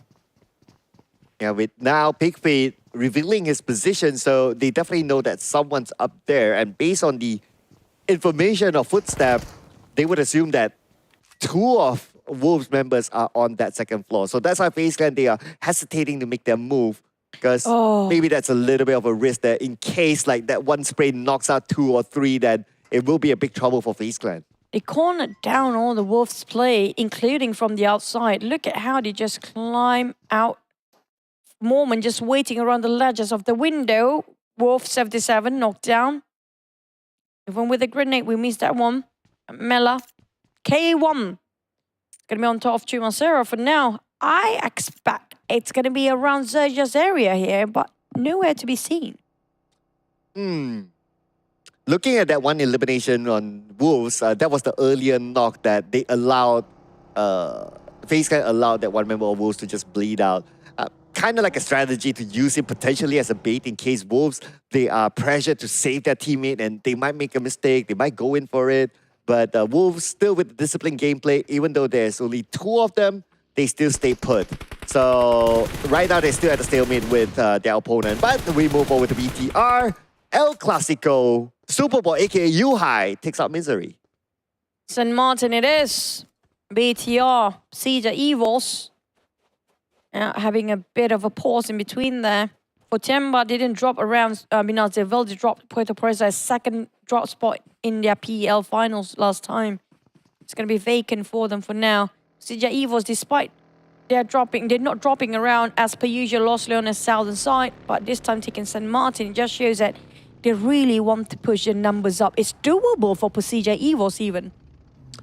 Yes, I would say 108, 132. So they need to hope that, okay, all the top teams above them goes out without a point or maybe very, very minimal point, maybe 1 at most. And then they must score the chicken dinner with a lot of elimination points. Then they can overtake.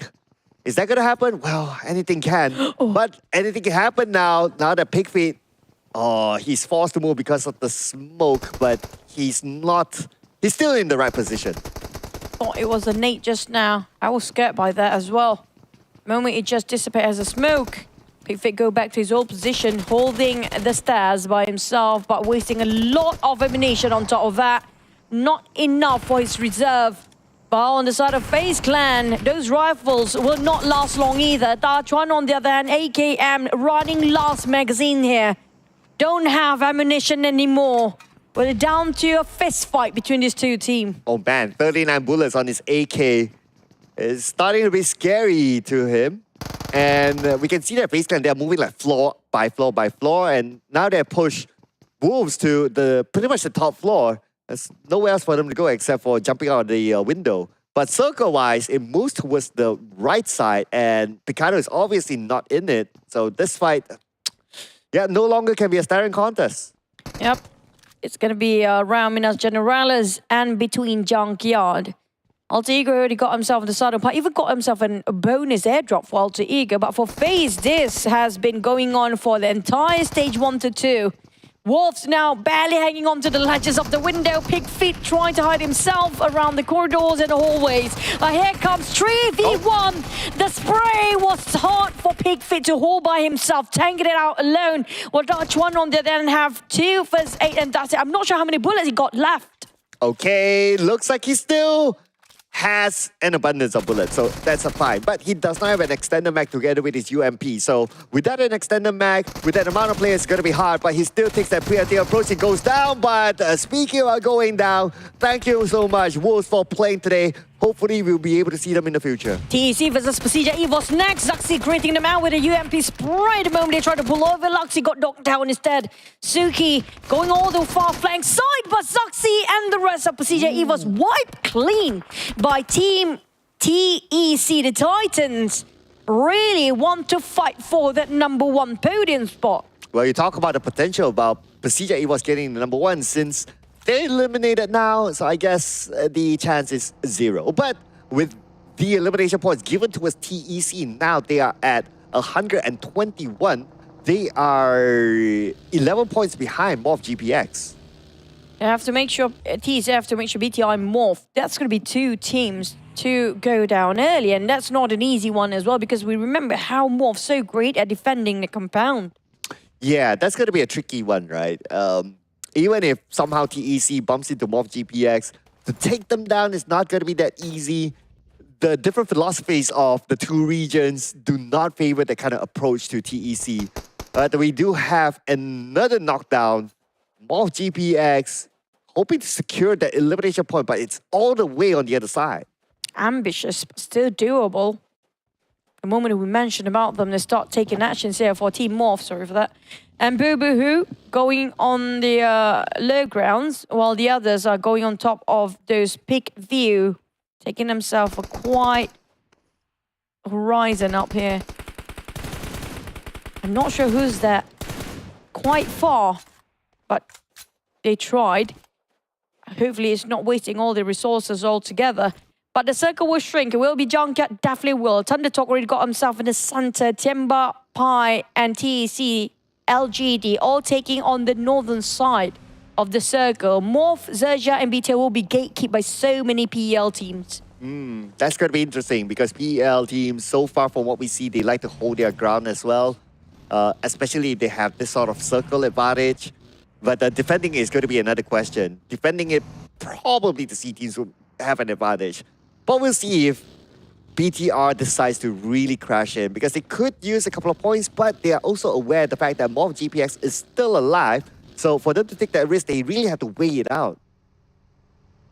Speaking of waiting, some teams not willing to wait. One of it is going to be BTR. They try to hunt people down. They know for a fact if they don't make something big out of this map, it's quite hard for them to just take that #1 spot and just overtake Morph and try to push them down. But it's just going to be 1 point. Right now, they are at a tie. They are. But if there was a tiebreaker, and the tiebreaker is the chicken dinner, then BTR would win it. So Morph GPX, I'm sure they saw the elimination feed. They're doing their own manual calculation, and they will tell themselves that, you know what, we still need to gather points. If not, the tiebreaker will favor BTR. It's kind of true. BTR, all they need to do is just make sure they have 1 point ahead, or just even a tie would be great. 3 chicken dinners by far, the highest chicken for the side of SEA teams. But back to TEC, there's another triple chicken. 3 chickens they have in their record for TEC. 7-9 spot at Weibo Gaming.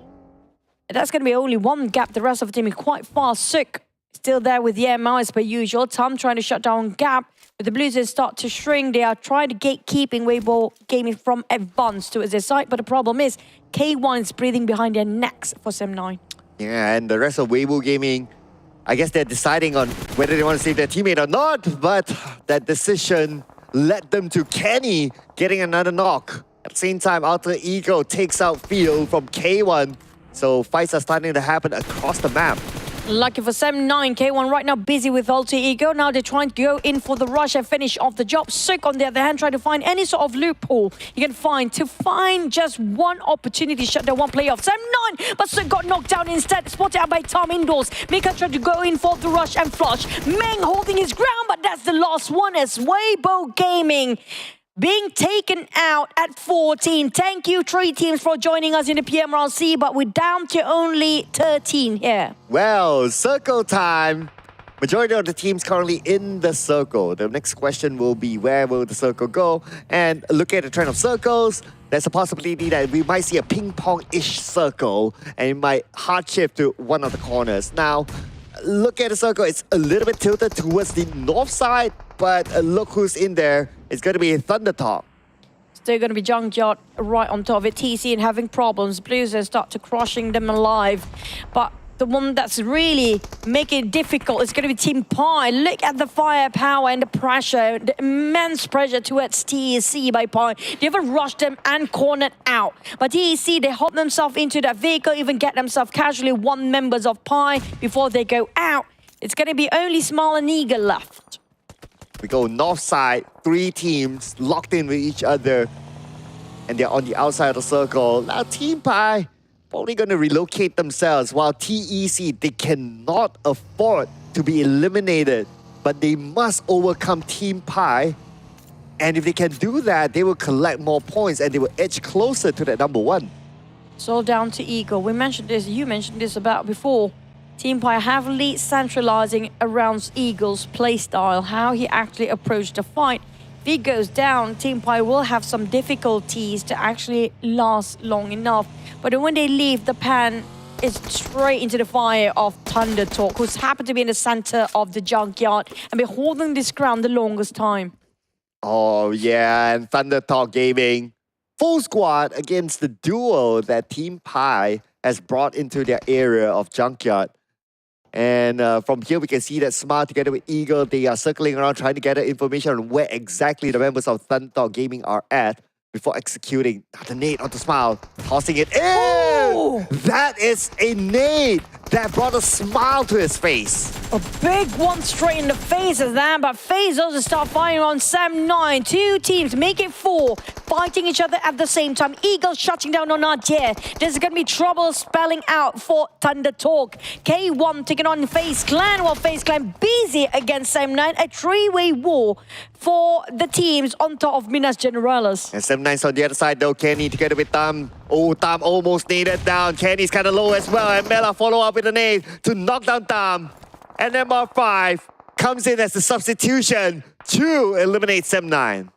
TEC, it's not out of the woods yet for them. The smoke will be temporary shelter, just a tiny bit, because LGD start to rush into it. The Rosemary taking on Vampires. What's going on? Everywhere happen to be fights. Minas Generalis seems to be heated up with Vampires still trying to take down on Alter Ego, but 2 members out and knocked down. Rosemary? Shrubs, on the other hand, holding his ground, fighting 4 members of Alter Ego. Rosemary trading for another. Shrubs barely enough with the next 2v2. Vampires versus Alter Ego. Wow, Shrubs took that risk even though he has only 10% of health just to get a knockdown to Octa, and it paid off for him. And now Shrubs reset himself, securing the elimination point by taking out Rosemary. And that opened up space for his other teammates to be revived. And at the same time, Alter Ego, they're busy with BTR. Here comes Shrubs, the monster of the day here. Can he actually do a lot of stuff just by buying time for Vampires to revive their teammates here? They're heavily relying on Shrubs here today. Alter Ego might actually be scouted out by BTR. Happen to be passing by. BTR tried to steal it away. They managed to do so. Alter Ego taken by BTR instead of Vampires, who are putting so much effort just now. Just going to be taken by another team entirely. Here we go, Shrubs in action, nade across the room, but nobody's there. Anyhow, Shrubs, he has a Thompson, 50 bullets in his hand, so he can spray them down. But time is on their side, they're on the outside of the circle, 20 more seconds before the zone closes. So Vampire Esports, gotta do it quick. BTR, not willing to let this go, but let's not forget about Potato on the other building. Speaking of Potato or not, it's going to be Shrubs this time again. Vampires back up their feet with 4 members still alive. He managed to revive all of them with what just happened to Alter Ego. Unfortunately, Alter Ego is down to only 1 players left. More being eliminated next. This is a huge news for BTR. All they need to do is just defend, making sure they didn't die. But Alter Ego is still having a fight against Vampires. Vampires trying to shut down that last member of Alter Ego. This is going to open up third and fourth space here. Oh, to the right, Tony K to the right. There's going to be an F4 spray. And you can always count on Tony K to win it for Vampire Esports. And now he has the time to pick up his teammates. But then again, it's going to be difficult for them to move on since Satar is still there. BTR not only going to hang on for points, but they want to make sure that TEC don't catch up. Not just that, they need to finish off this job. Vampires now being closed by the blue, pressured. Nowhere to go, no options that go through and through against BTR. And BTR, this is the opportunity for them to take the numbers up, to open the stretch between TEC and them further. Will TEC stay quiet? Not so much. They're fighting as well. They scored themselves 5 eliminations, and that's going to be Vampires eliminated. The top 7 has been shut down, except for the number 1 and number 3 spot. Well, BTR, they have the opportunity to gain more elimination points, but it's going to be difficult as they need to get across. FaZe Clan will try to stop BTR as well. At this moment, both BTR and TEC have 5 elimination points, so they are on the same amount of points this round as of now. That means that BTR still has that significant gap against TEC. The biggest difference is going to be their placement points, where this is the crucial time that matters most for placement. LGD taking on TEC. This is not great. TEC being surprised by XERXIA and LGD at the same time. LS Linksa actually founded out the rest member of TEC. Now Blessing is there to wrap around. The moment TEC stands down, this is a definite champions for PMRC, and that's going to be BTR. It will be headline news if LGD eliminates TEC. And looking at this, it's not potentially only them, but also XERXIA who's on the other side, but it's going to be Shadow knocking down onto Blessing. The other 2 members of LGD on the other side. Shadow knocked down. Looks like a trade between the 2 of them. As Suki now tries to find his next target. CC from the long range, trying to put pressure onto TEC to allow the members of LGD to reset. Chengxi advance forward, down to only Suki. Can Suki clutch against LGD? The entire team still there. 4 LGD players back alive. Oh, this is going to be 1v4, but Suki, the time getting on Chengxi is on the ground, but Suki being bombarded by bullets. TEC stands down. They have to settle because BTR is still alive. Well, and it came from LGD to wipe out TEC. Now, personally, I'd like to see LGD getting the chicken dinner, but let's see if they can do that. So far, so good for them. They will reset as a 4, but they need to face off against XERXIA next as Chopper comes in. Surprise here from the backstab by Chopper. RNG on Cat. And this is going to be tough. Blasting managed to revive Lingsha or LFs. But the problem is he doesn't have the space to revive or reset himself. BT on the hunt with FaZe Clan. FaZe Clan scored 10 eliminations. Yeah, they want to go for the scores as well. Emerald 5 taking a fight against the Tar. But BT are down to the last player. And that's done. BTR and the top 7 in place. Nobody's budging. Yeah, it's locked in right now, ladies and gentlemen. But let's see what's going to happen at the bottom. Blessing, 10% of health. FZ wants to finish him off. He will take out his teammate CC first, and now he will move in. Frontal approach, and that's going to be LGD bowing out. Now, feels a bit anticlimactic by the end of the day, but FaZe Clan had 11 eliminations. They want to break another record themselves.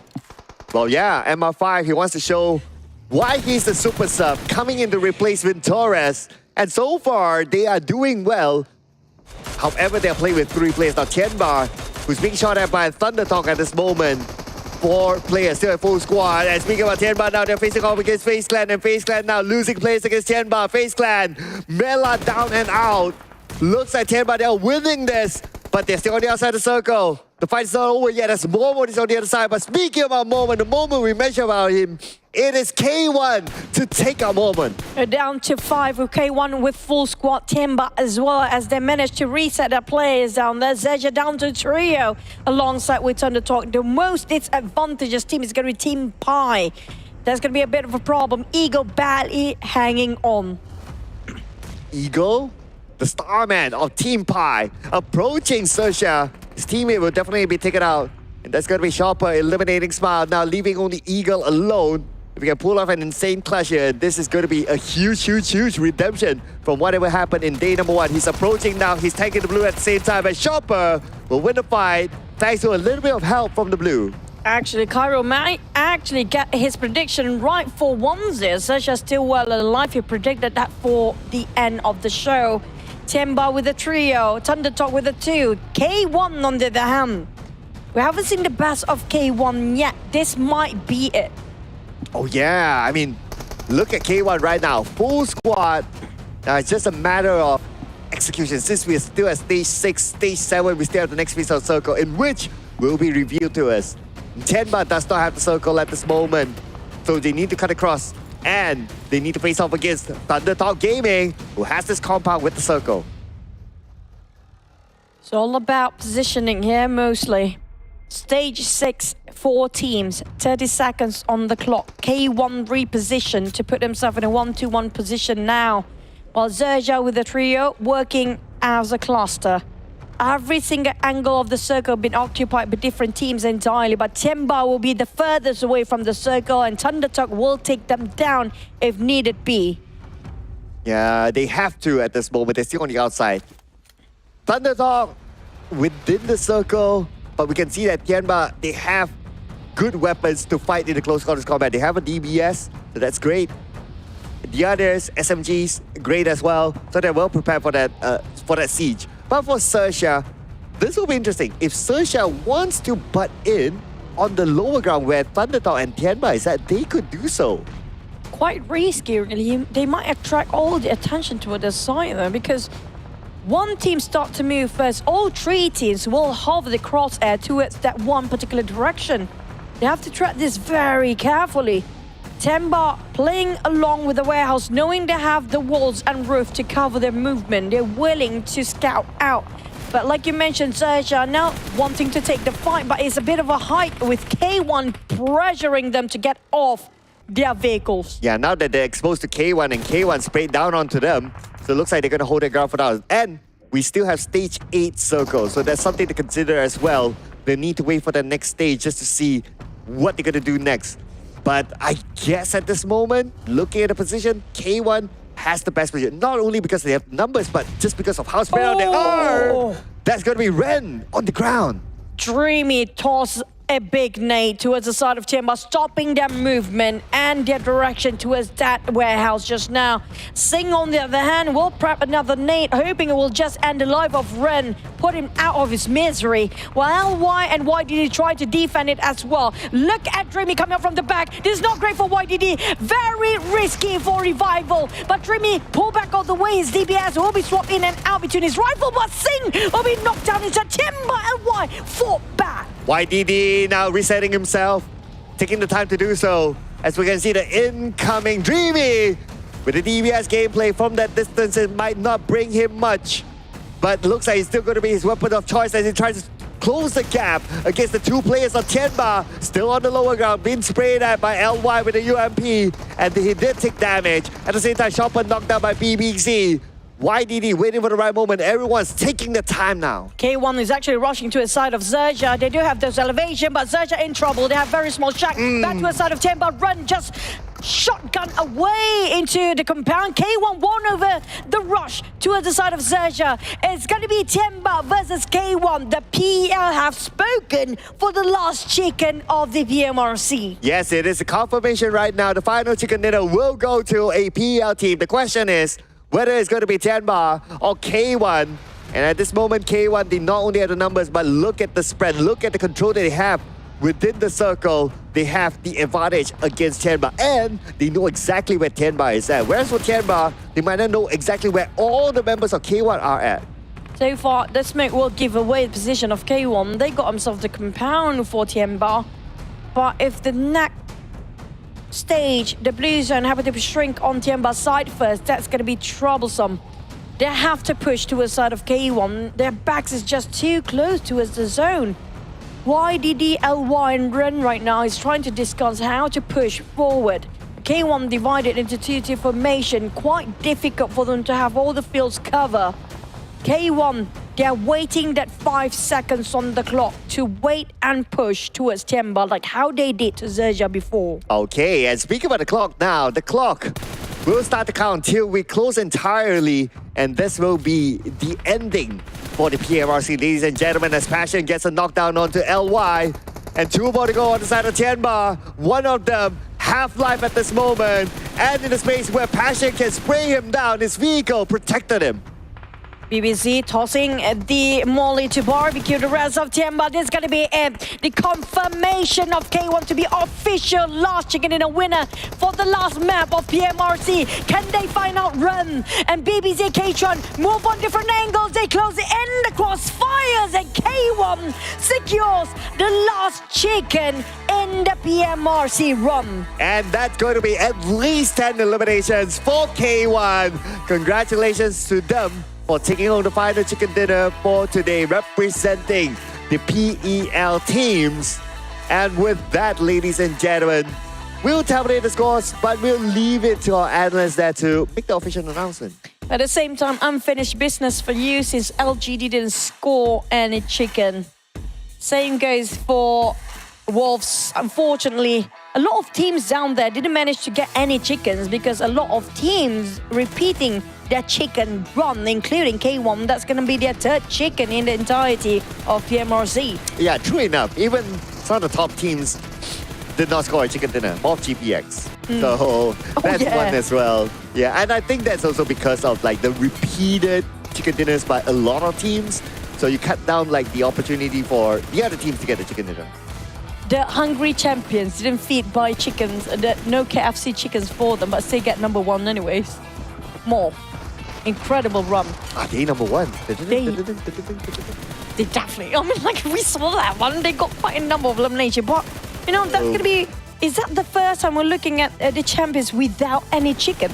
Yeah, well, I wouldn't dare to announce Morph as a champion as of now because... Oh, we're going to have to wait and see. Yeah. Is it BTR? I'm sorry for that. Yeah. But, so, let's not make Morph, you know, be sad, okay? I mean, be excited or sad. Yeah, well... But you have to give credit when it's due. The only team without any chicken, but in the top 3, that's going to be Morph. That's incredible, by the way. But you know what? We got to give credit to our amazing viewers. This will be the finale for us at the Casters Desk. Thank you so much to the viewers who have followed us since the PMSL. We see you, Mois, Alwin, and a lot of other names that we cannot possibly say out, but we know you guys are out there. Thank you so much for being with us. That is it from me, Sir Cloud, as well as Choo Choo. We're passing it back to our handsome analysts, Cairo and Contra. Thank you so much, Choo Choo and Sir Cloud. 18 matches done, and K1 sealed the deal to wrap up the game with the last chicken dinner of the tournament, and there they are at the #1 spot with 22 points. Yeah, it was a thrilling battle because it really came up to the maximum intensity of who exactly will be the champions by the end of it all. But on the first half itself, you see half the pool of the teams have been wiped out. K1 by the tail end of it sees K-Tron really slowly sniping everybody down. And not only that, they have basically booked Zhongyard from the get-go in order to triumph here with a big win. The very last play of the match for the tournament with 5 eliminations, 1050 damage coming out from him. And looking at the overall rankings, BIGETRON Villains are on top with 137 total points with 3 winner chicken dinners at the very end, pushing down Morph GPX to 2nd place. Congratulations to them as they basically got this by the skin of their teeth. Only 5 points ahead of Morph GPX. Meanwhile, TEC was also deteriorated by a couple of teams that were cornering them without any other options. They had to take those fights. Tianba, by the end of it all, have pushed and advanced into the top 4. You still see a good balance of teams from PEL as well as SEA, reigning supreme, and Travs. How else could I put it? This player today has been in the best of the best form. Yep, phenomenal. Just everything that came out from him for today is just crazy amount of firepower. For sure, Schwabs is very happy for his performance for today, but then he is as well as the MVP of this time around for PMRC 2023 with the total of 33 eliminations, 5,942 damage coming out from him with 35% of average team contribution. And ladies and gentlemen, BIGETRON Villains is your champion for the 2023 PUBG Mobile Regional Clash SEA versus PL. Give it up for your champion. The Villains will reign supreme as they are the best of Southeast Asia and the entirety of the PL region in this clash itself. Kudos to their effort because we saw how hard they fought from day one to the tail end of it. They finally picked up the pieces from day 2 onwards and now are your best team from across the board. So with that being said, of course, this has come down to a close, but there's no other way that we could basically get any sort of better entertainment than to have them to be the best team performing. Yeah, just imagine we were talking about TEC, Morph GPX at the very start of the day who will be crowned champion, but we missed out on BTR. They were climbing up the ranks slowly but surely, and at the very end of the last match, they have proven themselves to be the best this time around. Yeah, and back in day 1, they did manage to at least hold on to around the top 5 region or even the top 3. But on day 2, you see a little bit of shakiness coming out of BIGETRON Villains. And not only that, today, the first 2 games, they went out too soon.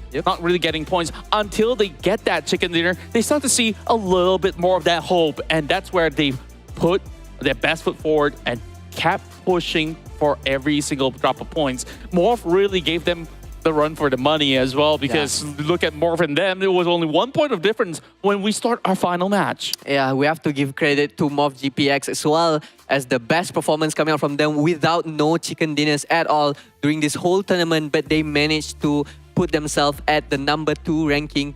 And this is, can say that it's a big miss for Morph GPX, but all in all, they still did very well. And I feel like we are about to see more of Morph GPX in PMGC. I definitely hope to see a lot more of them because they definitely fought like a top tier team. I mean, they are one of the top tier teams, but most people have counted them as the underdogs because they got promoted on the very tail end of their league. And then not only that, they made it into the PMSL and still make it into the top 5 or top 6 scenario. And now, lo and behold, they are your champions. Well, not second, first runner-up of the PMRC.